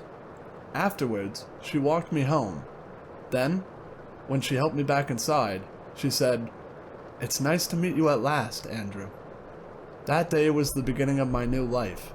I moved to a new apartment, a ground floor place, and joined a group of other young people with visual impairments. I made friends. I got out, every day, even if it was just a short walk, but I made a point of seeing what I could of the world. I bought what I could, but the Sawyers, the old couple that ran the local store, would bring my groceries by once a week. Clark's a gruff old coot, so he refuses to coddle me, and he's told me that he respects me for being like I am, for maintaining my independence, for not giving up. From a guy like him, that's one of the sweetest things I've ever heard. Things were going so well, and then, 1 year ago, it started. I walked into my living room, a mug of coffee in my hand, and I saw a Victorian funeral carriage stood right there on my rug, complete with 2 huge, proud horses in full livery, adorned with long black plumes in their bridles. They stood perfectly still, while the driver, a small bearded man in period costume and a top hat, fidgeted with the reins and peered at me expectantly. Bizarrely, they were far clearer than the usual blurry shapes that I could see. I damn near peed my pants.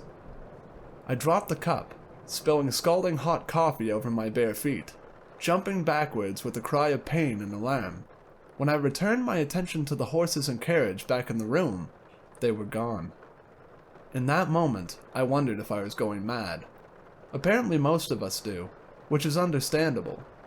How would you feel if you'd seen the exact same sight in your home? Unless you're Jack the Ripper, I imagine many of you do not have a coach and horses just laying around. I certainly didn't. Eventually, after much quiet swearing to myself and more than a little self-delusion, I managed to convince myself that I had not seen what I thought I had, that it was merely a very vivid daydream. This seemed to work, and I got on with living, even if I entered that same room a little more cautiously in the days that followed. Finally, I forgot about it.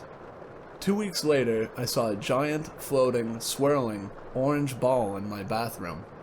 I damn near peed myself again. I stood staring at it, this bizarre, rotating, levitating globe that was a little larger than a beach ball hanging in midair over my tub, open-mouthed for a full 10 seconds, before finally screwing my eyelids tightly closed and whispering to myself, "That isn't there. That isn't there." After 5 seconds, I opened my eyes again. It wasn't there. Have you ever had cause to doubt your own sanity? To wonder whether what you perceive is truly there, or if your mind has betrayed you? Honestly, compared to the loss of my vision, the prospect at losing my wits was so much more terrifying. I'd fought against adversity and took pride in the fact that I am not just a survivor, I'm somebody who is living his own life. How could I do that if I was insane?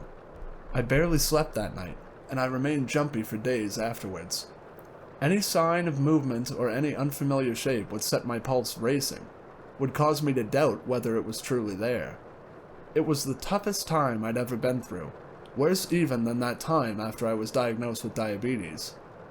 At least when Dr. Harper had told me about the diabetes, I had a definitive prognosis. I was given facts by a medical professional. My affliction was physical, it had a name, and most important, it had a treatment plan. This was something else. My own mind had turned against me. My senses and perception of reality had become twisted and unreliable. It's only when you're in that position that you realize just how terrifying it is. Your senses and the way in which your brain interprets them are your only true defenses against danger. You perceive danger and you avoid it, preventing your body from becoming harmed. But what happens when you can't trust your perception to alert you to dangers that are truly there? Lois picked up the problem first, noticing my skittish manner. She asked what was wrong, if I needed to talk about anything, but I told her no. I was fine, but I just hadn't been sleeping well. That last part was true. I hadn't been able to sleep a wink. Just the very thought of being institutionalized, spending the rest of my days a sedated, blue pajama-clad zombie in a white room, with only the echoing cries of my fellow inmates for company, terrified me beyond measure. But what was the alternative? Live life as a risk to myself and others? Ultimately, I chose to ignore it. I reasoned that if I was able to function around other people without them realizing what was going on, then that was good enough. A full month passed before the next incident, and I really did think that maybe I'd put this whole mess behind me.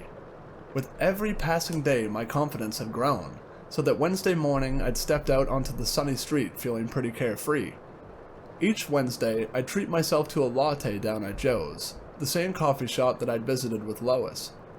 It was a custom that gave me a great deal of pleasure, one that had seen me forge friendships with other regulars as well as the staff, including Joe himself. As I made my way down the street, white stick in hand, I glanced about me, taking in the colors and shapes of the world around me. I enjoyed the feel of the sun on my face and the sounds of the birds singing. It was a good day. Then I saw them. A party of pilgrims, 6 of them, all dressed in settler-era attire, sitting cross-legged on the asphalt. They didn't look at me. Instead, they were engaged in a heated, yet strangely silent, conversation. I froze, staring at them. Still, they argued, gesticulating furiously at one another. However, I couldn't hear their angry voices, despite the fact that, judging by their ill temperament, they must be screaming at one another. Paralyzed by shock, the white stick fell from my numb fingers, clattering onto the sidewalk. I turned to leave, desperate to flee from the haunting sight of the colonists in the road, but I was so panicked, in such a hurry, that I stepped on my cane. It rolled underfoot, and before I knew it, I pitched over, tumbling to the hard ground below. I didn't quite break my fall in time, banging my cheek hard on the floor and skinning my palms. I heard a cry from a passerby, a friendly, concerned woman who rushed to my side. She knelt beside me, helping me up, applying a Kleenex to my throbbing cheek, which she informed me was now bleeding. I tried to tell her that I was okay, there was nothing to worry about, but this good Samaritan insisted on driving me to Dr. Harper's office to get my injuries looked at. Now I think back to it, I'm pretty sure that she knew my obvious distress was nothing to do with the fall. At the time I was embarrassed and angry, but now I realize I owe her a debt of gratitude. Without her intervention, I don't know how much longer this would have gone on before I cracked up and ended up in an asylum after breaking down through sheer stress. "Andrew, why don't you tell me what happened?" Dr. Harper asked, gently dabbing at my cheek with disinfectant.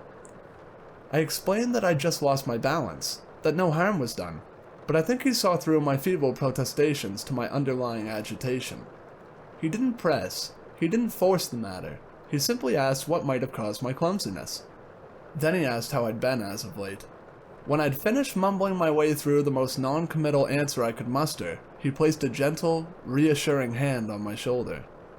"Andrew," he repeated gently, "why don't you tell me what happened?" I burst into tears. I told him how scared I was, how I'd fought so hard for my independence and now I knew it would be taken from me. He listened patiently, then asked me to tell him why I ever thought that. I paused then, took a deep breath, and thought about it. This was the point of no return, but really, what other option did I have? So, with tears running down my cheeks, I told Dr. Harper everything. I told him about the horse and carriage, the orange globe, and the pilgrims. I told him how I'd been living each day in fear, how I was terrified that I was losing my mind. Dr. Harper thought for a while, then he said, "Andrew, I don't think you are losing your mind." The sense of relief at that moment was so powerful it overwhelmed me, rendering me speechless. "You say that even though you've seen these things, you've never heard any noise from them. Have you detected any odors or experienced any other physical sensations, such as touching them?" I shook my head no, and he patted my shoulder once again. "Andrew, have you ever heard of Charles Bonnet syndrome?" he asked. Who? I asked, confused by the sudden unexpected turn of conversation. "Okay, let me explain," Dr. Harper said kindly. Charles Bonnet was a Swiss naturalist who was born in the 1700s. He discovered a curious condition in his elderly grandfather, who was nearly completely blind due to cataracts. The old man regularly experienced visual hallucinations, including random patterns and even people and places. Sound familiar? "Yes," I replied, still confused. Am I suffering from dementia?" "No, Andrew, not at all," Dr. Harper reassured me. "Do you know how perception works? In layman's terms, your eyes take in light via the iris and pupil, which is then processed via the retina and translated into electrical signals which are decoded by the brain, which simply organizes these signals into a recognizable image. With me so far? I nodded, finally starting to understand.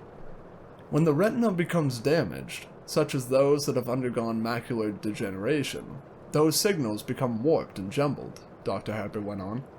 The brain still receives them, so it does its job, translating these distorted signals into an image. It kind of fills in the gaps for you. Sometimes it fills these gaps with colors, patterns, creatures, and places that aren't present. And this is what we call Charles Bonnet syndrome. I nearly wept with relief. So I'm not mad? I cried. Not at all, the doctor replied. This is an entirely physical condition. Your mind is in full working order. If you were suffering any form of mental illness, your delusions wouldn't be limited to just the one sense. You would hear these interlopers, smell them, even feel them. This is a condition solely related to your eyes, not your brain. As I left Dr. Harper's office, I felt as if a weight had been lifted from my shoulders. Sure, my vision was still an issue, but now I knew it was only a problem with my eyes, not my mind. I knew I could handle the situation. I was ready to face the world again. Since then, I've seen plenty of weird visions. I saw a huge waterfall in the park, complete with a hazy mist and butterflies flitting about it. I saw a Native American warrior, complete with a huge feather headdress, sitting at a stool at the counter in the coffee shop. I saw an intricate and quite impossible structure of scaffolding crisscrossing the entire front of my apartment block.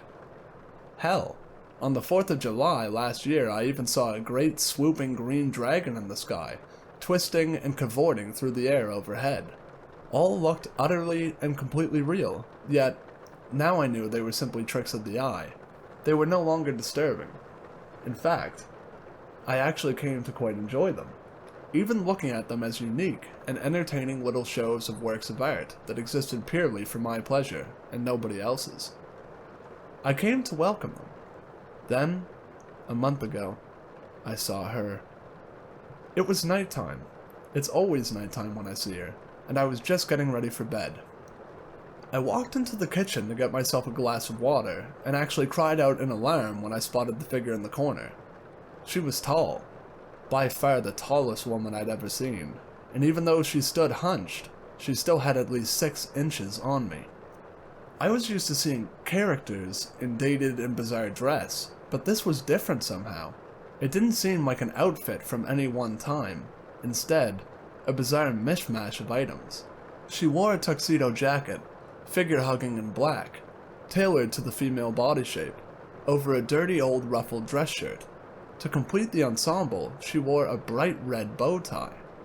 On her hands, which she held out to either side as if shrugging, or maybe feeling for rain, she wore dirty white gloves. Her fingers were disproportionately long, almost spidery, and occasionally they twitched, as if she longed to grip and squeeze something in them. On her lower half, she wore shorts the same crimson as her bow tie, over opaque black nylons. Her legs were long, lithe, attractive, if truth be told, the legs of a dancer. She also wore red heels, the same hue as her shorts and bow tie, but they sparkled and shimmered, bringing to mind Judy Garland's ruby slippers from The Wizard of Oz. As strange as this ensemble was, I couldn't tear my eyes away from her face. Most of it was obscured by a jaunty bowler hat, tipped and tilted to hide her eyes and nose. But beneath the brim of her hat, I could see the deathly pale skin of her face and a grin that sent shivers down my spine. It was wide, too wide, with entirely too many teeth. A smile is meant to be an expression of warmth. It's meant to feel welcoming and benevolent. But the look on this woman's face oozed malice. It felt much like the sort of glee I'd expect from a snake as it corners a rat.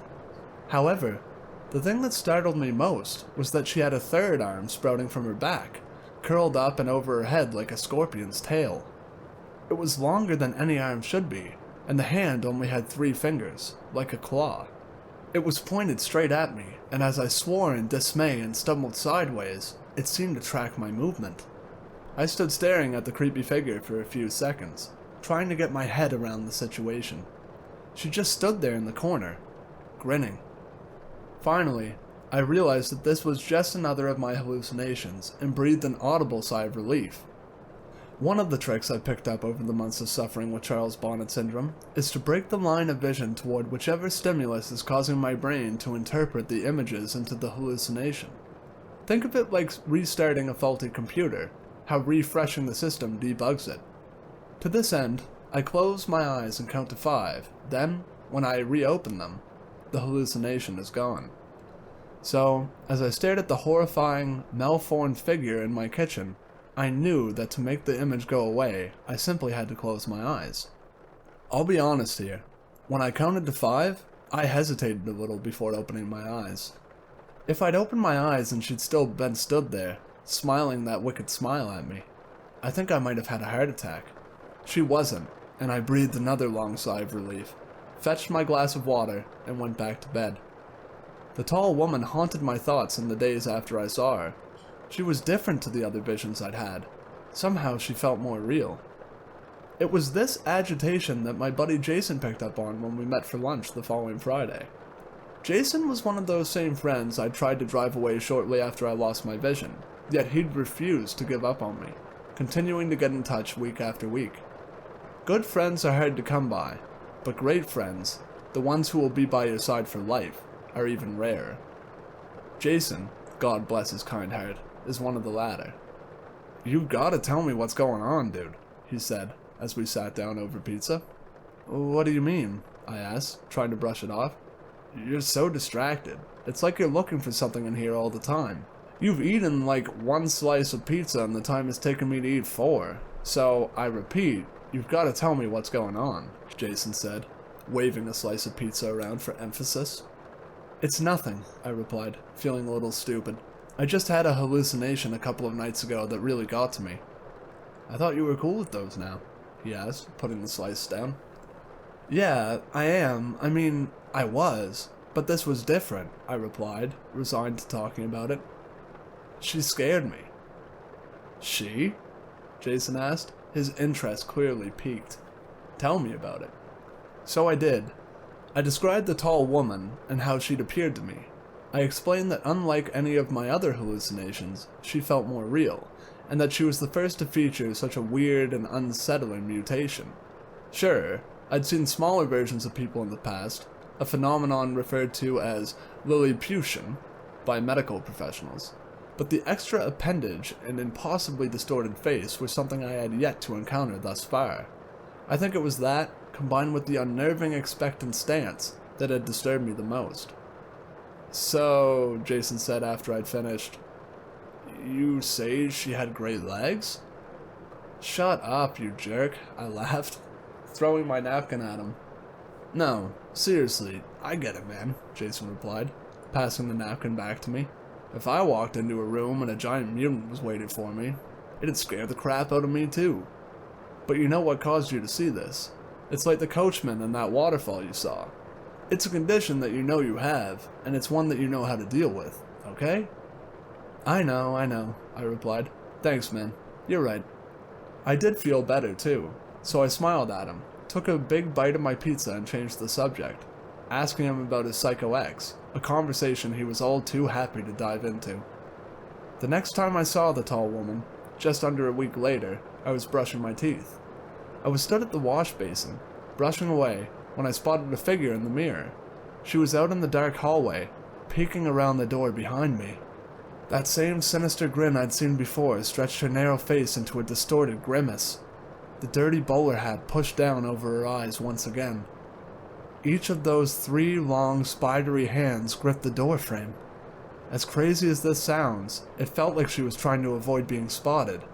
I cried out, spitting toothpaste foam all over the mirror, my toothbrush clattering into the basin. I spun around, my heart thumping in my chest, my breathing ragged in my throat. She wasn't there. Of course she wasn't. The doorway was empty. I tiptoed forward, hesitantly, trying to look around the doorframe into the hallway without actually sticking my neck out into the shadowy confines. The seconds ticked by as I drew closer and closer. I couldn't see anything, so, finally, with a whisper of self-affirmation, I stepped out of the bathroom.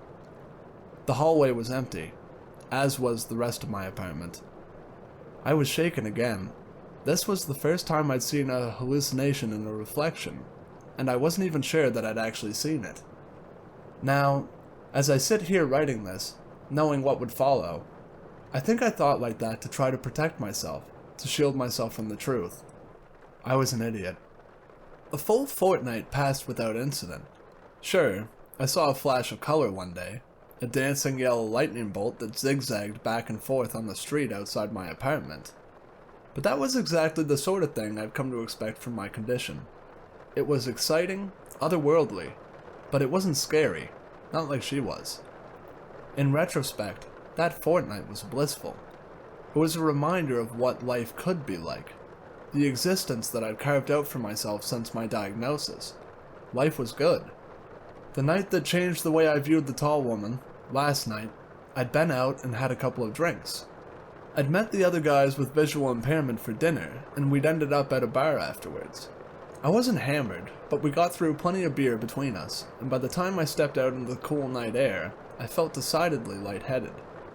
It took me a while to make it home, laughing and talking to a couple of the other guys from our group as we strolled along. It had been a great evening. It's probably the last truly good one I'll ever have. I bid the other guys goodnight and, fumbling with my key, let myself in. With swaying steps, I strolled into my hallway, slamming the door a little too loudly behind me. I took off my jacket, hung it on the hook by the door, then hit the light switch. She was waiting at the end of the hallway, all three hands held aloft into claws, reaching for me, that same maddening, malevolent grin on her pale face. I swore again, louder than ever, actually jumping back a step, recoiling from the impossibly tall and terrifying figure lying in wait in my own home. The tall woman didn't move. She just stood there, staring and smiling at me. I stared back, but I sure as hell didn't smile. Jesus, I muttered under my breath. You know how you can feel a little paranoid after a few beers? That feeling of non-specific post-alcohol dread? Imagine that combined with a giant grinning mutant woman suddenly appearing in your home. Suffice it to say, it was very, very, very uncool. I don't need this, I sighed and closed my eyes. 1, 2, 3, 4, 5. When I opened my eyes, her face was just a foot from my own, grinning wider than ever. She dashed the length of the hallway and was now stood so close that her long, grasping arms were on either side of me, her fingers twitching and clawing at the air around my face. I could see her chest heaving, as if she were actually laughing silently at my attempts to dismiss her, as if the thought that I could ever be free of her was amusing. I screamed, a full-bodied shriek of terror, and actually dropped to my knees, covering my head as if to fend off an unexpected blow. It never came. Finally, I lowered my hands, gasping for breath, shaking. The hallway was empty, the tall woman nowhere to be seen. I stayed there, on my knees, for a moment, gasping for breath. Then I was on my feet, and I turned and ran, out of the apartment, out of the building, and into the street. I stood there, shivering, terrified beyond reason, without a clue as what I'd do next. Finally, I pulled my phone from my pocket, and I made a phone call. "Hey, Andy, what's up?" Jason asked. "Jason, I need you to come here," I said, sobbing. Jason didn't ask why, didn't complain. Instead, he simply replied, "I'm on my way." Less than 20 minutes later, his car pulled up outside, and he dashed over to the steps outside my building where I was sitting, shivering. He threw his jacket around my shoulders and asked what happened, his voice filled with concern. She's in there," I stammered. "The tall woman. She's back." Okay, he said, gently helping me to my feet. "Come on, man. Let's go in there and check it out." I wish I could say that I was brave when we went inside, but I'd be lying. I cowered behind Jason, one hand on his shoulder as we made our way through my home. Of course, we didn't find a thing. We're talking a giant mutant woman in a poky little one-bedroom apartment. Where the hell was she going to hide?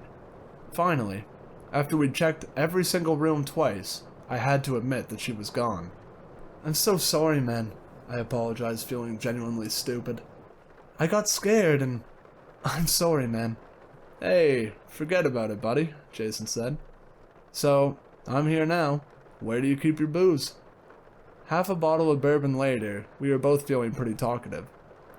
"She's, just kind of different, I tried to explain. I get it, he said. "It's like you saw something bad, and you feel bad, and that's bad." He didn't get it. "No, she's different, I explained. "I've never had a repeat hallucination before, and they've never been scary, She's not like the others."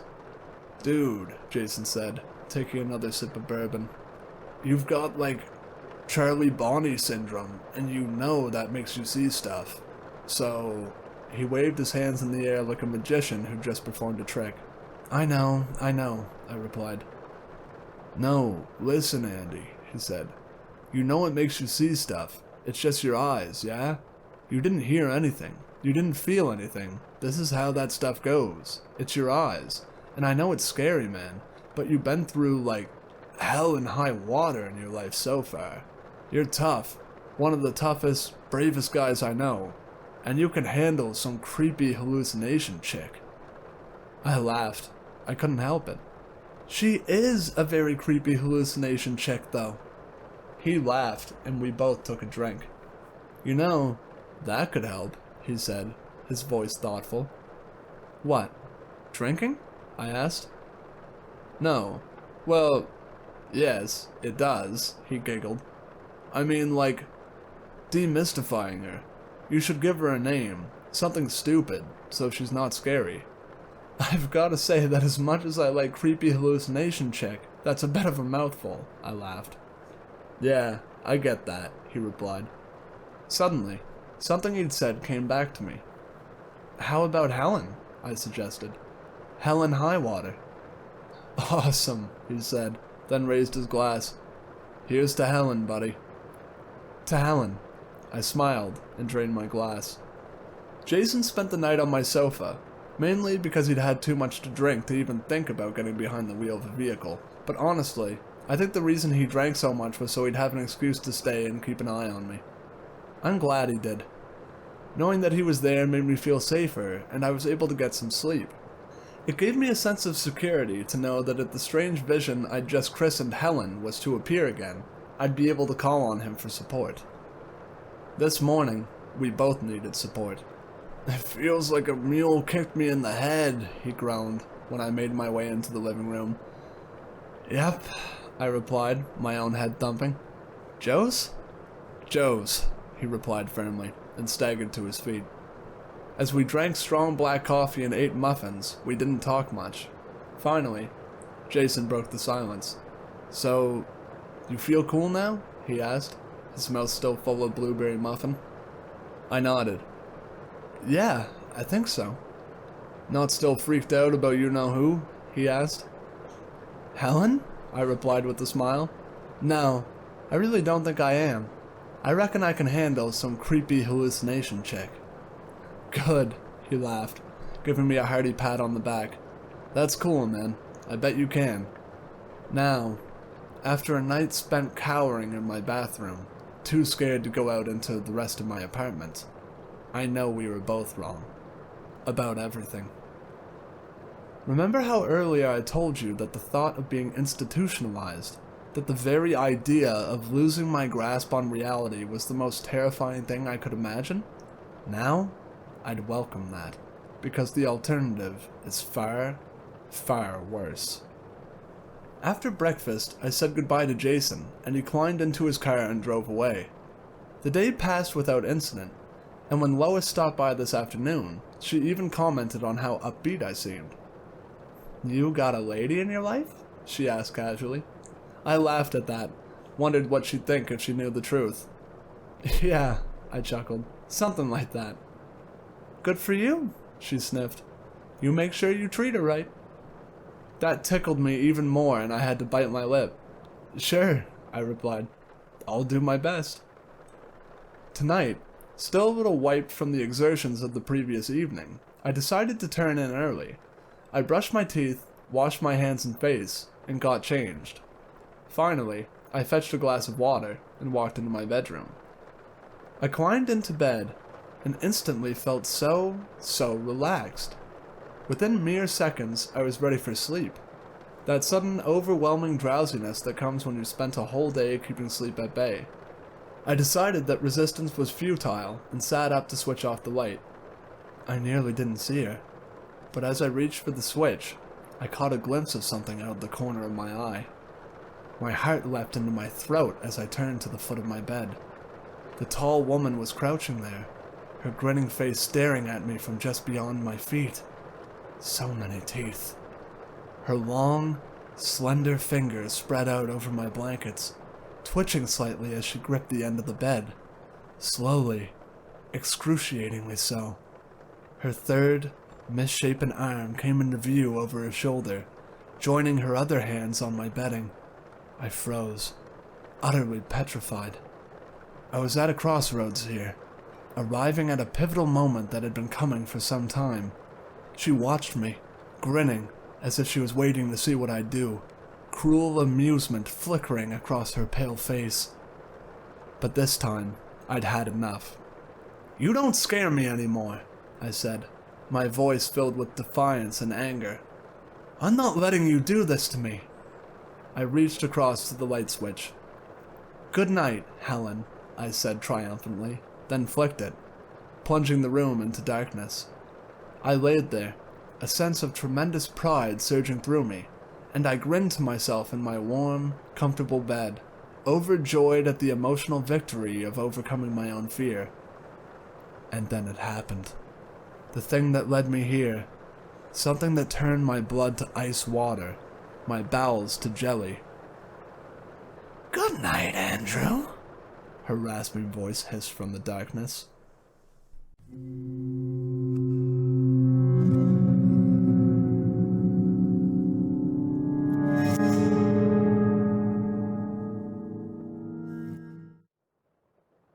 I was 2 years into a 3-year jail sentence for robbery when I was transferred to 12 Caesars Correctional Facility in New Mexico.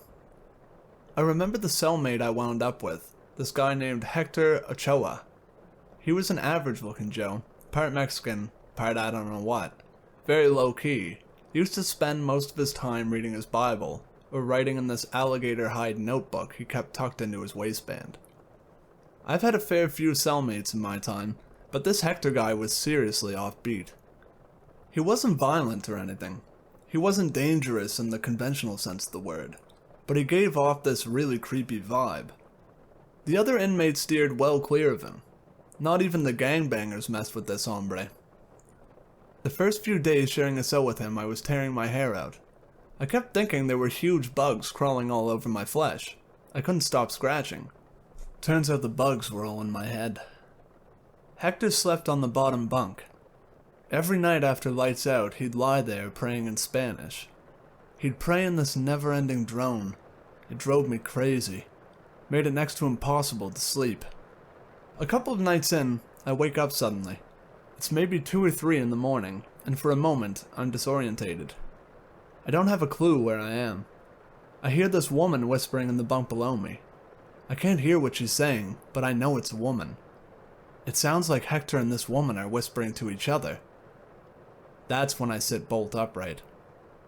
Instantly the voices stop, and when I peer into the bottom bunk, I see Hector fast asleep. I would have chalked the whole thing up to my imagination, but that wasn't the end of it. Not by a long shot. Next day, I met up with a friend of mine, Dave, in the prison refectory. "What the hell is it with this guy?" I asked. Dave gave me this look, so I lowered my voice and said, "You know, my cellie." "Hector?" He nodded. "What about him?" "Dude creeps me out, man." "Yeah, well, you seriously need to watch your back with that guy." Dave tapped his forehead with his finger. "He ain't right, man." "What do you mean, ain't right?" "You seen his tattoo? The one on his back?" I shook my head. "He keeps his shirt on." "Ask him to show it to you." Why? You know something about it? I know what it represents. Hector rarely spoke to me. He was the quietest cellmate I'd ever had. Most cellmates you couldn't get to shut up, but Hector was different.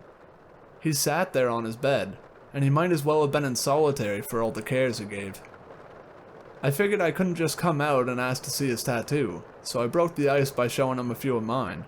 I had an image of the Virgin Mary on my left bicep, a rose on my right calf, bayonets crisscrossed against my belly. "Do you have any tats?" I asked. He nodded. I waited, but when it became obvious he wasn't going to say anything else, I pressed him. "Can I see?" He frowned. "Why?" I shrugged. "Just curious." He stared at me for a while, and then he set his Bible aside and shrugged his shirt off as he stood up. He turned around so I could see his back. As I stared at his tattoo, I felt slow fingers of what the hell creeping up my spine. The tattoo took up the entire surface area of his back. It displayed a woman. She was tall and painfully emaciated, with bloodshot eyes that bulged horribly out of their sockets. Her flesh was corpse pale, and she wore a grin that split her face from ear to ear. That grin was the creepiest thing I'd ever seen. She looked demonic. I could literally feel her eyes boring into mine. "Jesus," I muttered. "Sonriendo boca," Hector said as he put his shirt back on. "What?" He turned to face me.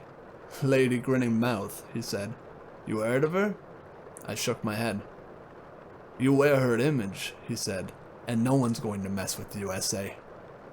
According to Hector, there were shaman in the rural areas of Mexico, bruja, who could invoke spirits through something he called black tattoos, but you had to shed innocent blood before you got one of those tattoos.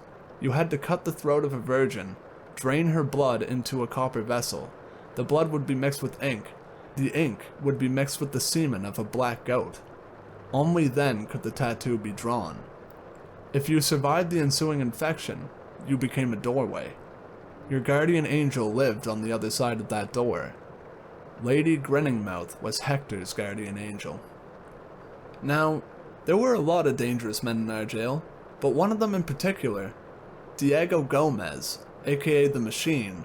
Now he was the guy that bothered me the most, because no one else would mess with me on account of Hector being my cellie. But Diego? He wasn't afraid of Hector. In fact, quite the opposite. He made it pretty clear that he wanted Hector's hide hanging on his cell wall. The fight between Hector and Diego Gomez went down like this. Diego was serving life for double homicide. No chance of parole. Nothing to lose but his life, and that life was a living hell. The only thing that meant anything to him was his rep. He heard about Hector soon after he was transferred to our jail. He knew the other prisoners respected Hector, were afraid of Hector. He wanted that respect. He wanted that fear. He was a monster of a man, 6'4", 220 pounds of solid muscle, and so many freaking tattoos he looked like the illustrated guide to end times. I passed him a couple of times in the exercise yard, and I can honestly say Diego Gomez was one heathen SOB you didn't want to mess with. But when I told him Diego was gunning for him, Hector didn't even glance up from his Bible. "He don't have no guardian angel," he said contemptuously. A couple days later, Diego launched an unprovoked attack on Hector in the prison gym, almost cracked his skull clean open with a dumbbell. But the guards broke it up in time, and Hector spent the next 2 days in the infirmary, high on morphine whilst they put 21 stitches in his head. They would have stuck Diego in solitary, but Hector wouldn't snitch on him, and the guards weren't too clear on who started the fight, so in the end, Diego got off scot-free. When he came back to our cell, his head all bandaged up, Hector had this darkness in his eyes, like he could skin a rattlesnake with his raw teeth. I didn't say anything to him. In jail, you quickly learn when a man wants to be left alone. But that look in his eyes. Right at that moment, I wouldn't have traded places with Diego Gomez for all the whores in Detroit. That night, Hector is lying on his bunk, chanting all this weird stuff in this language I'd never heard before. I don't speak Spanish, but I know what Spanish sounds like, and this wasn't Spanish. This was some tribal sounding stuff. It creeped me out. The cell was cold. Things didn't feel right. I felt those bugs crawling all over my flesh again and I couldn't stop scratching. Freaking things were driving me insane. After a long while, that sensation of insects started to fade until it got to a point it wasn't a bother no more. I was drifting in and out of sleep after that, and it was about an hour later when all of a sudden Hector stopped spraying. After the continuous murmur of his voice, the silence pressing down on my ears was almost ominous. I lay there on the top bunk, staring at a spot on the ceiling, and slowly, the ambient sounds of the prison began to reinsert themselves. The coughing, the snoring, the distant clangs, the echo of faraway voices, and then suddenly, I felt the bunk shift slightly, and I sensed someone standing up from the bottom bunk. I figured Hector was getting up to use the toilet, so I kept on lying there, eyes half closed, and I could just make out Hector's shadow to the left of me. He was just standing there, not moving. That seemed a bit strange, so I opened my eyes and turned my head to ask him what was wrong. I swear to Christ I still have nightmares about what I saw standing there. It wasn't Hector. It was the woman from Hector's freaking tattoo. Only she wasn't a tattoo no more. She was standing about a foot from me, and she was staring down at me with those bulging, bloodshot eyes, and she had this grin that split her face in half. Oh Jesus, that damn grin. I can't wipe the memory of it. Doesn't matter how many bottles of Wild Irish Rose I drink. Doesn't matter how many shots of tequila I knock back. I can't stop seeing that grin. It was the most horrific thing you could imagine. She had black lips and long yellow teeth, and her mouth was stretched so wide apart that there was no way her jaw hadn't dislocated. I couldn't move. I just wanted to leap off that bunk. I just wanted to scream in damn horror, but I couldn't move. It was a wide-awake nightmare, and that demon's face no more than a foot from mine. Pale corpse skin and long black hair plastered to her skull, and that grin. Neon bright and 5 miles wide, and my mind was caving in on itself. I was going insane staring at that thing. And then, to my enormous relief, she turned away from me and slipped out through the bars of our cell. A moment later, I sat bolt upright on my bunk and dragged in a wheezing breath. Jesus! What the hell? I jumped out of bed, and instantly I saw Hector lying on his belly on the bunk. His eyes were rolled all the way up in his skull, so I could only see the whites. His prison shirt had been dragged all the way up, exposing his bare back. I crouched down beside him. The tattoo on his back was missing. Breath left me in a low, involuntary whistle. His back was bare. It was like that damn thing had climbed right up out of his skin. I kept telling myself that was knee-deep crazy, but in my gut, in my balls, I knew that's exactly what had happened. I crouched quivering in a corner of the cell and waited until that monster came back. I knew sooner or later she would return, and I was petrified. I hadn't felt this scared since I was a little boy. That grin, those eyes. Jesus, I was literally peeing myself in terror. I kept whispering to myself, "Please don't notice me, don't notice me, don't notice me, please, Jesus, please, don't look in my direction." All that while Hector lay on his belly, his eyes rolled up to whites, and every now and then he'd undergo this violent series of convulsions, or else he'd start whispering in Spanish, but for the most part he'd lie there, still as a corpse. I kept my attention fixed on the bars of the cell, the small square of passage visible beyond. My heart was pounding against the walls of my chest. My lips were moving silently, and I realized I was praying. I hadn't prayed in 15 years. After about 10 minutes or so, I felt the air grow chill and tense, and the hairs started crawling on my scalp. She was coming back. I knew she was coming back. I made this involuntary mewling sound and tried to push myself further back into the shadows, but the wall of the cell was pressed right up against my back. I'd reached my limit. I was trapped in my own nightmare.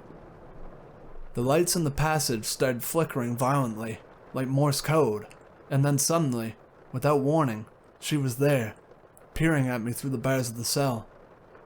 I could see that grin like a ghastly wound splitting her face, eyes burning into my soul, voice whispering in my brain, telling me, "It's a joke.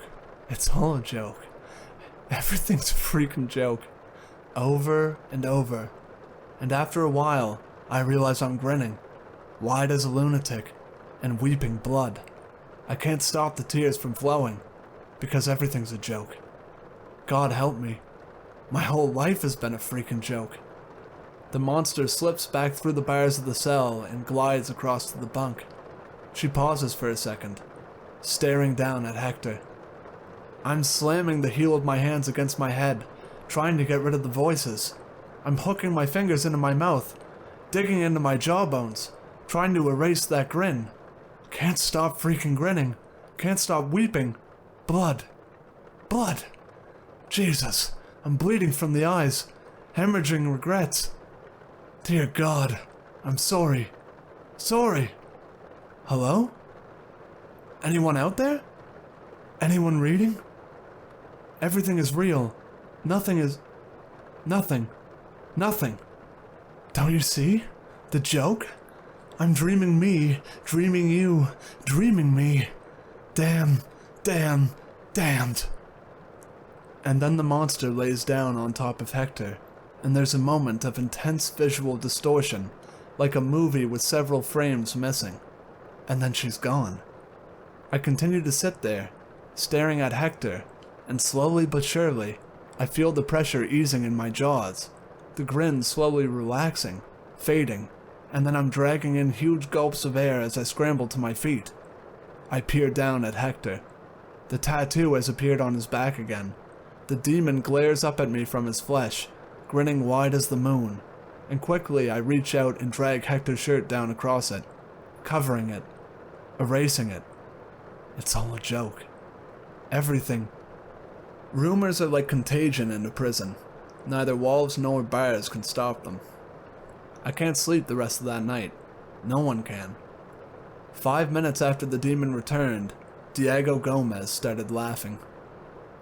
He was 6 cells up from me, and at first he started chuckling, real low, like the way somebody laughed when they'd remembered something funny. That kind of chuckle.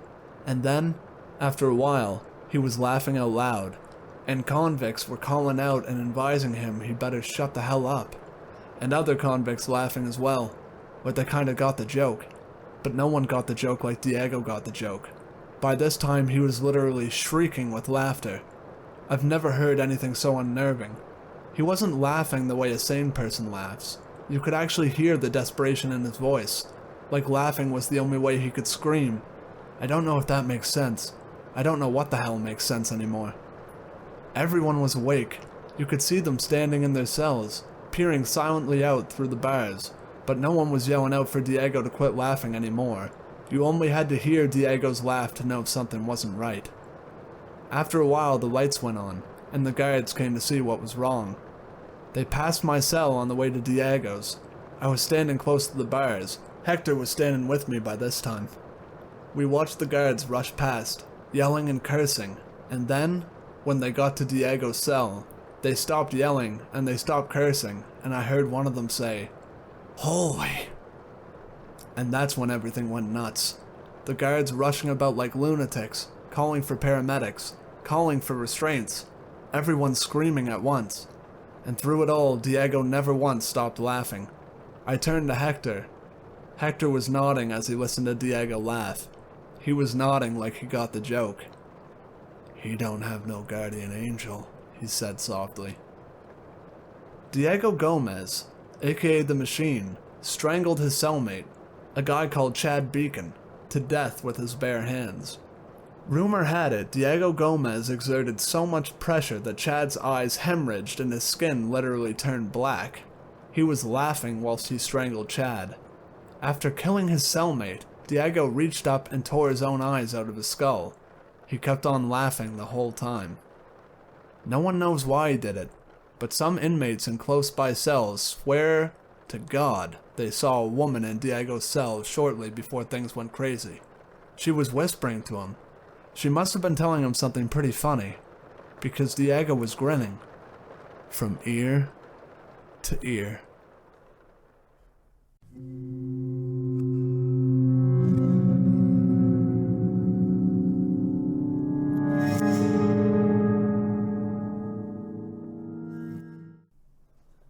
A little background first. I was serving a 15-year sentence in a penitentiary in southern Arizona. What I was in there for isn't important. During my stay there were countless things that happened that no one could explain, and even more that no one wanted to know more about. It all started with a prison legend. Supposedly, years ago, something awful and unexplainable happened in the prison. Every morning we'd be woken up and expected to stand near the front of our cells while guards visually confirmed we were present and accounted for. Apparently, about a year before I got sent there, the most brutal and unexplainable thing happened during one of these routines. A man who had a cell to himself looked very off during this check. When a guard pulled over another guard to help him check it out, they found it wasn't actually the prisoner they were expecting at all. It was a totally different man. This man was wearing the skin of the other man over him. Loosely fitting, draped over him, apparently looked like a real monster. The scariest thing though?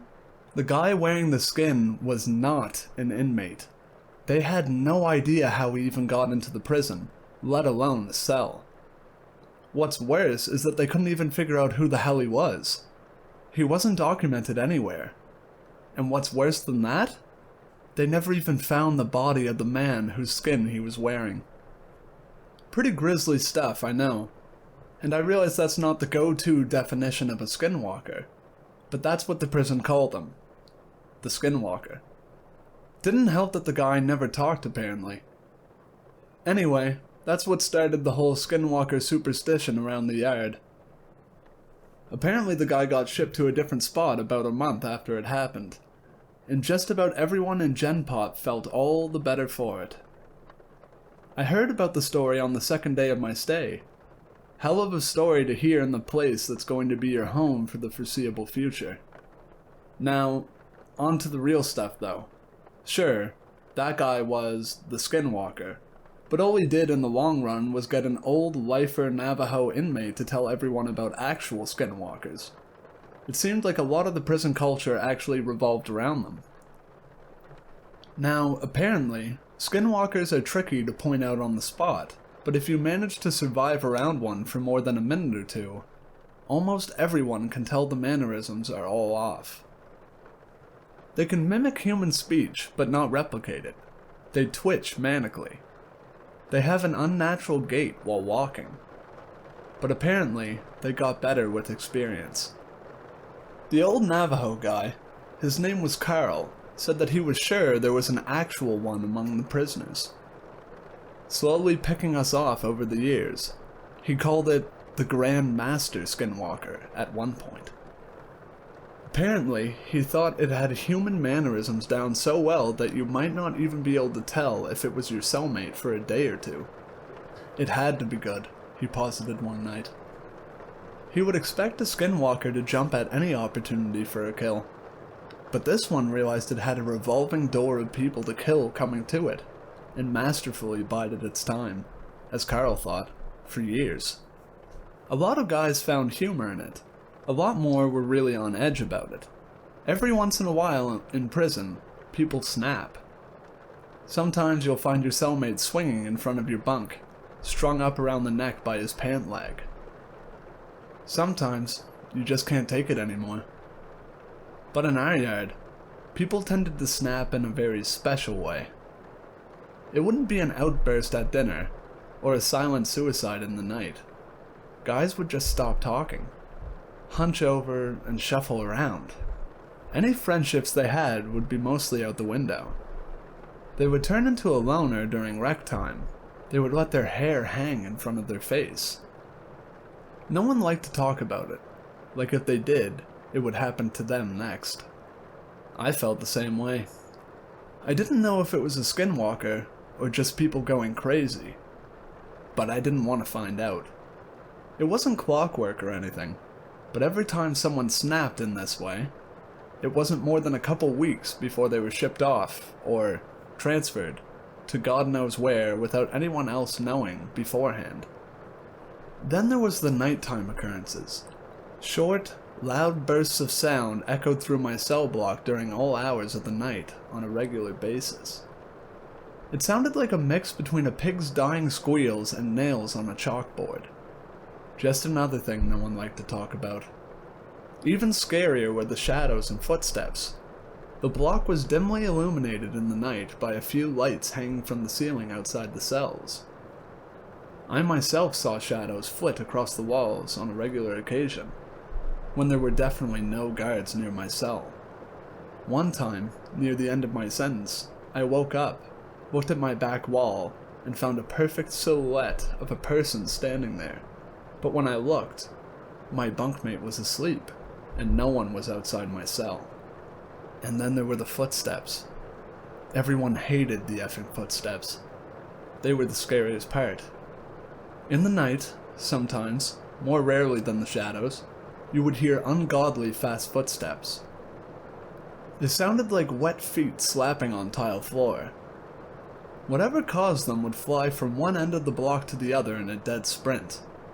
Whatever it was inhumanly fast. If you happened to be awake before it started, by the time you heard the footsteps on one side of your cell and whipped your head around to see the thing run by, it sounded like it was 3 cells past you. Everyone hated the footsteps. I agreed. I thought they were the worst. I was released from that place about a month ago, and I have more stories than I can count. I swear it was nearly my turn. About a week before I was discharged, my cellmate and a good friend of mine snapped. In the same kind of way. I didn't sleep for an entire week. Well, I did sleep, of course, but never for more than a few minutes at a time. Never turned my back on the guy. The scariest thing? I woke up one night to him somehow snaking his body through the bars of our cell. For reference, I couldn't get anything past my shoulder through them. Worst part though? He was coming back into our cell. On the day of my release, I didn't say a word to him, just left. He seemed fine with it, so was I. I had made it through 15 years of prison fights, gang disputes, and for all I know, skinwalker abductions. I left through the front gates a free man. As I walked along the fence for the rec yard, I spotted my cellmate, standing off on his own, like he had for the last week or so. I shook my head, not even really sure if it was him anymore. I took one last look over the yard, this time from the other side of the fence. I wish I hadn't. There, standing off on his own, on the other side of the yard, was Carl. Slouched over, eyeing the other inmates, and twitching manically.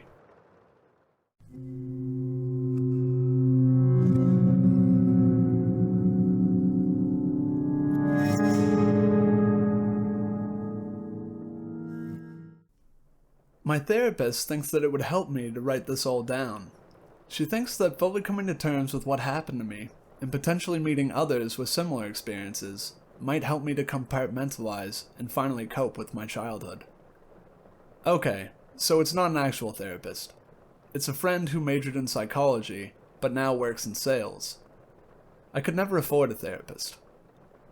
My name is Casey. I'm 28 years old, I have chronic insomnia, depression, and I'm probably undiagnosed as bipolar. And what money I do have, I drink away. I'm lucky to even still have the minimum wage job that I do, although it still takes food stamps and the Salvation Army to be able to not get evicted from my bedbug-infested studio apartment. And it's all because of that man in overalls, that woman with one broken stiletto, that kid on crutches. There were more. I'm sure we'll get to them at some point. I don't want to get too far ahead of myself, though.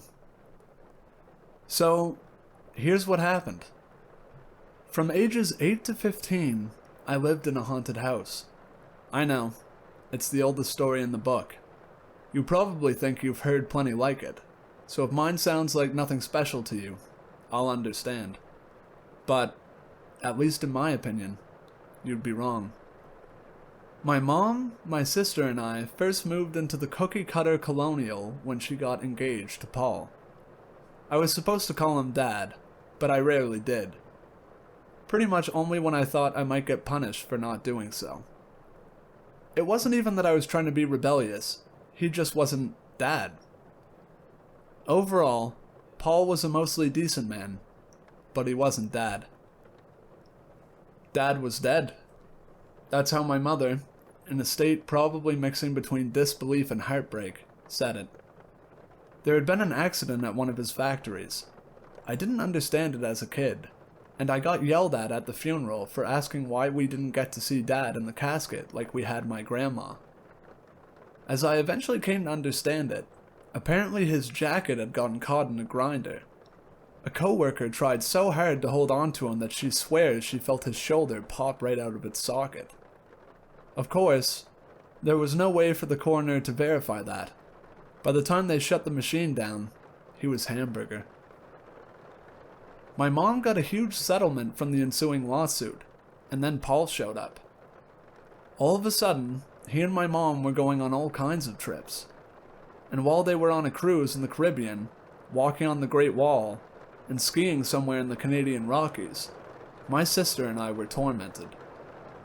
Sure, they did their parental diligence and found us babysitters, but they never seemed to take the hint about having to find a new one every time. The first was Sarah. I remember that I loved her, before I was even old enough to understand why I did.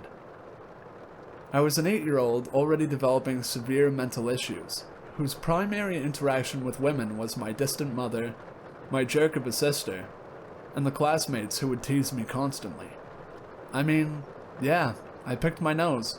I was 8. Who the hell doesn't at that age?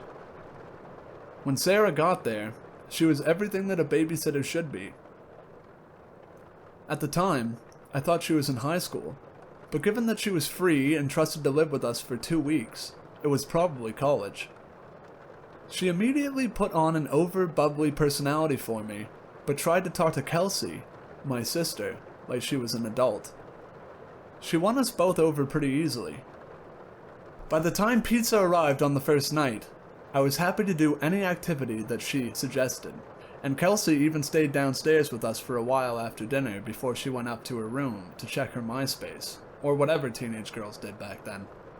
Sarah let me stay up until an hour past my bedtime since it was a Friday, but eventually she put me to bed. I don't know how much time had passed when I woke up to the sound of crying. At first, I thought it was my mom. I had woken up to her crying for months after my dad died. But, no, Mom wasn't here, and it didn't sound like her anyway. It was Sarah. I immediately tried to be a brave boy and hopped out of bed to help her, but as soon as my door creaked open, I heard Sarah's sobs stop. As I crept toward the top of the stairs, my voice caught in my throat, my courage having vanished. I heard a strange noise, a noise that I eventually would become all too familiar with. There was a rhythmic thumping. It was a soft thud, almost gentle, like someone trying to set a blunt object down on the floor quietly, followed by a larger thud that the creator cared not about when it came to volume. The noises got louder as they traveled from the guest bedroom and through the downstairs hallway, and then quieter as they went towards the back of the house. It took me probably at least 10 minutes to get up the courage to shuffle my way downstairs. The light was still on in the guest bedroom, but the door was closed. At the time, I didn't understand why that was odd, but later I would realize that the thuds I had heard earlier had almost certainly originated from the guest room and, while traveling across the house, I had never heard the door close. At that point, at that age, I thought there was a chance that Sarah might be playing a trick on me, a new game. I wanted to call out and tell her that I didn't like scary games. But I didn't. Instead, I quietly approached the door. I was afraid that she might burst out at any moment with a silly face that she didn't realize would actually have probably scared the crap out of me. But nothing happened. And so, I knocked. Immediately, I heard someone rustling around inside in what sounded like frantic whispering, and then, after a brief silence, a booming voice. "Someone is out of bed?" It couldn't have been Sarah. The voice was too deep, and she wouldn't have said it like that. I didn't stick around to find out, though. Even if I had been able to rationalize it all in my 8-year-old mind, I certainly didn't want to get in trouble. And so, I sprinted back upstairs and launched myself under the covers. I didn't sleep well, and I could have sworn that, at some point during the night, I heard someone come to my door, which I had left open in my panic to get back into bed. The hallway was pitch black, but I heard something. Breathing? Rasping? Whispering? But after about 30 seconds, the noise, and whatever had been causing it, went away. The next day, with the sun out and the birds chirping, I woke up barely remembering what had happened the night before. My dad had always told me that things that seem scary in the night are either not real or just normal things in the daytime. So, with it being Saturday, I hustled downstairs and turned on cartoons. I wanted to go and knock on Sarah's door, because I hoped that she would want to watch with me. But I also knew that older people like to sleep in, so I didn't. After about an hour of cartoons and half a box of Cap'n Crunch, the doorbell rang. I wasn't supposed to get the door, so Kelsey made a show out of stomping out of the bathroom to answer. It was the police. Apparently, knocking on Sarah's door that morning would have just left me disappointed. She had left in the middle of the night, driven the 200 miles back to her hometown, gone into her parents' home, and murdered them. She killed herself as well, but beforehand, she had apparently taken the time to log on to a local babysitter forum for our county and made a glowing recommendation of babysitting for our family. Or rather, not our family, but our address. So, that's the first time that I remember the house messing with me. I started my last story by explaining that I thought that sharing my childhood experiences in a haunted house would help me to cope as an adult. Before this, I had really only alluded to it with a couple of friends, who obviously didn't believe me, and occasionally tried to bring it up with my sister. I also tried to bring it up with my mom, but that may as well have been like telling a flat earther about Magdalene. Looking back, I don't know what happened to Kelsey, but I think she ended up having an even worse time in the house than I did. She never wanted to talk about it, but there were a lot of mornings when she would look like she hadn't slept at all, and basically behaved like an empty shell. When she got back from school, she would always be back to her normal, bratty self though. But I'm getting ahead of myself. To get back to where we left off last time, Sarah had obviously not been who we thought she was. At least that's what my mom and Paul said when they got home 2 weeks early in foul moods. Paul had actually tried to have my mom call around for a new babysitter while they were still on their trip. But even my tormented, heartbroken mother had been sensible enough to know that they should cut their trip short. Still, she wasn't happy about it. After the police had asked us all questions, and quickly determined that Kelsey and I had nothing to do with Sarah's actions, my mom and Paul had begun asking questions too. To her credit, my mom did seem concerned for a couple of days, but once she was assured that Sarah had indeed not hurt either of us, she went back to her wine and planning another trip. In the nights following Sarah's rampage and subsequent death, I had been woken up a couple of times by a strange sound. It wasn't like the rhythmic thuds I heard go through the house that night, but rather it sounded as if someone were dragging chains or something metal across the floor downstairs. By the next weekend, Paul and my mom had decided that they weren't going to be completely robbed of their vacation, and so they had booked a room at a resort hotel downtown for the weekend. With Kelsey being 15 at the time, they decided that they trusted her to order pizza and keep us out of trouble for a day and a half. Friday went by quickly, because Kelsey was happy to let me break the rules and play Nintendo all night if it meant I left her alone. In fact, I fell asleep on the couch with the controller on my chest. I had been in the middle of one of the Bowser levels of the first Super Mario Bros. Game, and when I awoke in the middle of the night, I was greeted by the sounds of the game. The 8-bit music was still playing, and I could hear the fireballs flying up and down from a nearby lava pit as Mario stood precariously on a thin platform. I don't know how long it took me to realize why I was confused, but it suddenly hit me. The game should have killed me. The original Mario games had a timer for each level, and if it ran out, you had to start over. Initially, I sat up excitedly, thinking I had inadvertently stumbled upon some kind of cheat code. My eyes instinctively darted to the timer, and I noticed that it was stuck on double zeros. I started to try to move my character again, but Mario wouldn't budge. I thought perhaps the game had frozen, but the fireballs were moving and the music was still playing, so I was thoroughly confused. And then, I noticed how dark it was in the house.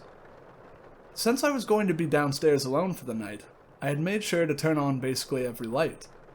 I wondered if Kelsey had come downstairs to get a drink or snack and turned them off since I was asleep, but I also thought that they had still been on when I woke up.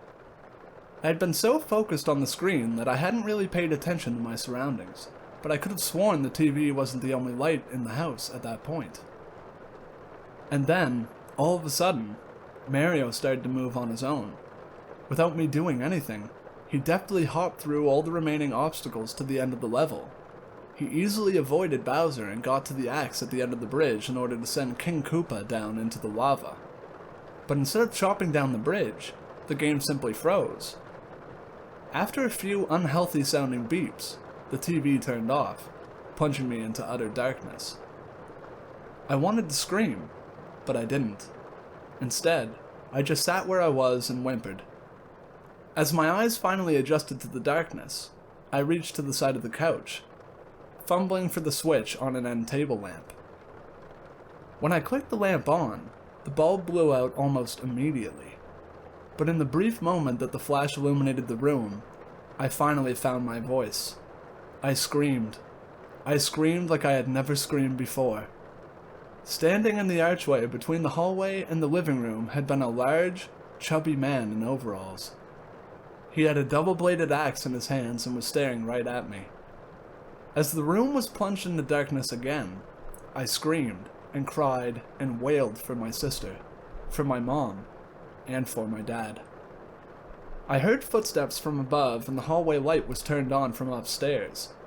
To her credit, Kelsey actually ran down the stairs to find me packed like a sardine into the far corner of the living room.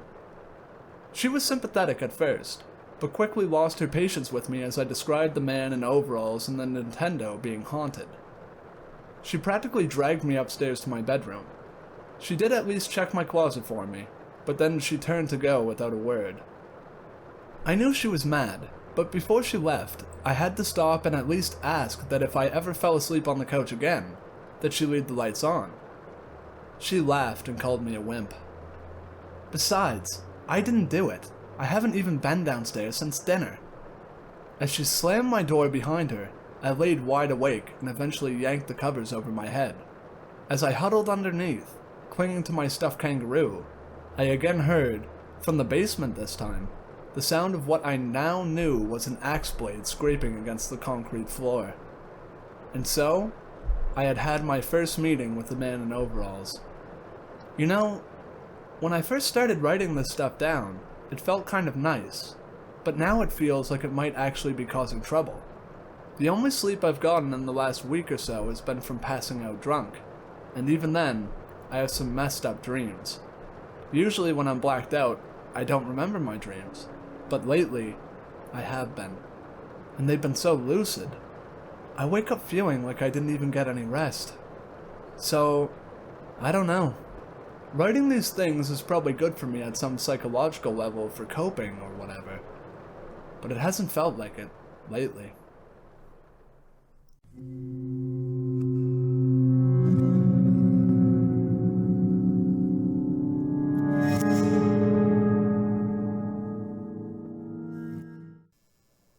I figured the best place to start is from the very beginning. This all started back when I was 16. I've always been extremely interested in urban exploration, especially to places that are abandoned with a colorful history. Whether the building is condemned or out of commission, whatever the case may be.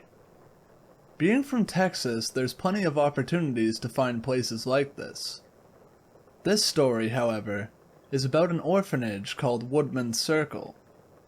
This is a very real place. You can search it for yourself and read up on the history of it in case you don't believe what I'm saying is accurate.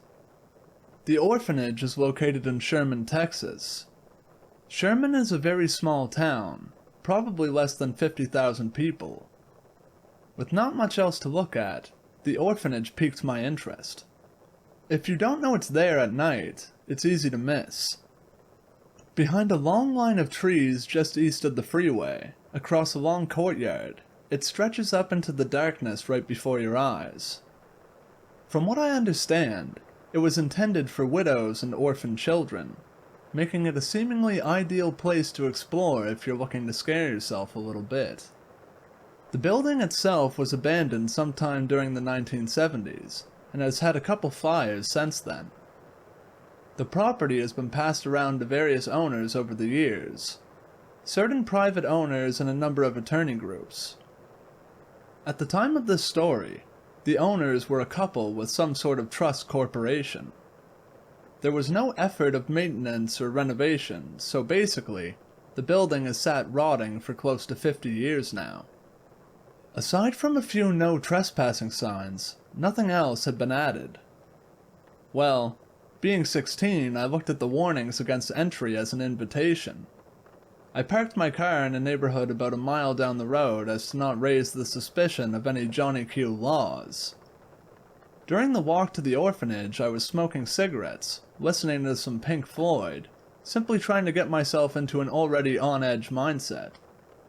It was a decently warm night, but I still had a light jacket on just in case the exploration required me to crawl or something of that nature. I kept peering over my shoulder, starting to feel more and more uneasy. Not necessarily due to anything paranormal, but like a cop or some nosy person from the neighborhood had an idea of what my intentions were and was going to make it a point to mess up my plans.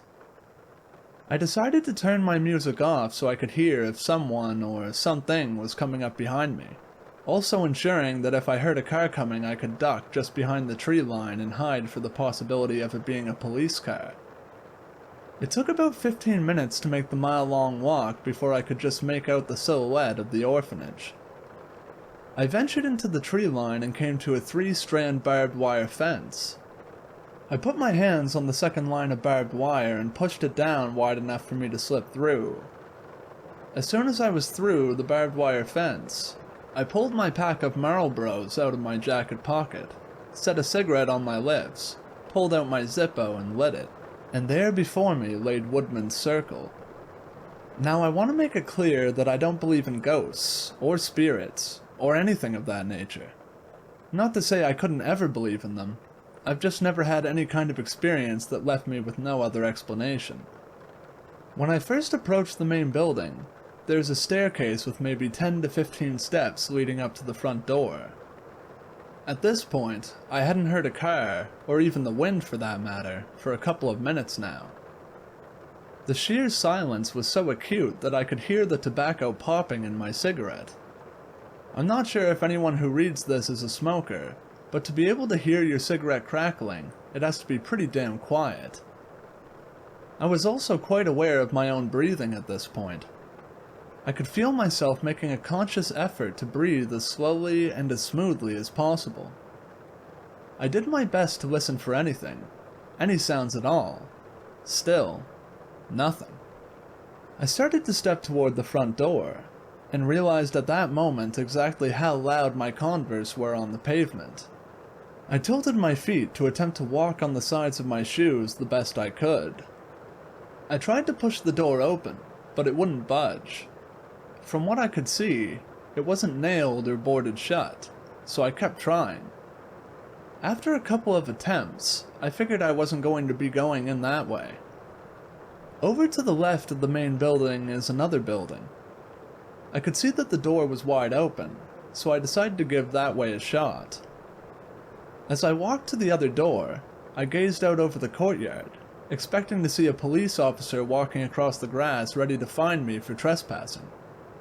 However, I was still alone. I got to the second door and saw that it was pushed open about 3/4 of the way, enough for me to see clear down the hallway, all the way to the back of that particular building. It's hard to estimate, especially being as dark as it was, but I would guess the hallway itself was maybe 100 to 150 feet long, and approximately 10 feet wide. I could see shadows of debris that littered the ground, and kept having the thought of one of those shadows starting to move floating around in my head. I do that to myself quite often. Think of the scariest outcome of scenarios that I'm in, and ponder the question of, what would I do? I walked into the hallway and made every attempt to silence my footsteps as much as possible. The ground was so cluttered and covered in dirt and rocks it made it impossible to stay completely quiet. I kept glancing from side to side, into every doorway that I came parallel with. I could see that they were rooms. They had bed springs, toilets, bathtubs, even little bits of clothing. At that moment, I was more interested than scared, but only for the moment. A feeling of dread was beginning to wash over me, so I decided to start walking down the hallway from the direction I came and head into the main part of the building. The streetlights made the main building somewhat easier to see on the inside. I didn't have a flashlight with me, and I was trying to use the light from my phone sparingly. I didn't want someone from the street seeing my light on in the building, essentially giving me away. I made it to the main building and spotted the front door I attempted to enter from earlier. I went to get a closer look. The door handle on the inside was the same as the outside. One of those handles with the little thumb latch on the top. To my utter shock, the door came open with ease. I couldn't believe it. I was sure the door was blocked in some way. Nails in the frame, cocked shut, something. But no. It was as easy as opening the front door to my own house. I decided to close it again as to not arouse suspicion. I turned and looked at the layout of the entryway. I had thought of the possibility that I may not be as alone as I thought. The door wasn't blocked by anything, and definitely wasn't locked. Even if it was, somebody would have had to have unlocked it, or moved whatever obstacle that was preventing it from opening out of the way in the same amount of time it took me to walk in from the side entrance. We're talking in the matter of 3 or 4 minutes here. It also would have had to have been done completely silently. I just didn't see how that was possible. I explained away the fear as I must have been opening the door wrong.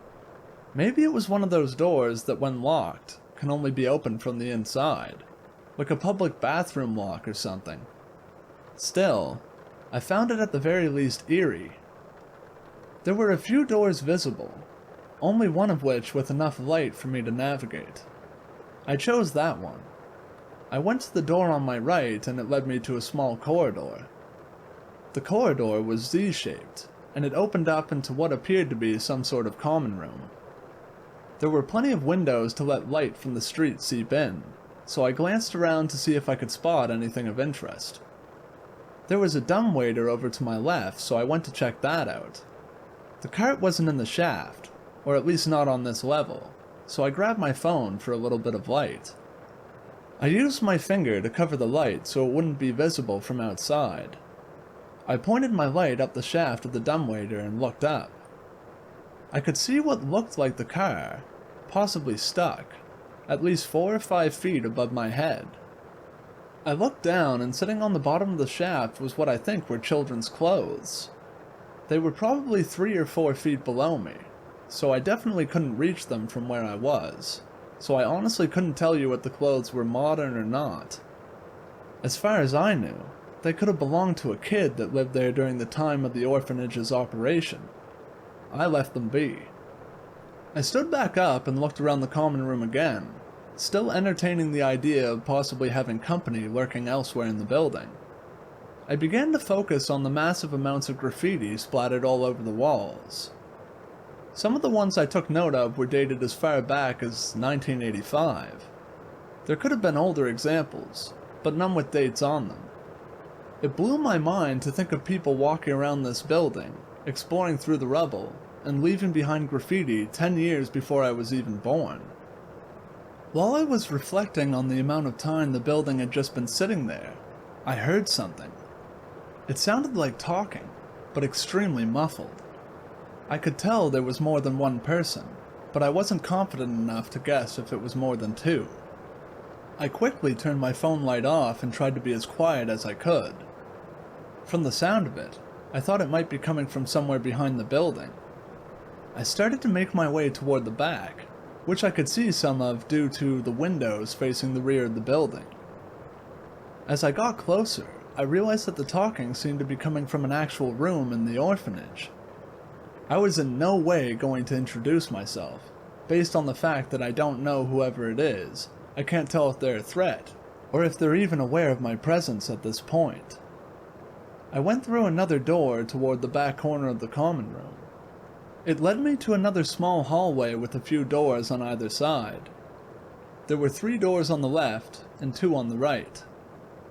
This hallway probably led outside at some point, but it looked as though the door had been blocked or sealed off. I stood at the entrance of the hallway, listening. The conversation was down to a whisper, so I wasn't able to make out any words. I took another couple of steps into the hall and slowly gazed into the first room on my right. It was empty. I could tell that whoever was talking was on the right side of the hallway, so I knew they had to be in the room right next door to the one I was in. I poked my head out of the room for a better chance to hear. As soon as I looked around the corner of the door frame, I heard someone say very sharply, "Shh!" Crap. I stopped breathing. My whole body tensed up. I even tried to put my hand on my chest to keep my heart from beating too loudly. I started to weigh my options. Option 1. Just to ensure my safety, I could quickly turn on my phone light to improve my sight line, make a run for the front door just on the other side of the common room, sprint across the courtyard and into the street. At that point, I don't care who sees me. I just want to be out of there. Or, option 2, I could show myself.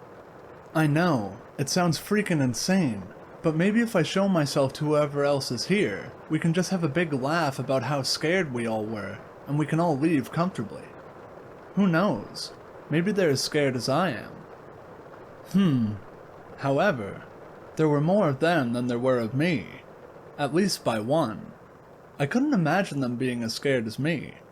I knew exactly how I would have felt had I had a couple friends, or even just one friend there with me. I would have felt 10 times better knowing I have backup. Still, I couldn't shake the feeling of the possibility that if I started to run, the fear would set in a million times more than it already has. I decided to go with option 2. I spent a few seconds gathering whatever courage I could muster. I spoke out. "Hello?" Silence. "Hello?" Again, silence. "Listen, I just came in here to take a look around. I can leave, though."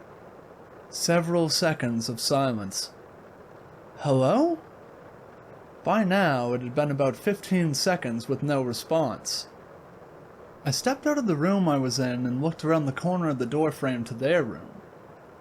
Terrifyingly, the room was empty.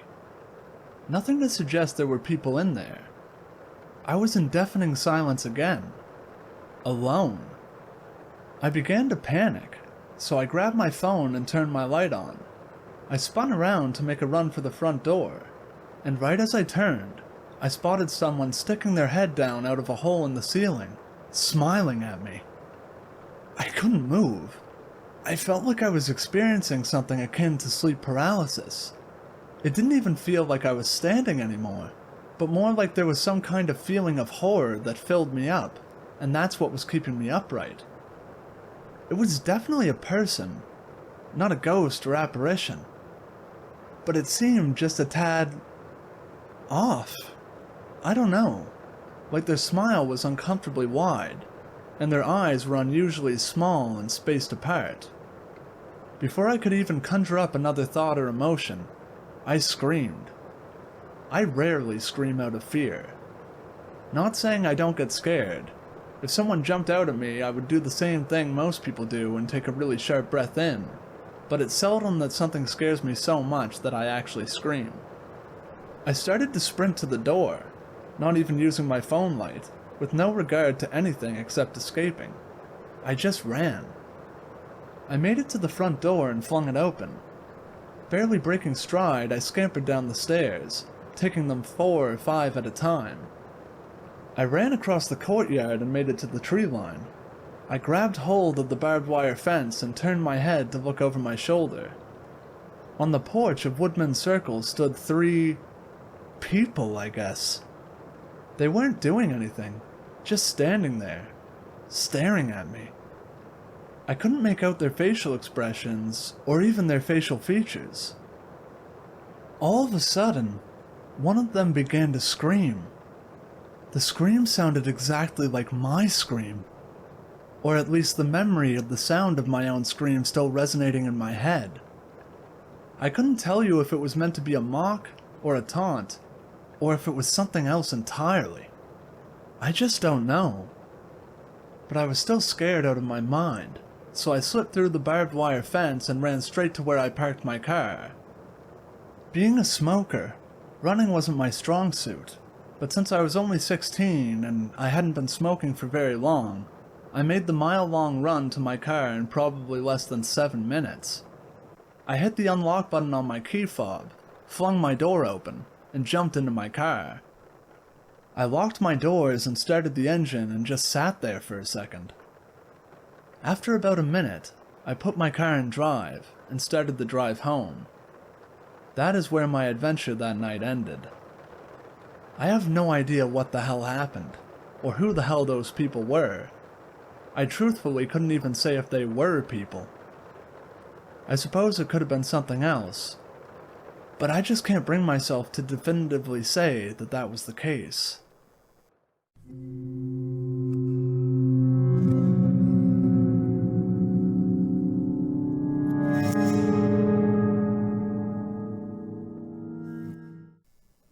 So, this is going to be a long story, and I know there's going to be a lot of doubt here, but I'm deeply exhausted of keeping this whole story to myself. I've never met someone with an experience like this, not in as much detail and not as strange. I feel really alone and almost crazy, honestly. I very, very much hope that the summer I'm going to speak about was my creative, traumatized mind dreaming or having nightmares. But I can't convince myself of that. I know what happened to me that summer, and I don't know what to do. I've never really discussed this at length with anyone, and I've been holding in a lot, for a long time. Basically, there is something evil in the woods that surround my grandfather's land. I've inherited it all, and I'm too terrified to go back. I live in Nova Scotia, Canada. I live in the capital city of that province now, but as a kid I was raised in the sticks, out in the woods, and mostly I was by myself. I know forests and I know what's normal, and there is something living in my grandfather's woods that is not normal. I'm too chicken to find out what it is. My grandfather Philip, I call him Puppy, but everyone else called him Phil, died 2 years ago last January, just after his 73rd birthday.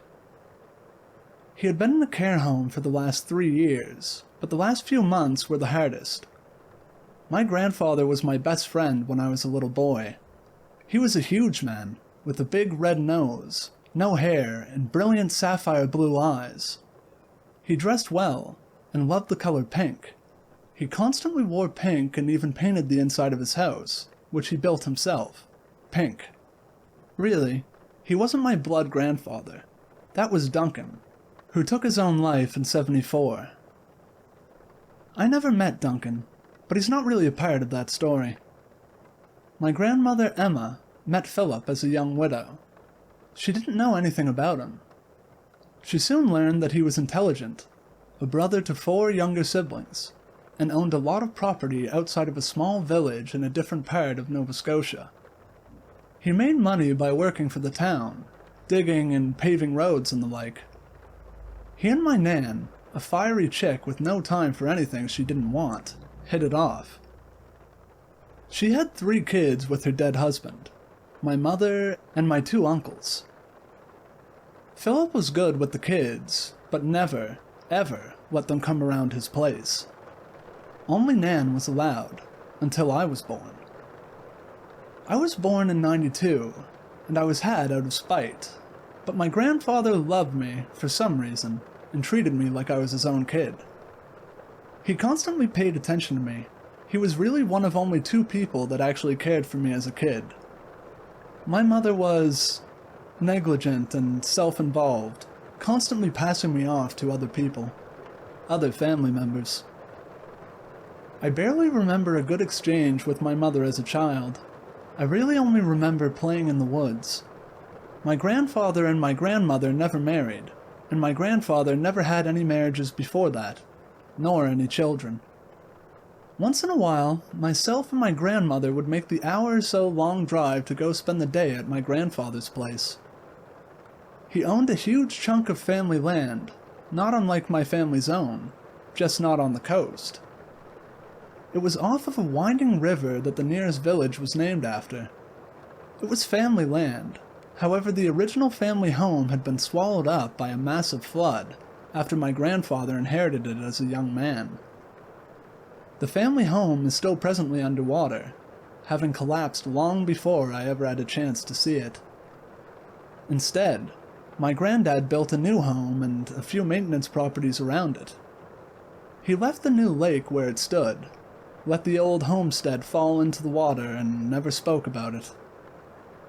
When I stayed with my grandfather for visits, he would teach me things, lots of useful, down-home things. How to plant and grow veggies, what kinds of things were edible from the forest, how to boil water and clean it, what tracks meant what kind of animals were near, that the sound of foxes and coyotes across the lake were nothing to fear, what kind of trees were around us, how to raise chickens and pigs for food, and treat them with respect. Things like that. Just wisdom. But he also taught me that birch trees scream when the wind blows, and if I were to hear that steady, gut-wrenching shriek, and the wind wasn't blowing, to go home, right away. That the smell of rotting meat generally meant danger and to not walk off the trail. Also to never stay out past dark, especially if I were near the camp, or on the surrounding trail. That the old, rusty scythe in the oak tree, so old that it had grown into the branches and fused there, unmoving and vaguely threatening, was for protection. I'm going to supply some Google satellite images, as before there were none of the area. I've outlined a lot of them, to help with my explanation of the summer I was 7 years old. This is the main property. My grandfather owned all of the woods between the roads that you see there, as well as a lot of the acres surrounding. Notice the lack of other buildings and trails. It's all woods. This will give you a better idea of the visible surrounding area. The neighbors outlined in yellow were always strangers to me. I never knew the constant revolving door of people that rented the property. No one ever stayed more than a few months. I remember several of them losing dogs and cats over the years. Pets had a hard time surviving there. Often you would find the dogs after the coyotes got to them, sometimes left in trees or on doorsteps, sometimes in the backs of the cars in my grandfather's car graveyard.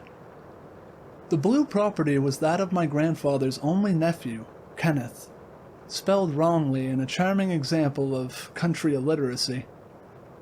Kenneth was a very normal guy with a wife that was an elementary school teacher a few towns over. They weren't often home, as they had no children. This is my grandfather's property proper, including his home. This is the walking trail that I would often follow to reach the camp, which was off of the main property. This is the camp property, including the pet graveyard.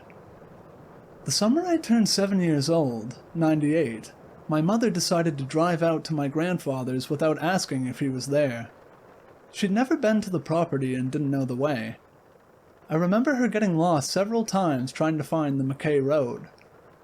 She finally arrived, and I remember my grandfather being completely startled by us appearing at his home. I had never been there without my grandmother.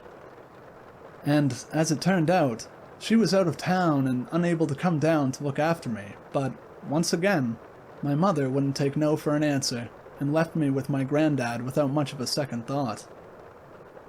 Night was falling, and my grandfather was Nervous is the only way I could describe it.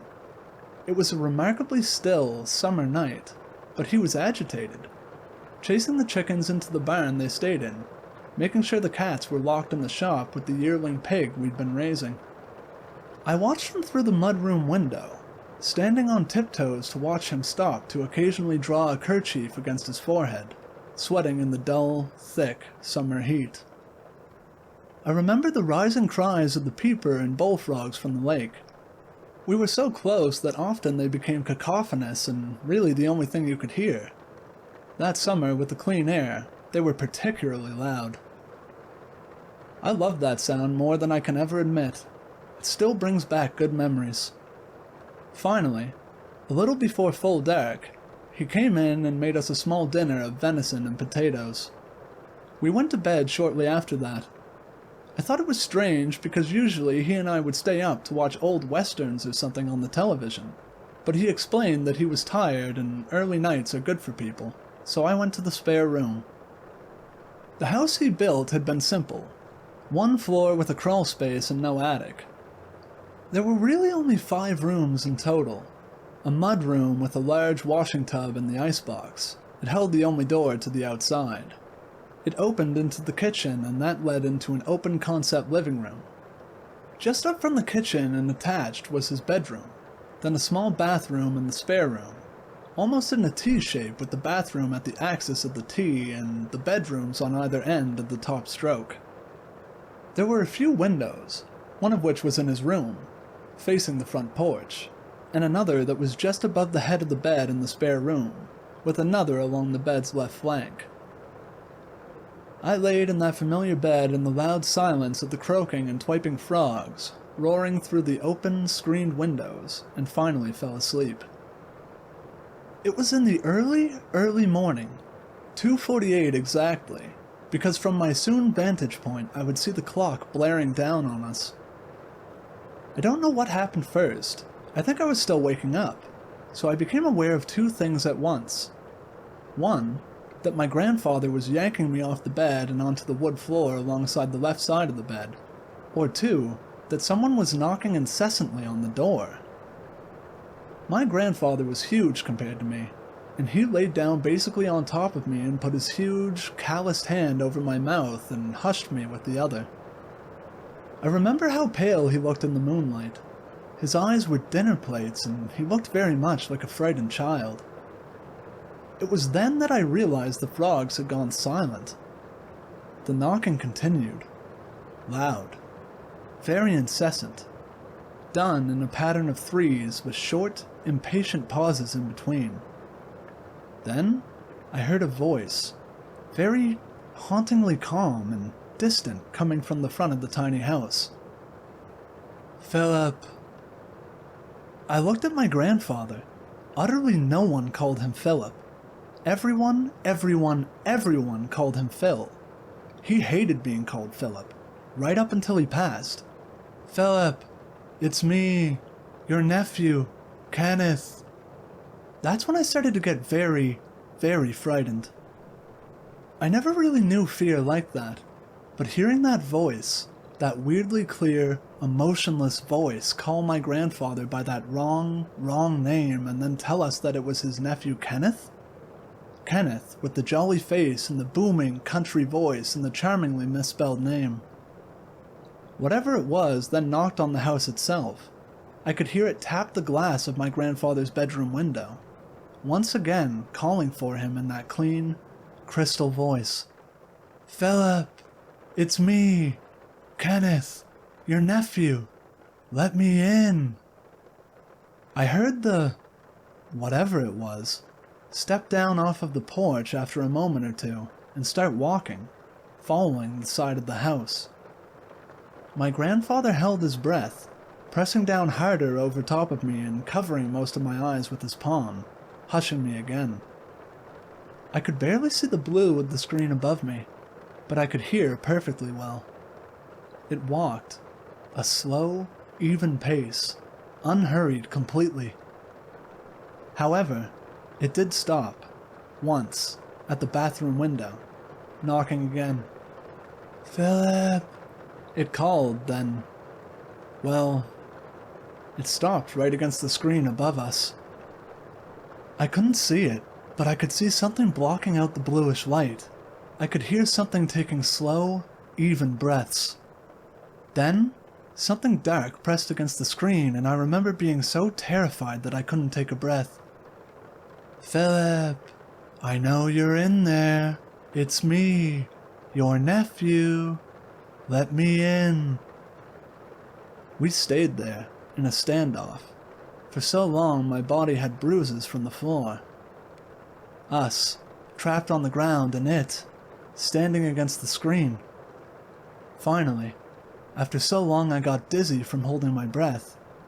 It just left, leading that even, easy pace back against the side of the house and then out, gone as quickly and as without warning as it came. My grandfather waited a while longer, and then slowly, cautiously stood up and put me back into bed. He didn't say a word, but closed the window before returning to sit in the darkness of the kitchen. Slowly, the sound of the frogs came back, and at some point, when the light of morning finally started peeking through the windows, I fell asleep. The next morning, I awoke to the sound of the ATV being pulled out of its barn. I got up in a hurry, still sore from being pressed into the floor, and ran for the front door, only to catch my grandfather pulling out of the car park and heading towards the forest trail. He was pulling a small cart behind him and taking things easy. I had plenty of time to see the blue, industrial tarp laying over the back of the cart. I pulled on a pair of boots and went outside, hoping to at least see where he was going, and ended up next to the shop, or barn, I suppose. The big oak where the scythe had been overgrown in its boughs had its roots right beside the thresher, parked beside the barn. I stood beside it. Then, I don't know what really made me look up, but I was met with my pig, the yearling we'd raised, staring blankly down at me from a new perch beside the scythe. My grandfather had butchered the pig, taken its body into the forest, and left just the head in the tree. I didn't scream, but I wanted to. Wanted to so badly I felt my throat compress in stunned, terrified silence. For the next day, my grandfather pretended not to know what I was talking about when I asked where he'd went, and where the pig had gone. He pretended that nothing had happened the night before. We ate lunch and dinner, then went to bed early. That night was uneventful. The next morning, however, I went outside. I think I was still operating on autopilot. As I stepped outside of the door, I didn't quite understand what I was looking at. Below the oak, the one with my pig in it, it looked like someone had left a pile of green leaves. As I stepped closer, it became clearer. The pig's head was gone completely and had been replaced with pale green moth wings. Luna moth wings. Tons of them, but no bodies. Just the loose wings. I'll remember those loose wings laying there, over ankle deep, stacked against the tree with pig's blood still running down its bark for the rest of my life. My grandmother came for me that night. I spent most of that day crying, I remember, just waiting for her. I never went back after that. Never. Not once in almost 20 years. I'm horrified of that place. Utterly mortified. My grandfather died 2 years ago. 3 in January. He gave me the property. I think I'm supposed to go back there. I think I'm supposed to go there and look after whatever came looking for him that night. Anyone, really, with any advice is more than welcome.